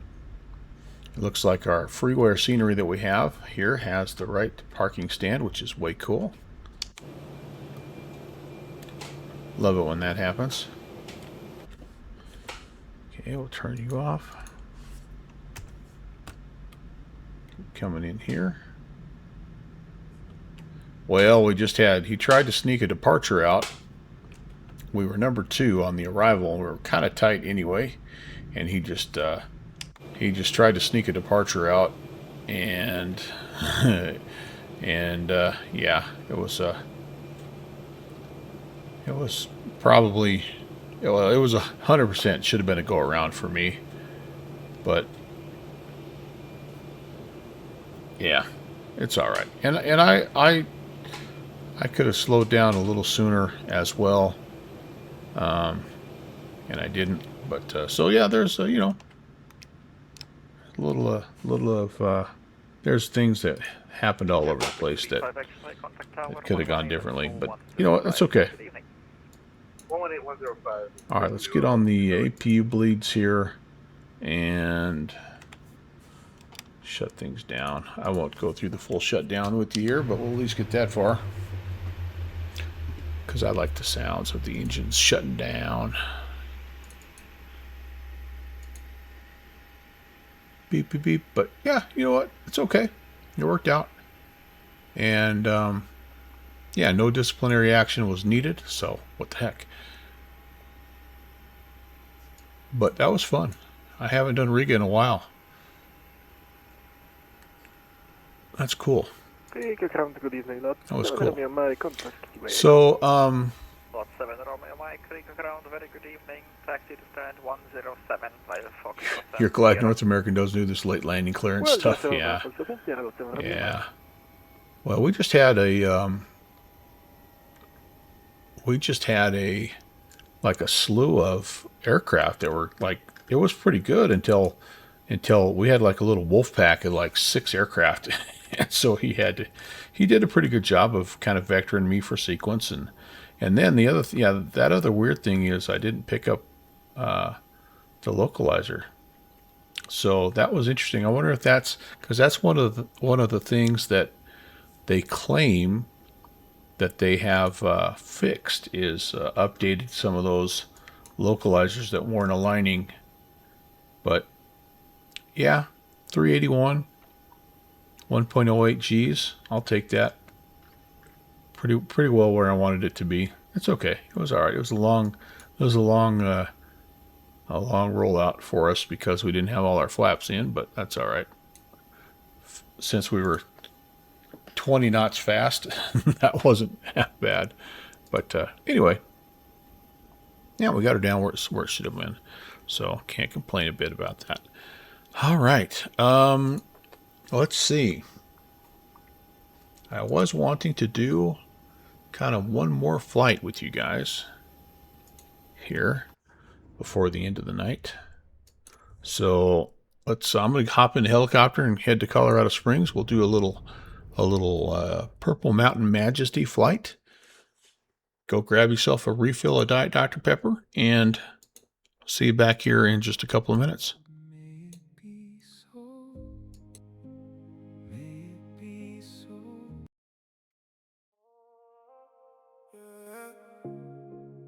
San Benito, Tex, por el río, familia.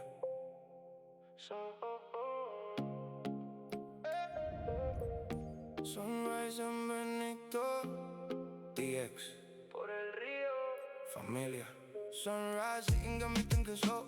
By the Rio Bravo, watch that river roll. We came together from miles away. Hoping love shows up today. Mama praying daddy hold it strong. Whole crew here, yeah, we all belong. 2 lives meet and it feels just right. Something about this Texas night. Hands up high, let me hear you say. Un lindo día, todo va a estar bien. Un lindo día, mira cómo crece la familia. From 2 hearts to 1 new way, we'll forever change today. Un lindo día, ahora somos más que alegría. Love just made a bigger home, now nobody stands alone. First kiss, lands and the whole world stops. Tears and laughter, yeah, it all just drops. Not just love, it's something more. New last names, new open doors. Abuela crying, tío yelling loud. Kids all running through the crowd. You can feel it in the air tonight. Family going right before your eyes. Now we know what we can say. Fue un lindo día. Lo vi yo, lo es. Un lindo día. Mira cómo crece la familia. Laughing, dancing side by side. Got that love you can't divide. Un lindo día. Más abrazos, más vida. From this moment we all change.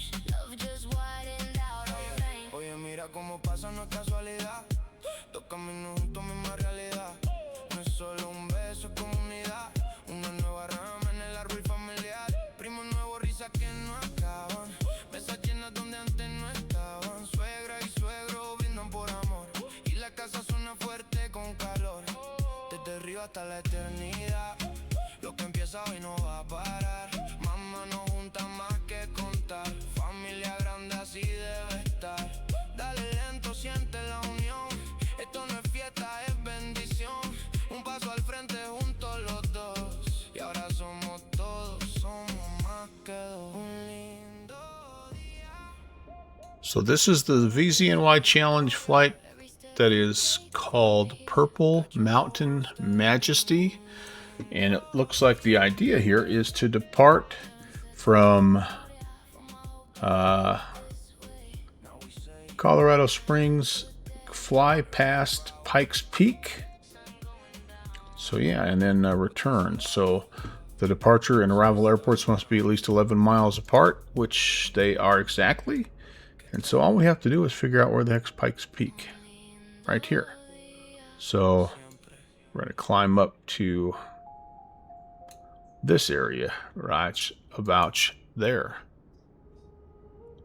So 16 miles, nice climb. You know, we won't have to crest it or anything, but this this helicopter should be plenty equipped for that. So yeah, just pretty much due west. That's right. So yeah, let's. Oh, I got to file this flight plan and then make sure. What are we going to say for altitude here? Probably, I'll say 12.5 and about 100 knots on the airspeed. Should be good. We'll file that. Okay, we're good. Let's connect to VATSIM and let's do it.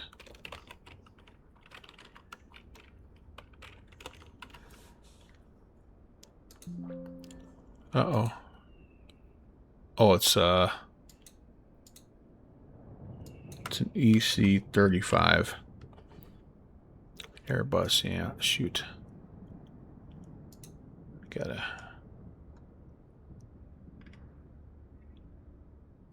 I gotta refile this. EC-35. Yeah, sorry about that. Okay, there we go.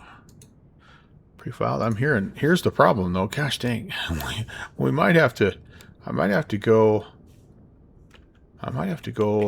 do a little weather modification because westbound is that way, and that's not looking too pretty, is it? This is not helicopter flying weather, is it? 14. Yeah, it's the highest peak in Colorado. One of the 14ers. So. Yeah, well, maybe, you know what? Maybe here's what we'll do. Maybe we'll get going and we'll see how the weather is. And if it's not good, we'll turn back and we'll make that part of the experience, Clark.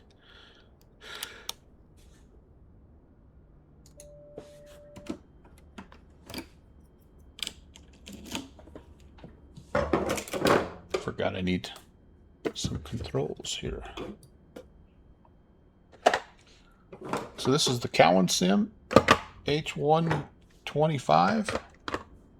It's the helicopter that they fly into and out of my local hospital here. So it's kind of cool, kind of near and dear to me. I get to see it fly up and over the top of my house. Unfortunately, too regular.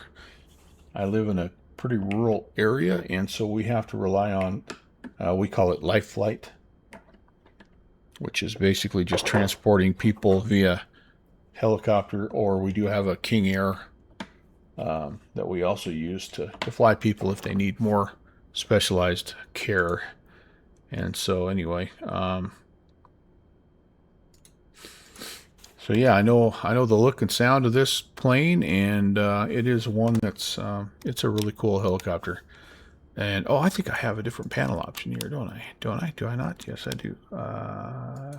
We're gonna go schmancy here. If we're gonna do this, let's be schmancy. Why not? Why not? TSAC, out in the boondocks. That is right where we like it. Okay, servo test. Good. Warning lights test. Good. Cleared for chaos. Hey! Twitch never told you. Well, talk on it. Dang twitchers. Twitchy twitchers. Hey, I screwed up the SIVA flight, Chaos. Welcome in, by the way. And I hope I didn't miss anybody else that snuck in on me here. But Welcome, welcome. Yeah, I screwed the SEVA flight up. I did everything, but I forgot to flip the SEVA to navigate. So, yeah, that was not good on my part.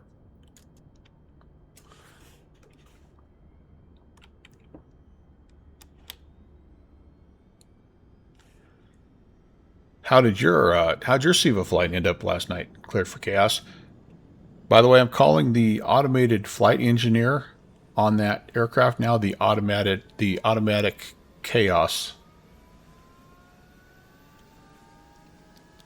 Captain Chaos.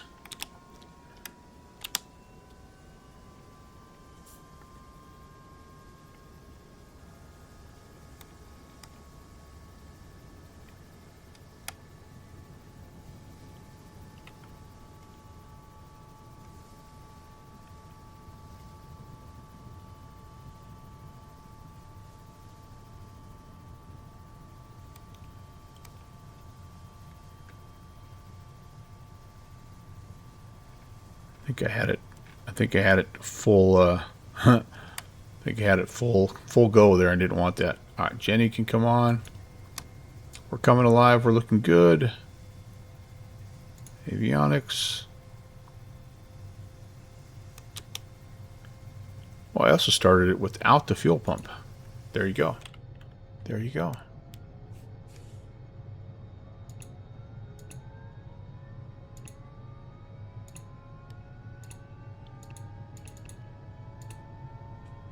TOS system test okay.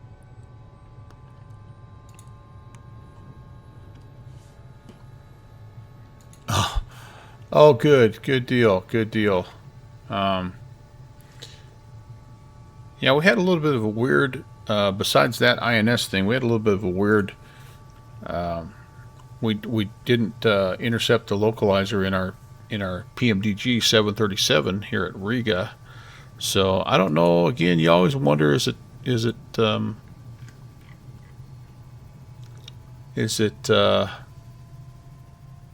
SIM update, or did you do something wrong? I've never had a problem with the PMDG, and so that was a little different. Boy, this thing is taking forever to wind up. There we go. I think we're finally there. I wonder if it's just not liking the weather. This is another. This might be another add-on that's not working right. Oh, goodness gracious. All right, I'm going to make a judgment call here, guys. We would not be flying in a thunderstorm in a helicopter, so let's do this. We're just going to play God a little bit here. Custom. Let's keep the live time, but we will go custom weather. And yeah, we'll just go clear in a million. Why not? All right, so now we're good. Now we can spool up here and get to the getting. Of course, now my excuse for having a bad landing because of the high winds and weather that's out the window. So that's the only bad part about going live time, live weather.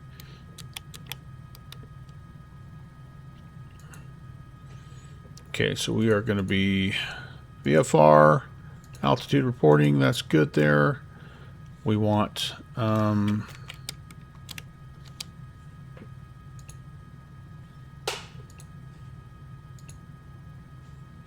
want information. What frequencies? Where do we talk? Unicom 95. Thought we might have a little ATC out here, but still pretty early. Still only not quite. It's 1:30 in the afternoon out here in the Mountain West, so that's all right. And then weather. If this was real life, that would be what it is. But right now it's going to be 2992 because I just made it clear in a million. All right. So again, the plan: depart the ramp, head westbound, and we're going to try to find Pikes Peak. Fly within. I'm thinking that's probably it right there. Try to fly within a couple 5 miles of it. Come back to land at the Air Force Base there, AFF. Hey, yeah, Chaos. That's what I do. I mean, I appreciate being able to help you out, and Yeah, there's a lot to learn about it, no doubt about it, but you'll get it, man. You'll get it. And that's, once you get over that initial, like, how do I, like, what's the mindset of it, you know? Like, it's a piece of cake. It really is. It's just tedious. However, the way that Microsoft has it set up, you know, it's not half bad if you can auto import stuff like that. It's just really satisfying though to like when you do a flight. Come on, get up here. When you do like a long flight and it follows like 7 of the waypoints. Yeah, it's really a satisfying way to fly. There's a good hover check. All right, here we go. Let's transitional lift. Let's head towards this big boy here. What were we thinking, guys, about almost due west? Yeah, 269er heading. That's us right now. Let's do it. Let's do it. Climbing up to 12.5. And I might even go a little higher. Why not? This thing definitely has the performance. I mean, I'm going about 65% right now, and she's climbing like a beast.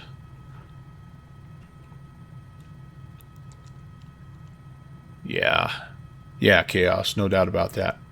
Like, you literally can get in and with very little time spent learning the aircraft, you can be flying that sucker. You kind of have the benefit of knowing it a little bit, you know, a little bit better because of your job, obviously. But even for the average simmer, you know, if you take advantage of that automated flight engineer, the auto chaos, you can be up and you can have that thing on the frickin' runway ready to take off in 20 minutes. Career mode, you like that, Mystery? I have not really messed around too much with that. Welcome back in, by the way. All right. Climbing out, doing about 55 knots or so. Looking pretty good. I'm going to try to give it a little bit more power and build some airspeed here.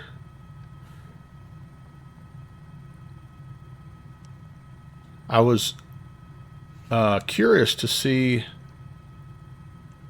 It didn't look like they did anything with helicopter physics in 2024, but it does look like they've maybe taken another look at it in X-Plane 12 and kind of further refined it. Down with them, you abreast of any of that information?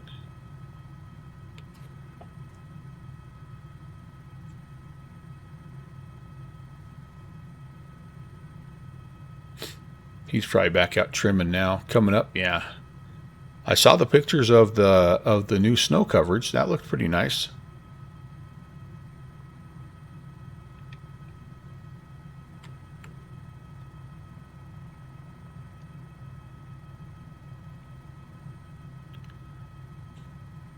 So, all right, City of Colorado Springs. This is my son and his wife are planning to move here at the end of September, I think, is their move. They're going to come down here and live. It's a beautiful place, but man, is it growing. They predict it's going to be bigger than Denver here in the near future. I don't know exactly when, but it's growing by leaps and bounds. But it'll be nice to have them a little closer to home. Kind of right now they're about 14-hour drive away from where I currently live, and if they get down here, it'll be more like 6.5. It'll cut it in half anyway. So it'll definitely make it more. It'll make it easier to see them more often, which will be awesome. You tried the 135 T1 last night and just trying to get your controls adjusted? Yeah.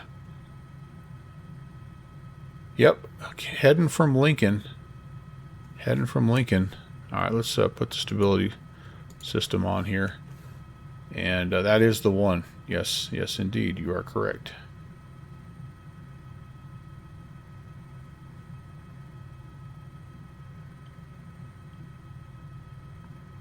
Okay, 8,000. Looking good. This is definitely Pikes Peak. Yeah, I am too. I am too. They, you know, they're missing. They know they had their chance to kind of branch out a little bit, and I don't think they mind Lincoln, but I just think they realize that it's hard to be that far away from home. And her parents live here in Colorado Springs, so it's you know, going to be good for them in a lot of ways as well. The Air Force Academy, I think, is right over here. When we come back in, we're going to be yeah, I think that's where we're going to end up landing, is at the Air Force Academy.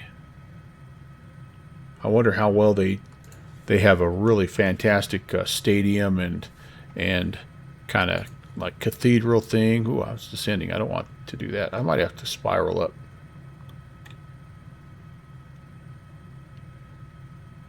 Maybe I didn't clear out the winds because it's a little bumpy. What's this say? Oh, I got 2 knots of winds.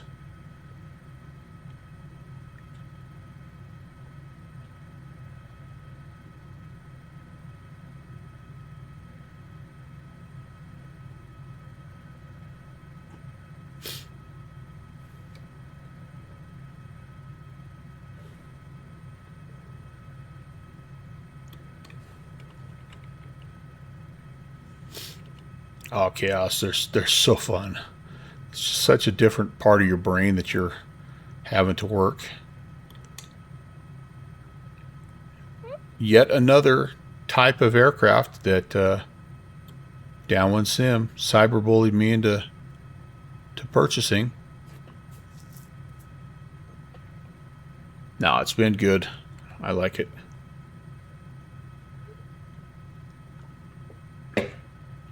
You would think I would be better at it than I am because I've flown them a fair amount, but Downwind Sim's pretty dang good. He's a VR guy though, so that helps a lot. But no, he knows what he's doing.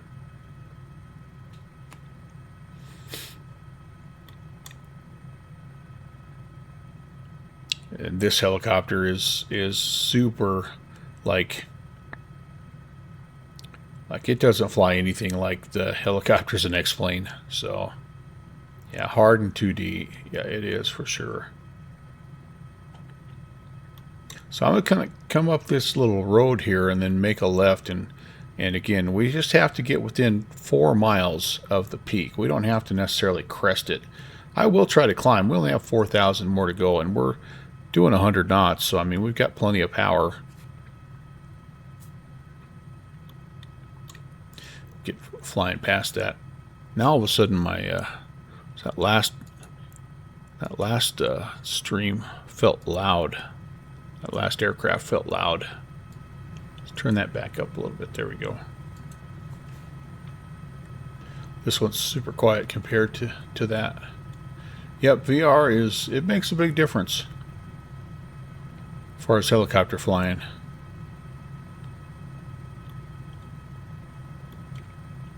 Now we can get a little bit of thermal activity, but I think that's going to be nullified most likely by the wind. This is this side of the mountains would be the side where the wind is rolling over the top and giving you the downdraft. If there was much, which there really isn't, only 2 knots, so. There's 11,000, doing good. 14,110 feet is the observation tower.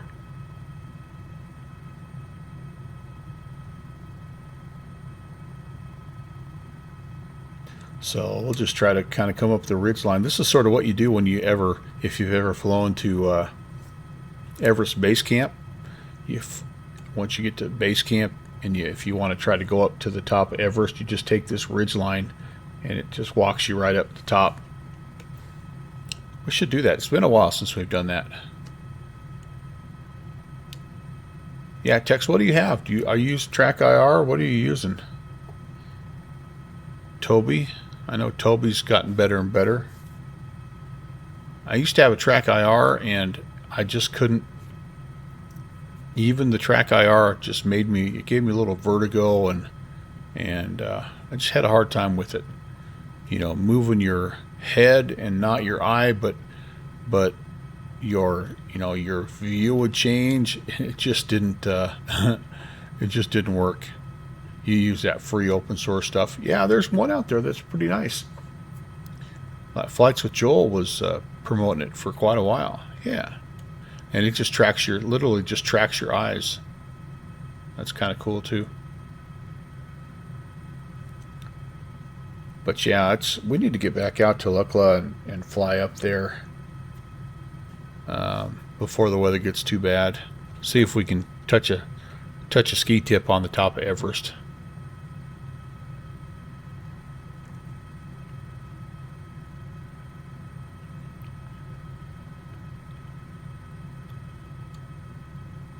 Yeah, it's really hard, isn't it, Ron, to just be looking around and looking down. I mean, it's just so, like, even just doing pattern work, honestly, like, to have that to help yourself out a little bit, man, it's huge. It's huge. All right, so our trim limit right now, and just still climbing 12.5, 2,000 to go. I think by the time we loop around here, we're going to be pretty close, probably close enough to fulfill the challenge, and then we can set a course direct to the U.S. Air Force Academy Davis Airfield, and we'll do a little bit of we'll go see if the stadium's modeled, and that'll check off another one of our ZNY passport challenges. That'll be kind of cool. We're slowly getting that America 250 done, which is what we've been kind of focusing on. I accidentally did one last night. I've been trying to save them for the channel, for the stream. Oh, here's the route for the Pikes Peak race, I think. Yeah, got that Pikes Peak road race. Ahead. I think that's the road. That's cool. Terrain ahead. Terrain ahead. All right, Betty. We're aware. I recognize those switchbacks.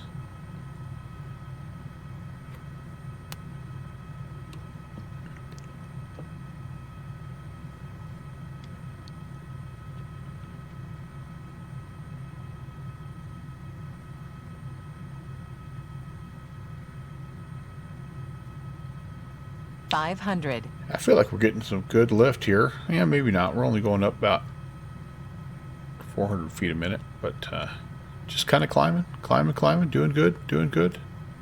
Keep an eye on the vertical speed just to see if we get a little bump here.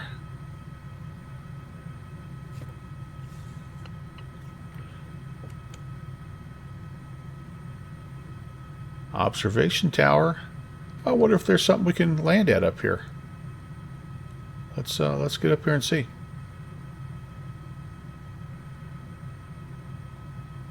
Might have to take one more loop around the top here. But let's go up there and check it out. This is where your pilot's sister matriculated, was from the Air Force. Nice. Oh, there's some yurts or something. I'm sure it has a like a fire watch tower up here, doesn't it? 500. All right, let's just go have a look and see if there's some place we can touch a ski. We'll do that.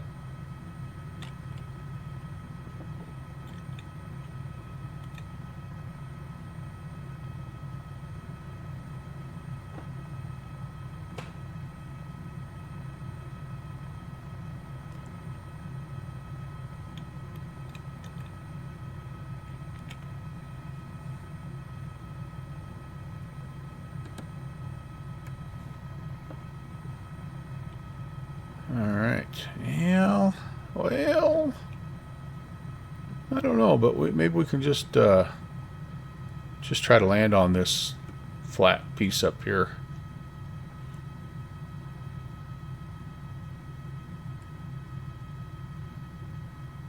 Not exactly custom scenery or anything, but good place to get out and stretch your legs. 500.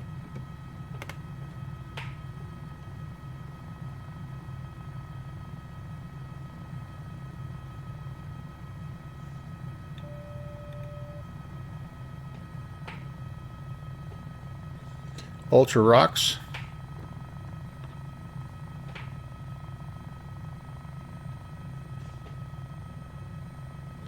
A little bit slopey. Maybe a little flatter up here. Come on, girl. Work with me. Work with me. Maybe on this path.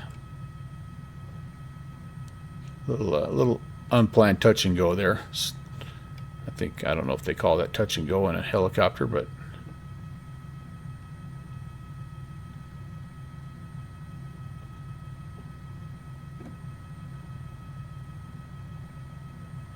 yeah, right about here would be good, I think. Nice and easy. Come on, girl. Ah. I slid off a little bit. I was trying to get myself up in this little area, but hey, welcome. Pikes Peaky. Yeah, and for all I know, there could be like a visitor center or something up here. I mean, it's a very tall mountain, but it's very accessible, needless to say. Yeah, very cool. And if you look way out that way, you can see my house. Alright, well, let's, you know what, I bet they have something like that down with Sim, don't they? I bet they do. Alright, let's head out. So, from here, it's like a 44044 heading. So let's just kind of, we could set it both, honestly. Roughly, sort of. Go down, check out the Air Force Academy football stadium and their little kind of their cathedral they have, and see if we can't land and finish this passport challenge and finish up the stream on a high note, guys. Here we go. High altitude takeoff, but this helicopter is built for it. No doubt about it. Here we go. At one point in time, I don't know if it still does, but at one point in time, it held the record for highest altitude for a single engine helicopter. So it is built. It's built for high altitude, no doubt about that. All right, down we go. Get some momentum going here, build some airspeed, and I'm resisting the temptation to do like the Magnum PI. Remember when TC? Yeah, what the heck. Remember when he does the old... Just drops the nose and gets going.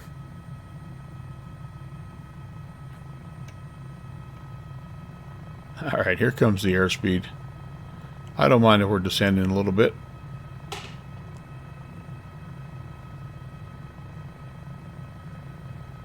Let's not overspeed though. Nice and under control. Yeah, I'm not sure the hoplite would have made it up there. I was kicking around maybe flying it because I liked that helicopter so much, but I don't think that would have made it up there.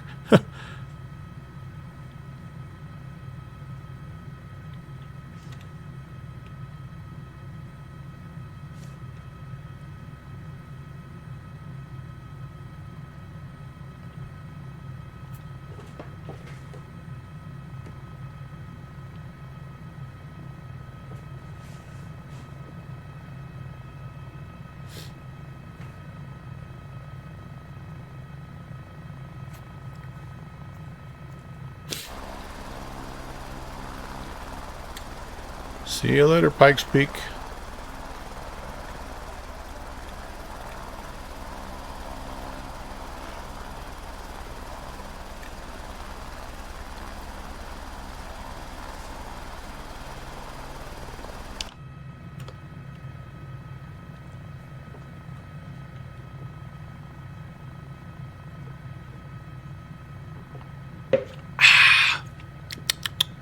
Some high quality H2O right there.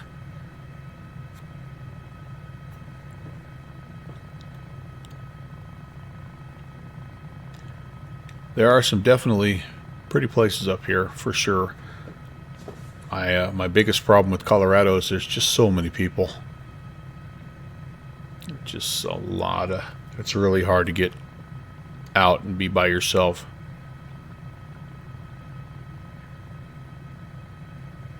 You can do it, but you got to work a lot harder than you do where I live.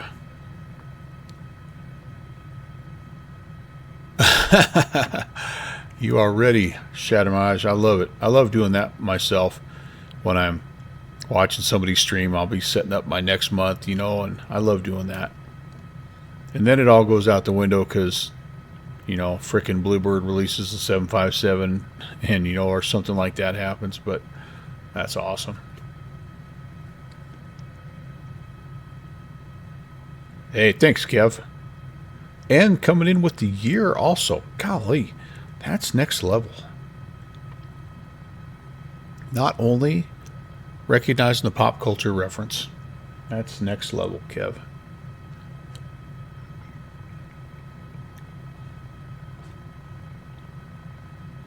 So I got to do a couple of things here to test. I need to get in that iFly and make sure that that's working correctly.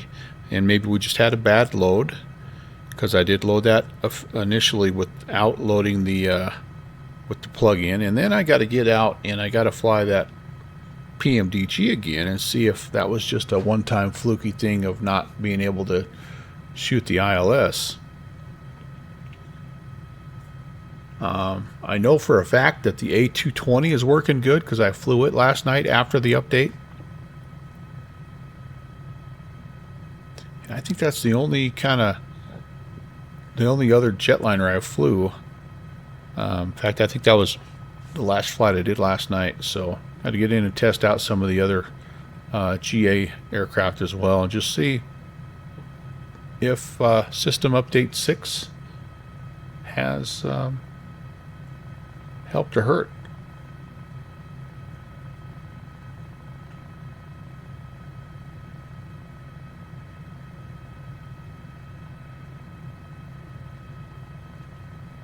Oh, nice. You're going to fly out. That's a great idea. I love doing stuff like that. That's a great idea. All right, we're not far here, right, guys? Like, yeah,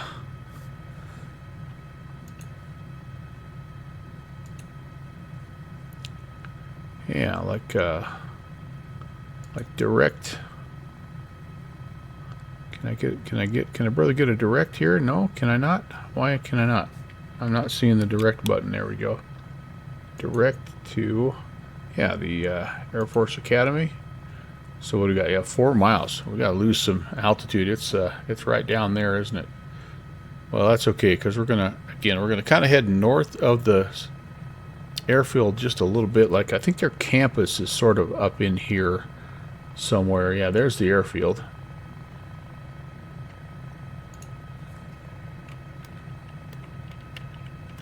I didn't make any radio calls this whole time. 24150.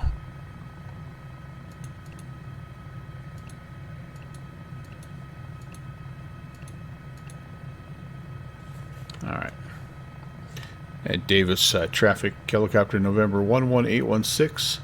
We're going to be orbiting north of the field, and then we'll be inbound direct the ramp. Currently 3 miles to the west and descending 8,000 feet. Davis traffic. Alright, so let's take a look here. This is a cool, like, this is the main interstate that you drive through town, and so you can see it out on the side. Yeah, here's the stadium. And then again, I don't know if this is a big church or a classroom area. I really don't know the story. Well, actually, that looks like it's a lake. Never mind. But yeah, that football stadium looks pretty good. Home of the Air Force Falcons.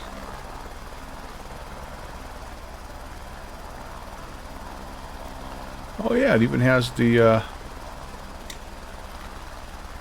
yeah, nice, very nice. Very cool. That looks great, actually. That looks like it's had some hand crafting. Has Falcons on the bleachers. That's awesome. Alright, so see if any other part of campus has received any love, or just the athletic facilities as usual. That was a load in pause. Tell you what, my performance has been a little bit less than I had hoped. Whoa, what's going on now?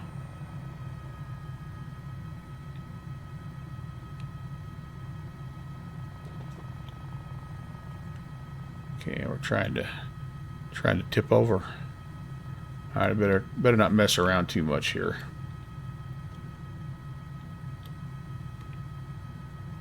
Looks like this is the campus.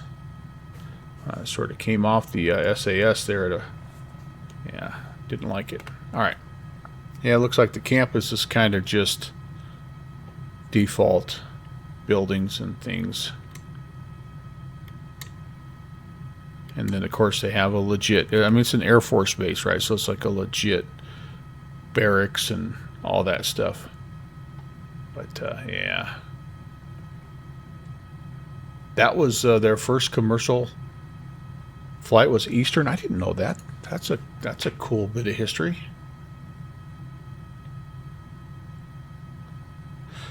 All right, I doubt there's a helipad rendered in this default scenery, so we'll just kind of look to put her down safely on the ramp and call it a day.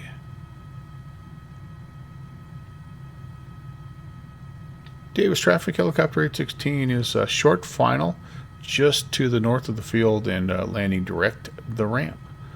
Davis traffic.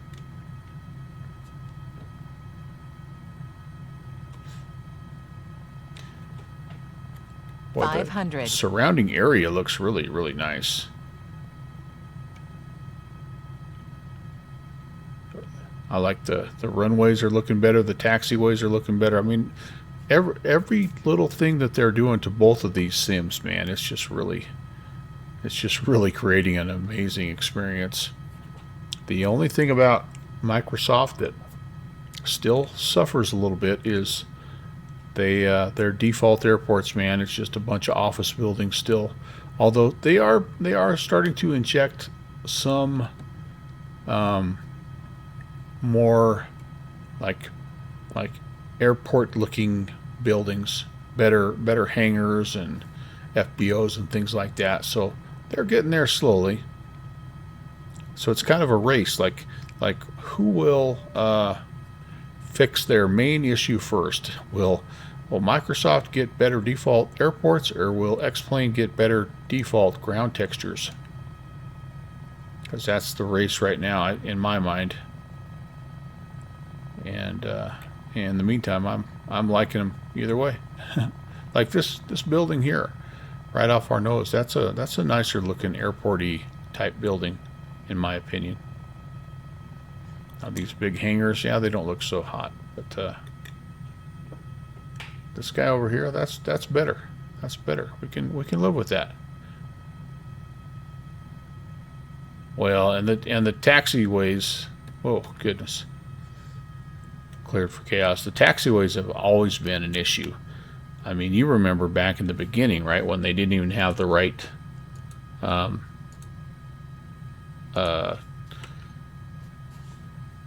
like the right lettering, and they just made it up. It was like, oh, we're going to start east to west and call it 1 2 3 4 5 or A B C D E. So yeah, that's also been a huge issue. You're right, the edge lighting. But yeah, those are, again, little small things. They get better each update.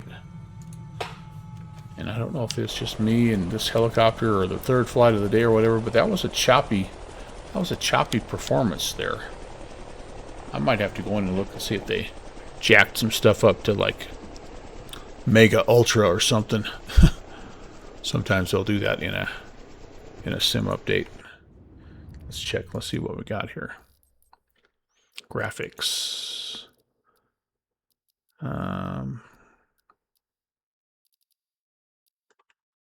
Oh, this all looks different. It's been a while since I've been in here. Oh, yeah. I don't even know where to look for all the different things here. Well, you know what? I'm not going to make you guys watch this. So let's do this. Let's let this guy spin down. I'm going to call it good, and we're going to raid out. Thanks for watching my papa. Yeah, it's been a fantastic stream today, guys. I really appreciate you guys being here. This week has been a tough week for me, and so thanks for hanging out and helping me get through everything and kind of try to fight through the strange medical condition that I've never ever really dealt with before. You know, just totally out of my control, and just have to be patient and got to rely on faith and healing. And so that's been tricky. It's been tougher for me. So doing these things for 5 hours a day has really helped, because otherwise I'd literally just be sitting in a chair staring at a wall right now. So, and I don't think that's good either. So all right, I am going to queue up our friend Ibanez. He is doing some flotation stuff. Looks like over on the West Coast. So let's go say hey to Ibanez. I do plan on being back tomorrow. It's an afternoon stream for me, my usual time, 1 o'clock in the afternoon, 1900 Zulu. ZNY is doing some stuff. So I have 3 flights planned over in the New York area, and we're hopefully gonna have some fun doing that. But again, that's tomorrow afternoon. So thank you again, everybody, for being here. We had a nice raid from Fighty to kind of start things out. Appreciate that. And Danny Aviator, thanks for the follow. And then also thanks for all the folks that hung out, T-Sac and Kev and Chaos and Tex and Shattermage. Thanks for flying along, man. It was fun. Downwind Sim, Iowa Scotsman. Always good hanging out with you guys. Mystery. And everybody else. Hopefully I can't scroll up too much further, but thanks for being here, guys. All right, I've got the raid ready. Let's go hang out, and I'll see you guys on Saturday. Later.